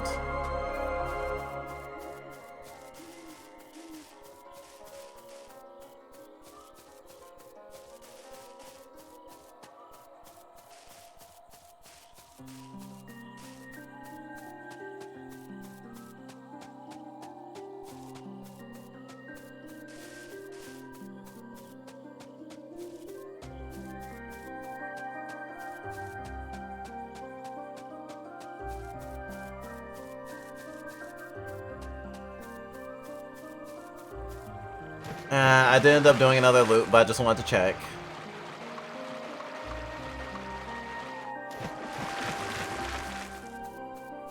Alright, let's go save Lene. How do we look walking? Gosh, it looks so janky with walking animations. Well, everyone behind the party leader. The party leader looks fine.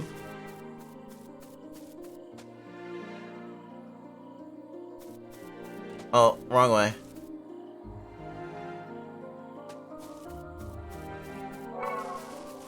Yellow snail.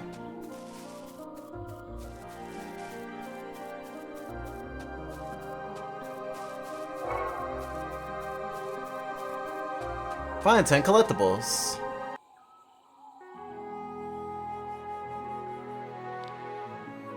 The Embered.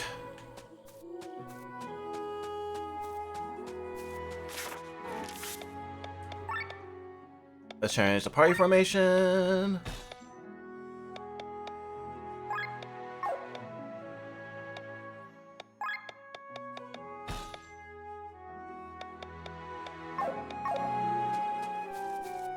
Because, you know, Rob would definitely be the one charging in half-cocked. But you know, I always ride in full-cocked. Unless I trust someone else to ride in full-cock for me. Riding cock is, like, really hard work. What is this place? Are these cells? We need to find Lene fast!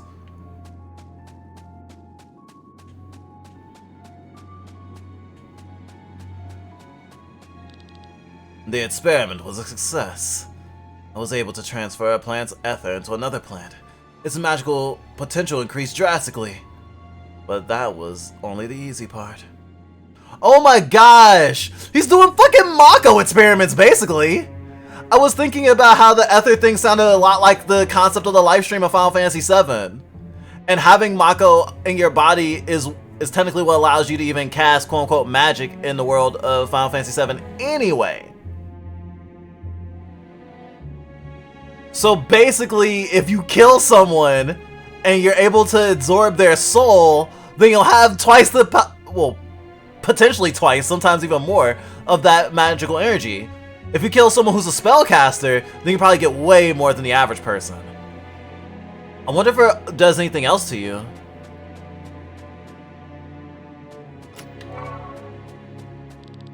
The results of my experiments are astounding. I was able to put the soul of a plant into a monster.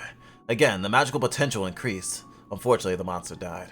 My colleagues will not like to hear it, but I have to change my test subject. No, you don't. If you're failing at this stage, then no, you don't. Yes, people or like sentient beings are more complex, but if you can't solve the problem when it's simpler, then what makes you think you're gonna be able to solve the problem when it's complex? Dumbass. The Court of Ethics has banned me from Tarmond. Puh. Wage war for over a century, but cry foul when a few lives are lost. Without human experimentation, I won't be able to get any results. That's the most interesting thing I find. Maybe it's just a reflection of Tarmon's leadership in particular, but I think especially if it meant any edge in the war, they would have went for it. Don't trust governments.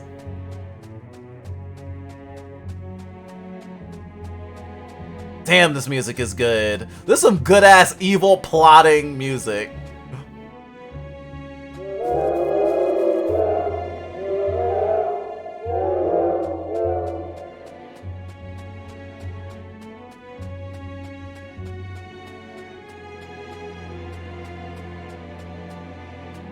Shit! It's saving! Oh god! Princess! What did he do to you? Princess! She's unconscious, but otherwise fine. Let us take her and leave. And straight into my trap. If only you had moved on to Tarmon and not listened to the gossip of the villagers. You lousy piece of shit, I'll kill you! Do not waste your strength. The way I see it, we will spend the next few days having a good time together. If you think these bars will prevent me from slitting your throat, then I'm pretty sure you'll hold your anger. They've been tested several times, so calm down for now. And you're involved in these things as well, child. What is this all about? You know me as Dambert, the landlord of this cozy inn.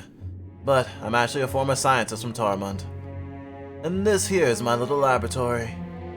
What sick shit have you been doing here? Glad you asked. For centuries, the magical potential of all races has been declining, from generation to generation. In a few decades, no one will be able to cast magic anymore. My goal is to tickle out its potential. For this reason, you're abducting people? If I can infuse several souls into one living being, I might raise its magical potential tremendously. So I developed a procedure to catch and infuse souls. I obviously needed test subjects though. I started with flowers, but eventually switched to monsters. Then humans. Unfortunately, I forgot one thing. A soul is not only a collection of ether, it's a collection of consciousness of a living being. With a soul, I transferred not only ether, but also personalities and memories. It's like a second identity went into the body. The highly developed human mind broke immediately. It went insane. Theoretically, it was a success. The magical potential increased. If it had not killed itself, its body would have endured the strain and would still be alive. Can you believe it? You did this. Lene, you're awake. I already thought their screams sounded differently. The weeping berries in your garden, are they human souls I infused into flowers? Only some of them, I must add. The ether makes them bloom even prettier. You're mad! A fully developed human mind that can see, hear, and feel, trapped inside a flower, deprived of everything. Nobody noticed the disappearances of so many people? Most people here are travelers whose homes are far away, and the Koratara Mountains are not considered very safe. If once a month a person or two disappeared, no one would think anything of it. But I must confess, maybe I overdid it a bit. The people of Iden got suspicious. Alright, thanks for answering my questions. In retrospect, I shouldn't have asked. So let's stop it here. You'll pay now.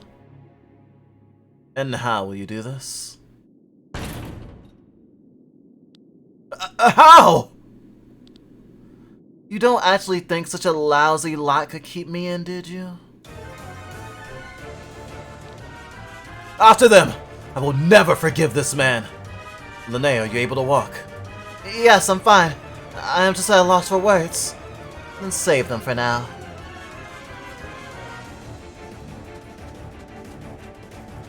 Yo, this was a sick, sequence of events. I love it, I love it. Oh, there's monsters now. I'm sure of it.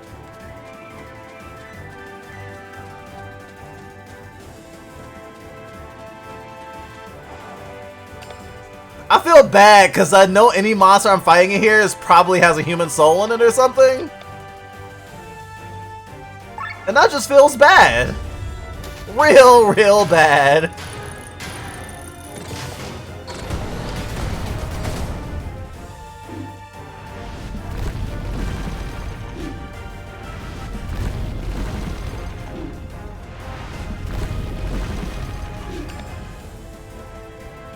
Remember, kids, don't do human transmutation. Weak to wind.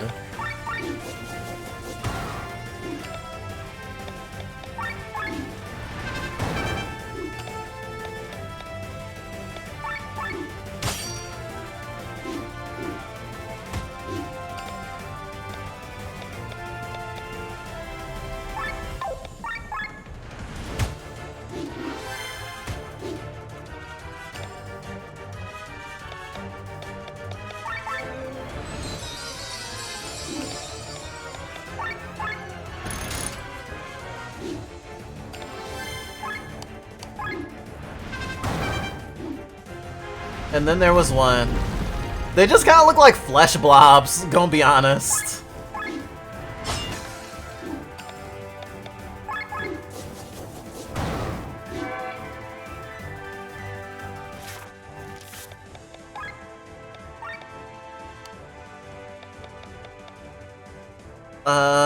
Let's learn Wind Jump. And Ultra Move Up. Spend 1 GS to learn this skill? Oh, I was reading the wrong thing. Ultra Moves are more efficient.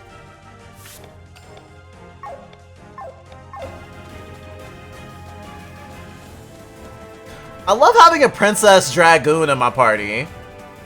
That's pretty sick.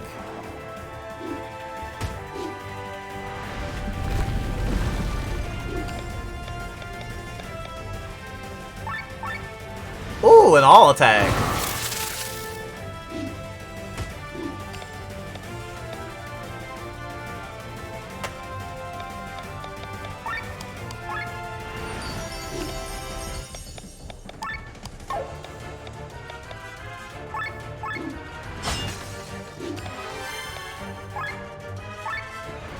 Oh, they're paralyzed. Nice.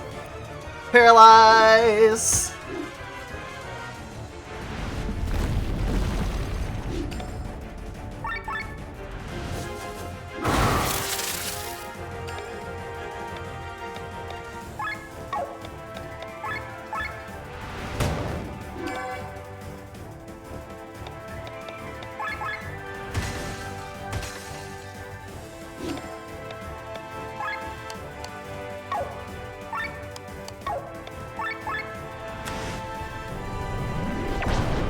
Nice.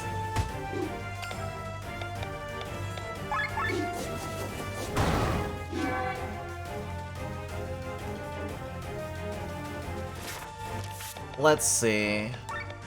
Formation wise,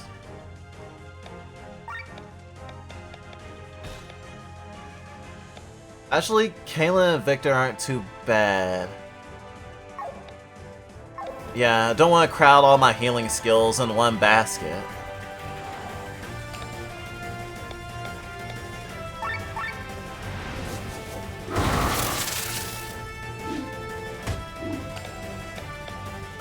These slimes are making me itchy.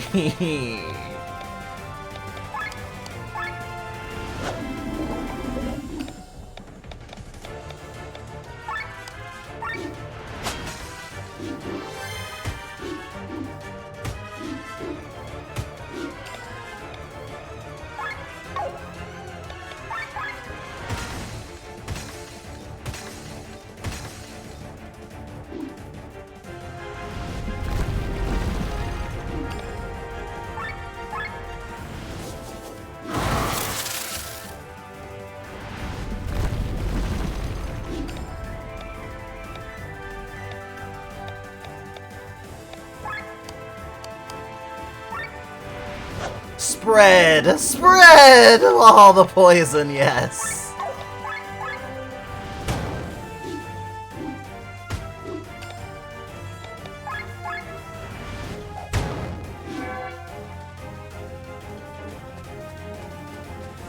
Ah, skills leveling up left and right.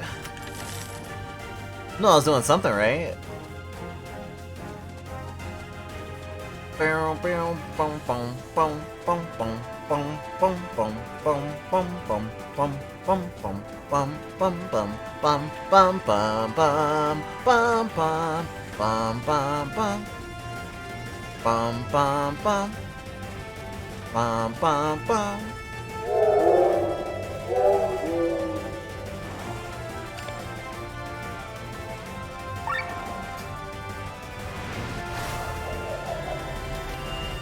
It's non-elemental, but it's okay.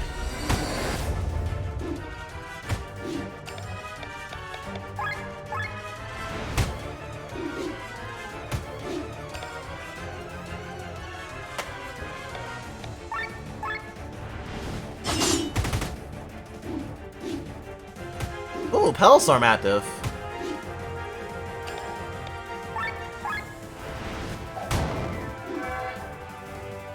Yay! I love Snack! Metal Jerkin?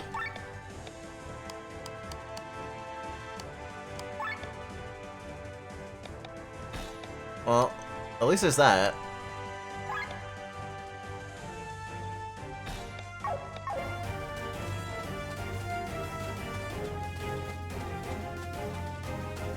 I think that's where he locked me in from.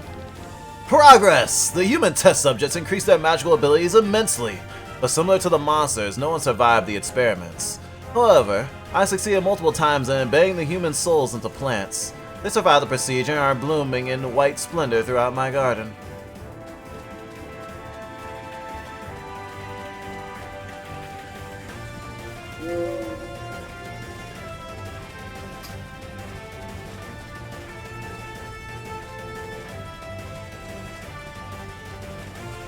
I feel like this sets a precedent for like the attempt to put a mind in a body or whatever. So it immediately makes me think of it immediately makes me think that eventually we will find someone who has been successfully put in another body. At least I hope so. Plurality, you know. Damn it! How did this happen? Where do you think you're going, child? Stop right there. Well, that was your chance to escape. Goodbye. Damn it! Curses. There's nowhere left for you, monster. Your abominable deeds will have to end now. Ah, Arlette to me. The girl. What are you waiting for? Go or you'll get a beating.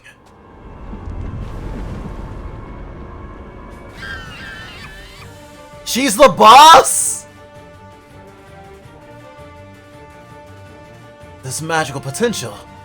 Impossible. Well, now you're at a loss for words, aren't you? Arlette's the only one who survived the infusion of countless souls. You're serious? I swear to you, shitface, you'll never get out of here alive. You did not decide that. Go, Arlette. Show them your power. I'm so upset. This is a fucking battered child.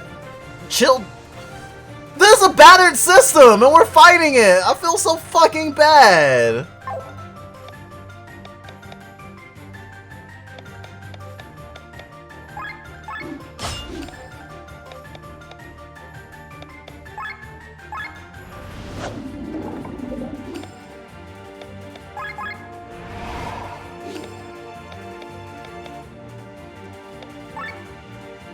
Strong against fire, weak to water. Got it.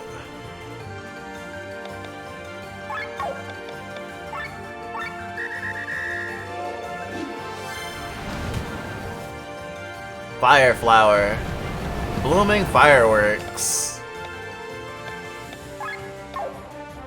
I do not have a water jump. That's fine though.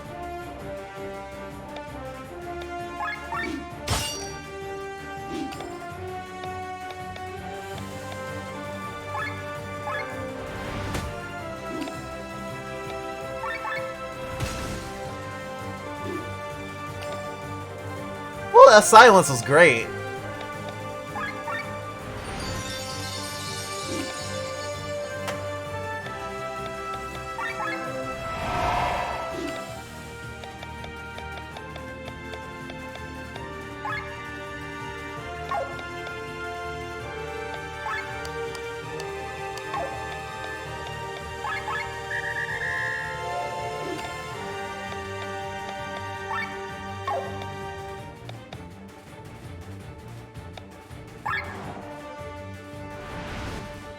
Yeet!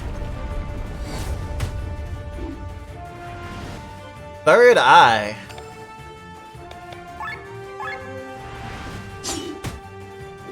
Oh, that healed you? Double fire sword?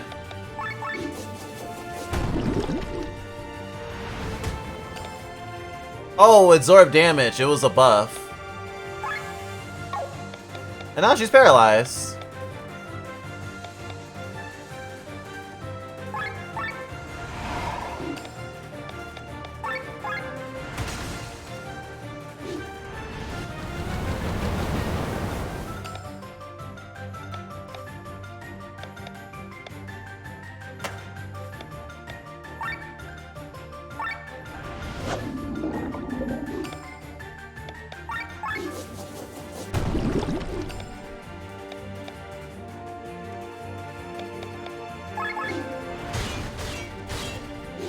Wow, that got 100 with each hit.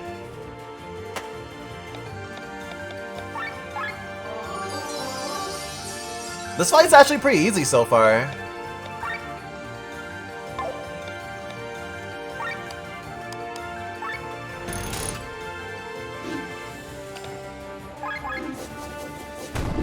I'm wondering if she's gonna have like a second phase or something.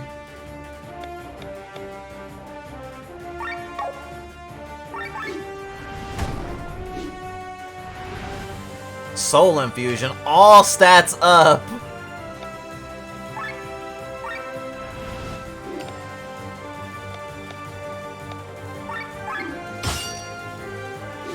Resisted. Absorb damage.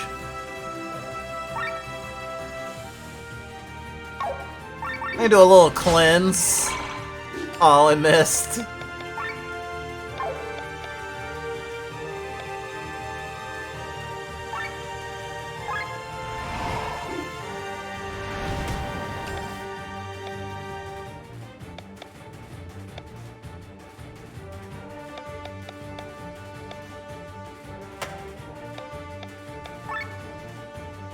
My poison's only gonna last for one more turn. Missed the steal.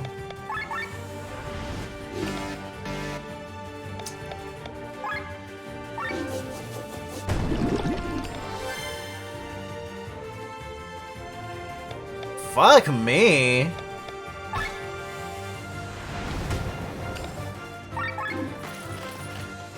Gold nugget.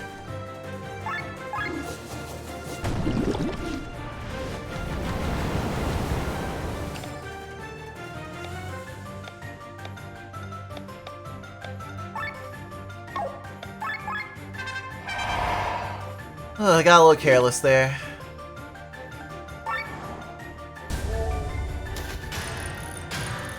We must beat science with science!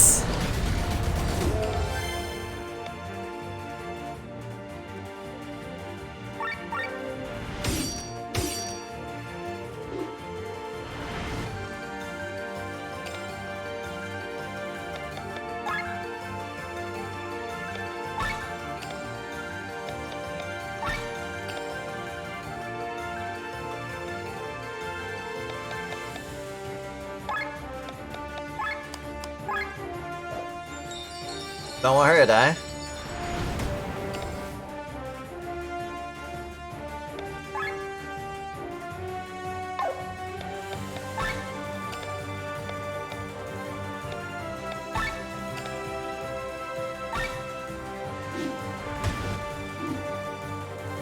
Staggered. Oh, Pellstorm went away. I didn't know I had a time limit on it. It's like a buff.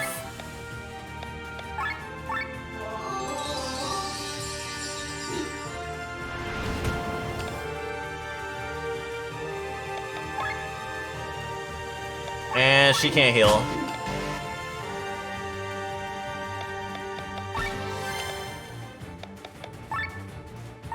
Pedal Storm! I was hoping that would end it.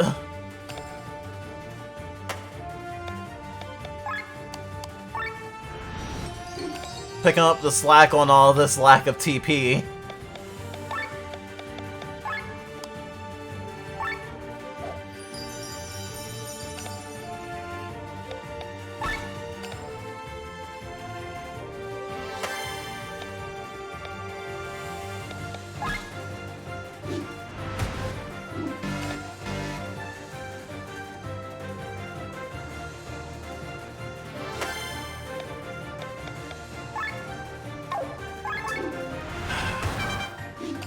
Ah, you're wet. Now you're just like me.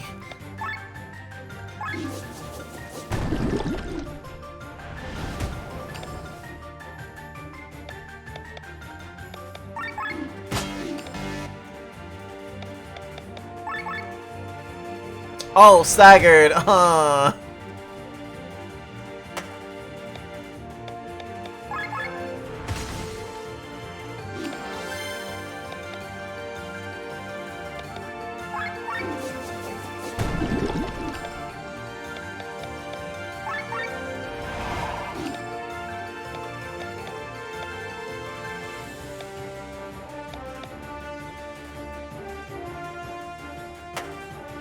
Got the stagger off.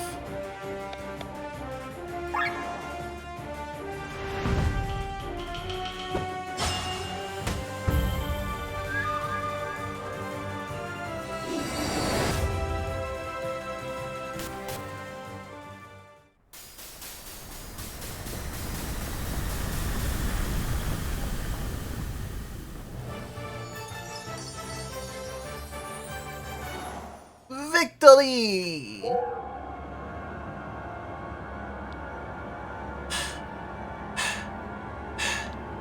What is it, Arlette? What is it, Arlette? That can't be all you've got. It's over, D'Ambert. You brat, you're useless! Stop. Ah! What are you doing? Not the flowers! Stop it! My precious flowers! Ah! Ah! Ah!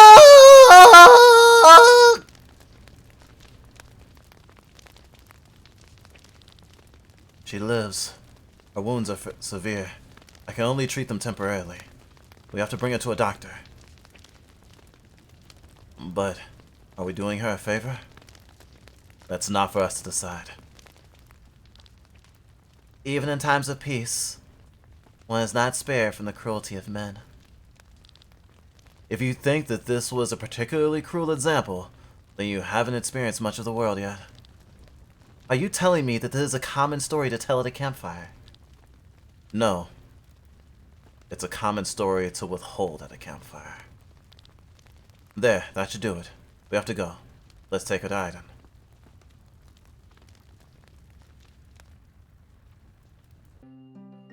Not gonna lie, because she can fight, I secretly wanted her to join the party, but I don't think that's gonna happen. But if there's ever a sequel, I hope she's a party member. I hope they are party member. The doctor will take care of her. Poor girl. I cannot fathom what she's been through. Thanks for solving the problem with D'Ambert. There's a lot of gossip about him, but nobody would have thought that such cruelties were committed on his property. I must thank you as well. My daughter Yelena was probably one of his victims. She disappeared without a trace a few months ago. That didn't suit her at all. When I think about what he did to her.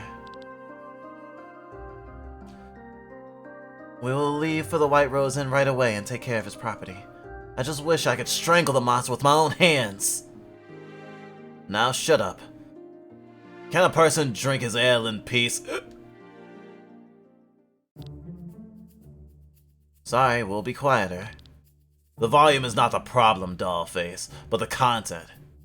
He's talking crap. I can't listen to that. What do you mean?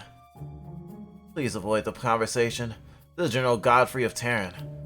Usually he comes for a drink because the constant rain and turmoil depresses him so much, or so he says. He's not to be joked with.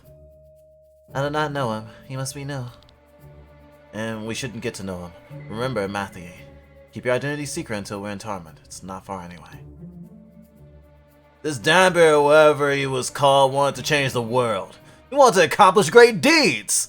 This is admirable. Didn't you hear what he was doing? Of course I did. Do not mean people stand in the way of progress and are crushed every day. The weak just die. No different than no different to a good old-fashioned war. How can... Now be quiet. What are you trying to tell me, huh? You gonna agree with me?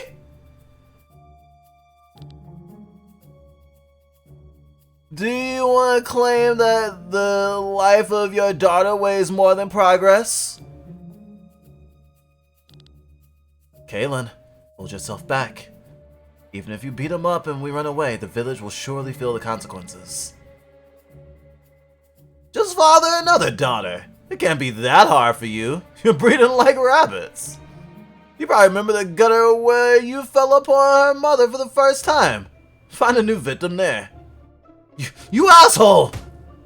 Ugh. What'd you say? Who you think you're talking to?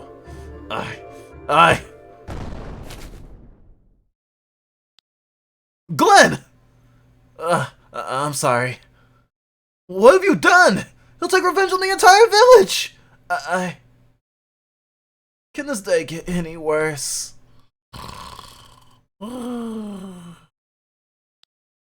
Huh? He sleep? Thank God, and you... Drunk assholes have glass jaws, what can I say? I'm grateful for Damper, but please leave now. If we're lucky, he'll have forgotten everything when he wakes up. First is Dambert, then General Godfrey. What's wrong with these people? Well, people have the potential to be angels, and yet, often they choose that like demons. And we must not let it get us down. It is our job to make the world a better place. That's why we have to rebuild our group, Glenn. Let's move on. We leave the village for the village to the north.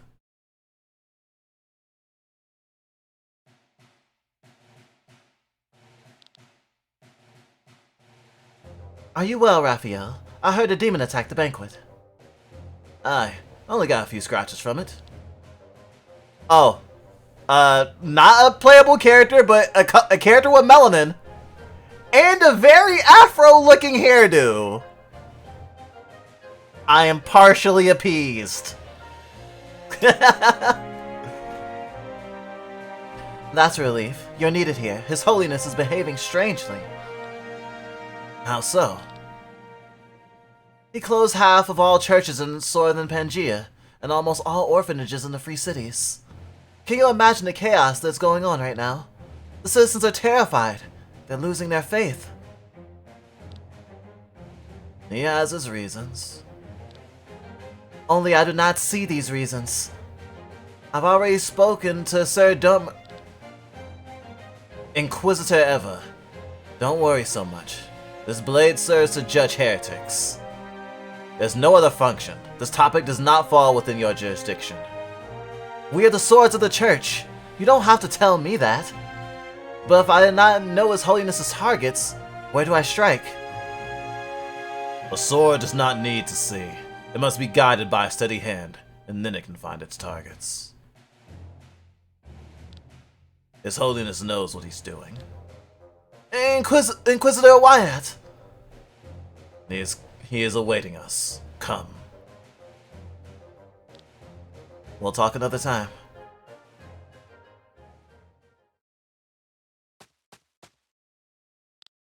Yo! It's like... It's like Vivi from Final Fantasy 9, but a white mage. I love it. I love it. Best Pope ever. 10 out of 10. Would still commit treason. Look at that. Raphael. Why are you back? There were complications. I had to. Yes. I've already heard about it. A demon or something? Have you forgotten your orders? You are the most reliable sword I have at hand, and therefore it hurts me all the more that you return so early. Forgive me, Your Holiness. I will leave for Valandis immediately. It is in good hands with me. Under my supervision, the church will be able to ascend even further. Why Valandis, if I may ask, Your Holiness?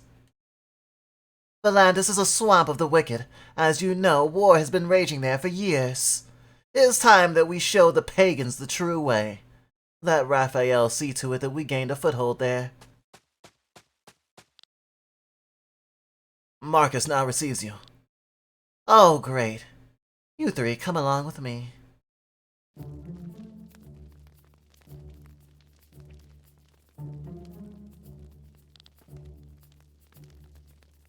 There we have the reason for our red numbers, His Holiness himself. Watch your tongue. Unlike you, I have a reputation to keep. You cannot blame the bad business on him alone. I can't. The church division is squandering money all over the place. Soldiers, churches, priests, orphanages! And do you know in how many countries people still pay taxes? Almost nowhere. And I hear that you have had to close several locations. Where does the money you save go? It's probably running away from you. You make it easy for yourselves. We might not make a direct profit, but the success of all your departments is based on our work. We are the ones who civilize the barbarians. We turn monkeys into men so that they are able to use your tools and throw money into your purses. Without the church, you are nothing. Hear, hear! Well spoken. Enough. Stop it, altogether. His Holiness certainly has good reasons to close some of his locations. I trust him. He is the foundation of our faith. I tolerate no disrespect. Forgive me, my lord. But it is time for results. I read the report from Valandis. Inquisitor Raphael, I trust you will be returning shortly. I will do so tonight, my lord. Normally, no beast would scare me away, but this red-eyed demon was in a league of its own. Red-eyed, you say? My lord? Please, come closer, the rest of you. Leave the room. My lord?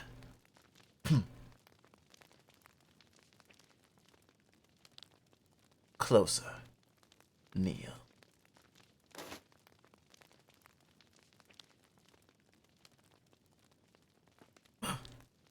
Impossible. My lord? You actually met her there, did you not? What do you mean, my lord? The Holy Mother. She is in Valandis. Can that be? Does fate bring them together? I do not quite understand. From now on, you are under my direct command. But my faith binds me to His Holiness. And it will stay that way, Raphael. Listen to me. Your mission remains basically unchanged. But beyond that, you have two things to do for me. First, somewhere in Valandis lies the grave of Lady Renaya. You must find it. The grave of Lady Renaya? But even more importantly is that you bring the Holy Mother to me. She is returned. You met her at the banquet. Her name? She's Princess Celestia Valkyrie of Terran. Bring it to me, Raphael. She's the foundation of our faith and our company. A very long time ago, when Eldria was still divided into thousands of kingdoms and wars raged in every corner, an abysmal evil appeared. It is said that it was created out of the suffering, despair, and hatred of mankind. Within 7 days, it plunged the world into a sea of flames, inexorably extinguishing life almost everywhere. No weapons existed that could destroy it. Eldria seemed lost. However, with the power of the one god, and under the guidance of the Holy Mother, the evil could be sealed. Until today, it sleeps in its cage, waiting for its chance. The arrival of the Mother is a sign. The time for the final battle draws near. Raphael, we stand at the crossroads of destiny. It is your task that we follow the light on the right path. You are responsible for the future of this world.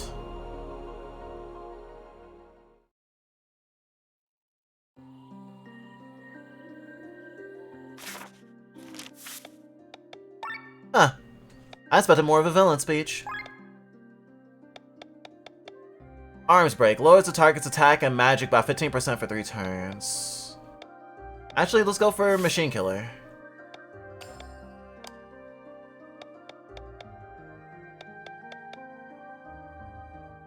Third eye. That's what the little girl was doing. Paralyzed shot? Can't go wrong with that. Heavy thrust.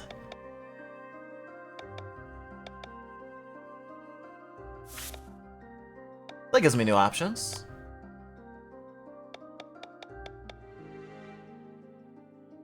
Ooh, does damage on extra damage on paralyzed targets. That could work in conjunction with Rob.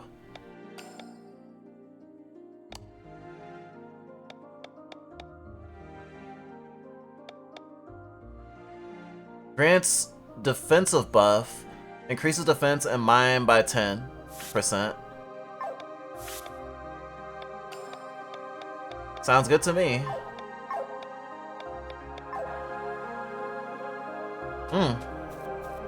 We're almost at 5 hours. So I'll try to get through the forest and then I'll take a break soon.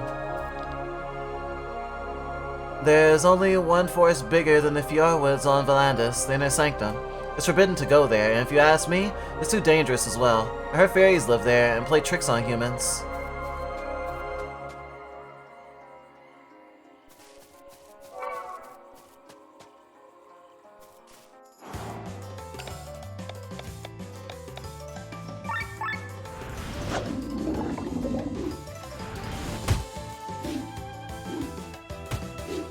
They look like furry rhinos.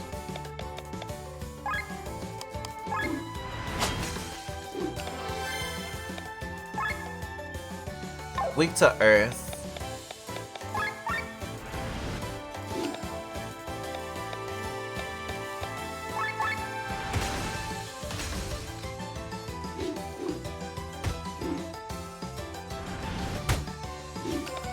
Oh my god, they fucking killed Lene.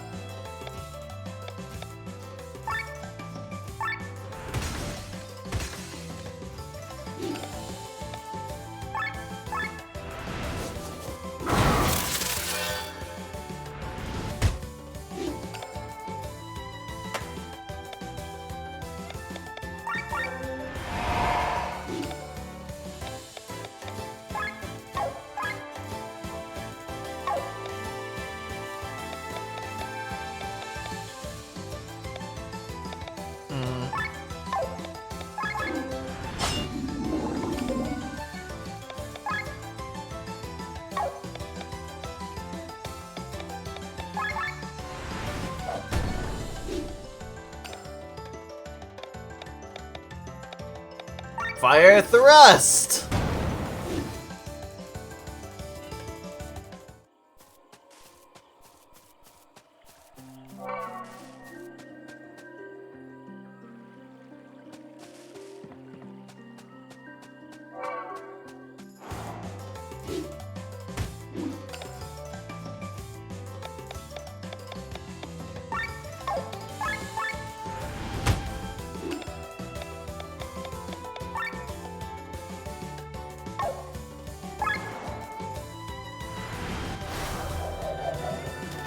Yeah.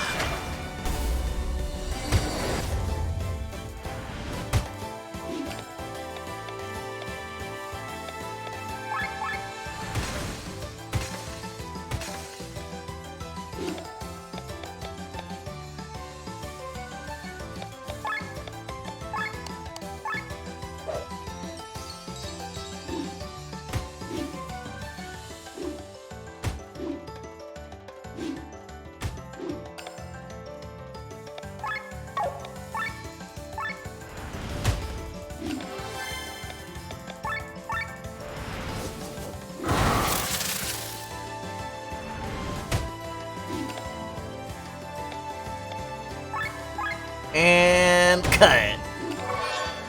Oh, you survived.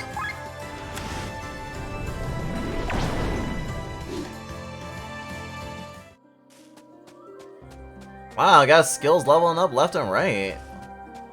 Ah, stop chasing me!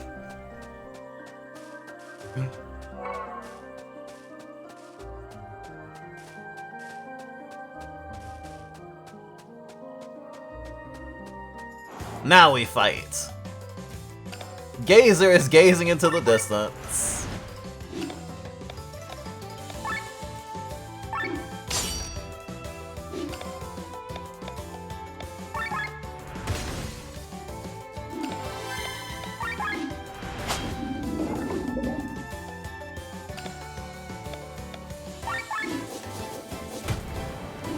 Wow, that was a lot of damage.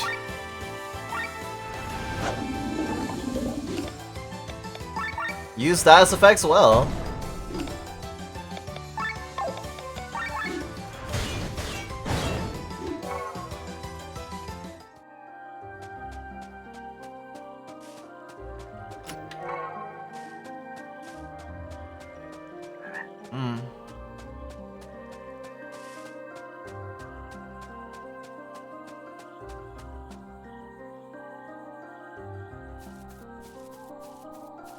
Huh? What's this? Whoa! Hello! Hello! I don't think I can't leave.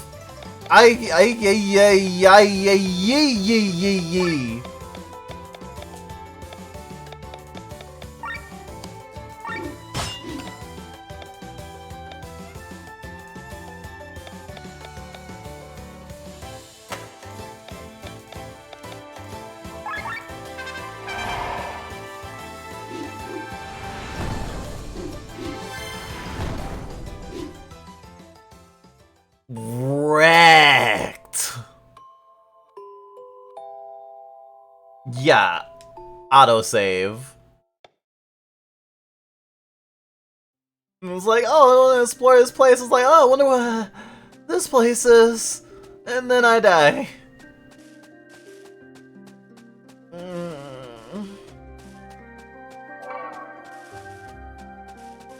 So don't go that way. How'd you have to really make it through Kataro on your own, Sienna? Avoiding danger is my talent. That doesn't seem to have quite worked out so far. Let's call it a run of bad luck. Granted, in Katara, Lesvan with magical abilities helped me. A Lesvan who knows magic.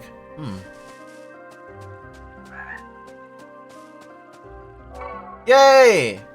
Finally found one. I missed like 2 or 3 so far.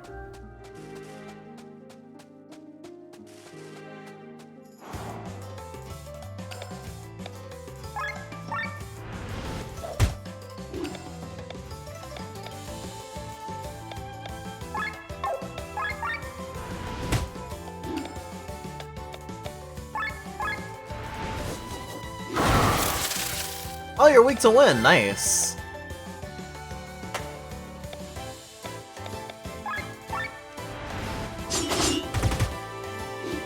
It's nice almost every party member has an all-out attack, basically. Motherfucker!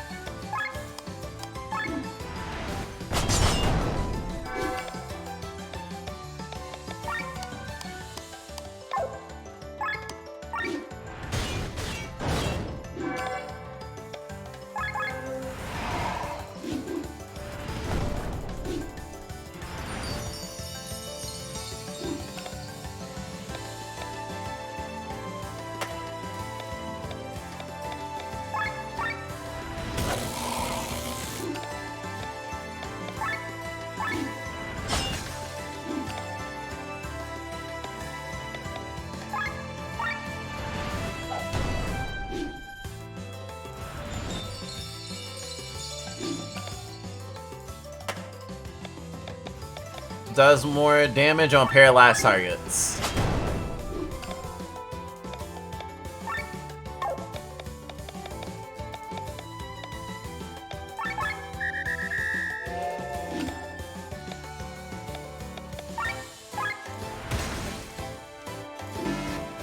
Ah, shit, overheating, huh?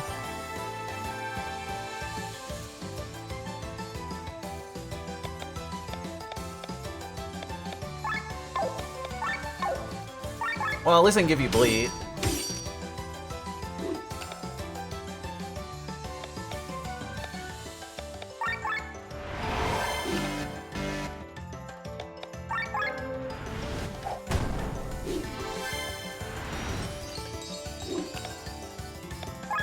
And now you're stuck constantly healing. Now you know how I feel.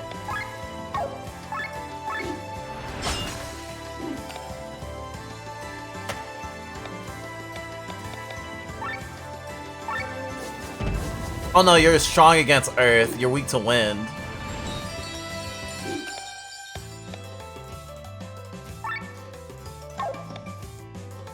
It's been a while since I've seen a AI in a game react this way.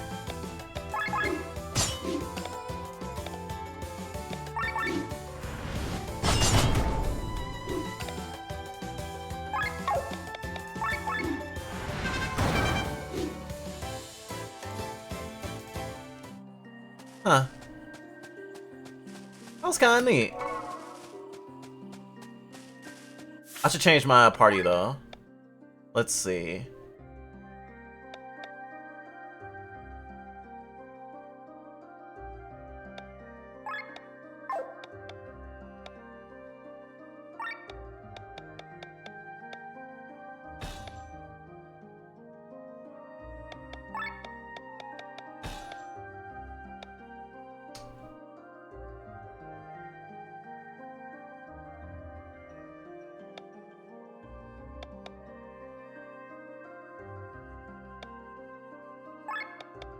When when Rob was like, oh, she made it half the way with only the redhead by her side after all.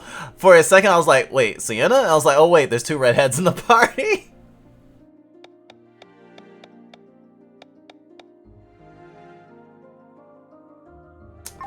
Let's see how this party formation works out. Oh. It's raining.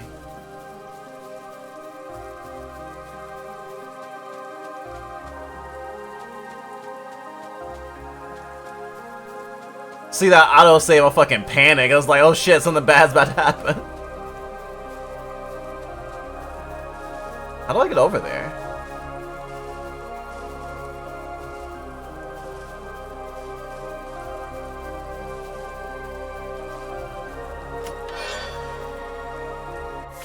Armor!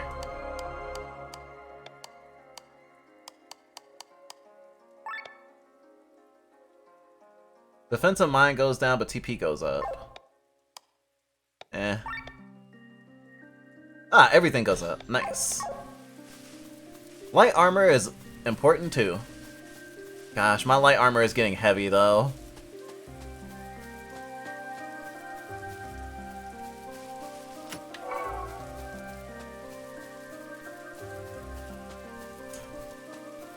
This is a graveyard of trees. And they look super ancient too.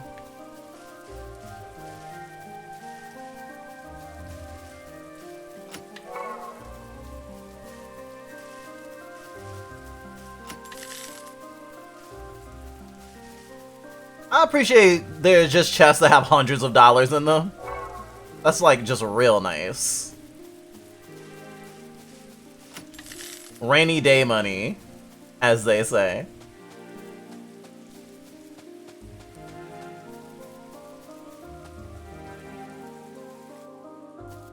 Nope! Not touching it. Not strong enough yet.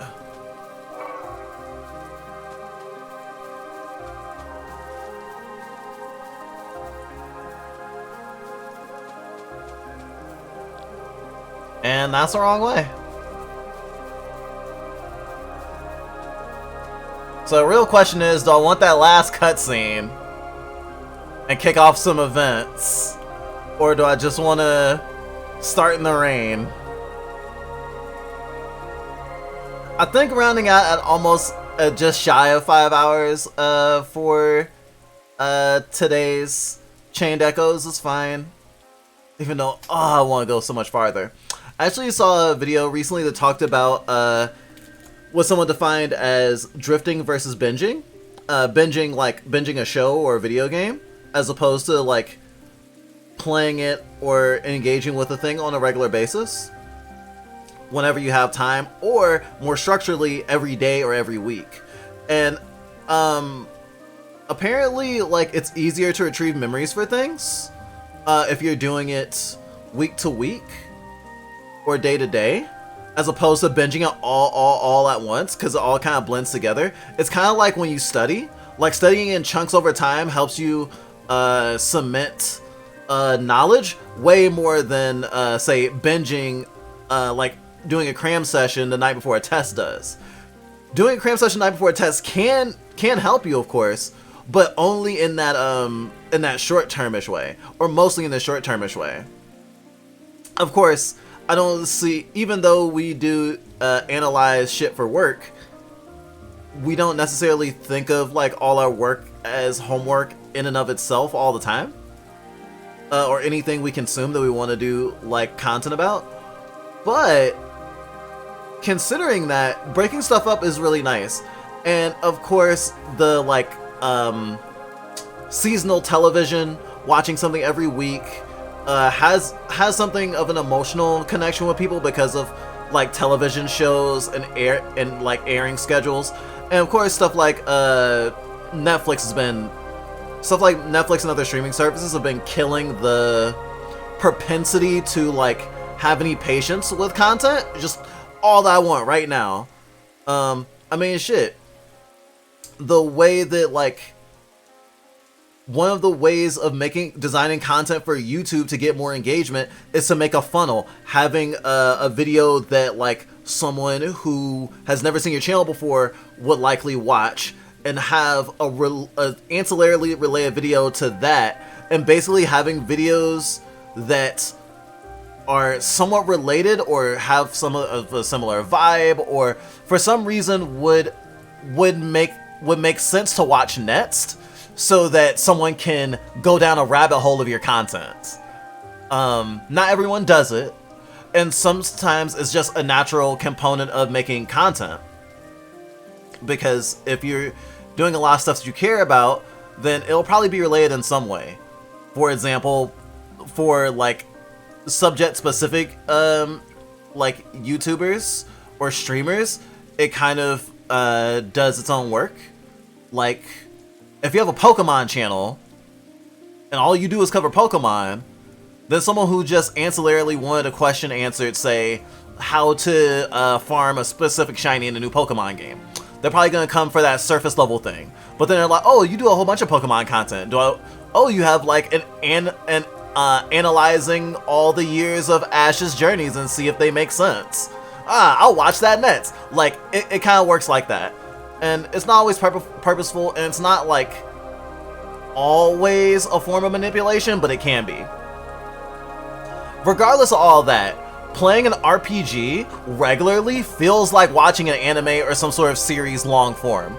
And we do have a habit of wanting to binge a thing because our attention span, and as well as the environment that we're in as streamers, as VTubers, as gamers, means that like there's always new stuff to make content about. There's always a new show, there's always more like drama in communities, there's always more discourse, and of course there's always more video games. And that's been a big pressure for us in general. Like we recently got Super Lesbian Animal RPG. Still don't know when we're gonna play it.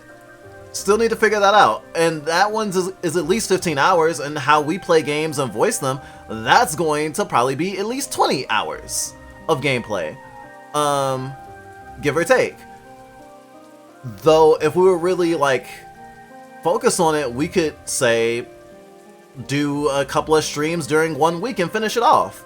Actually, we were even thinking of like doing a really long stream and just playing it in one sitting, like how Punk did with Signalis. But we plan to play Signalis a whole lot, and we need to like really internalize it before we can really write about it and feel confident with it. And I don't know if we'll do content specific to Chain Echoes, for example, but we'll definitely do something specific to Chrono Trigger. And in terms of digestion, it's been really nice. Although, like, it's really hard to, like, you know, wait and have patience. Like, last week, I totally wanted to continue. But actually starting off on a sort of low emotional point and having the high emotional point of this one be kind of the meeting of the quote-unquote evil characters and stuff, and of course just meeting Linnea's brother, I think is reason enough to be like, oh, I'm intrigued, I might want to continue watching this. Or, in my case, I might want to continue playing this. So I think this is actually a fine place to stop. Especially because I don't know where those people are up ahead, and it's the perfect cold open. I love cold opens.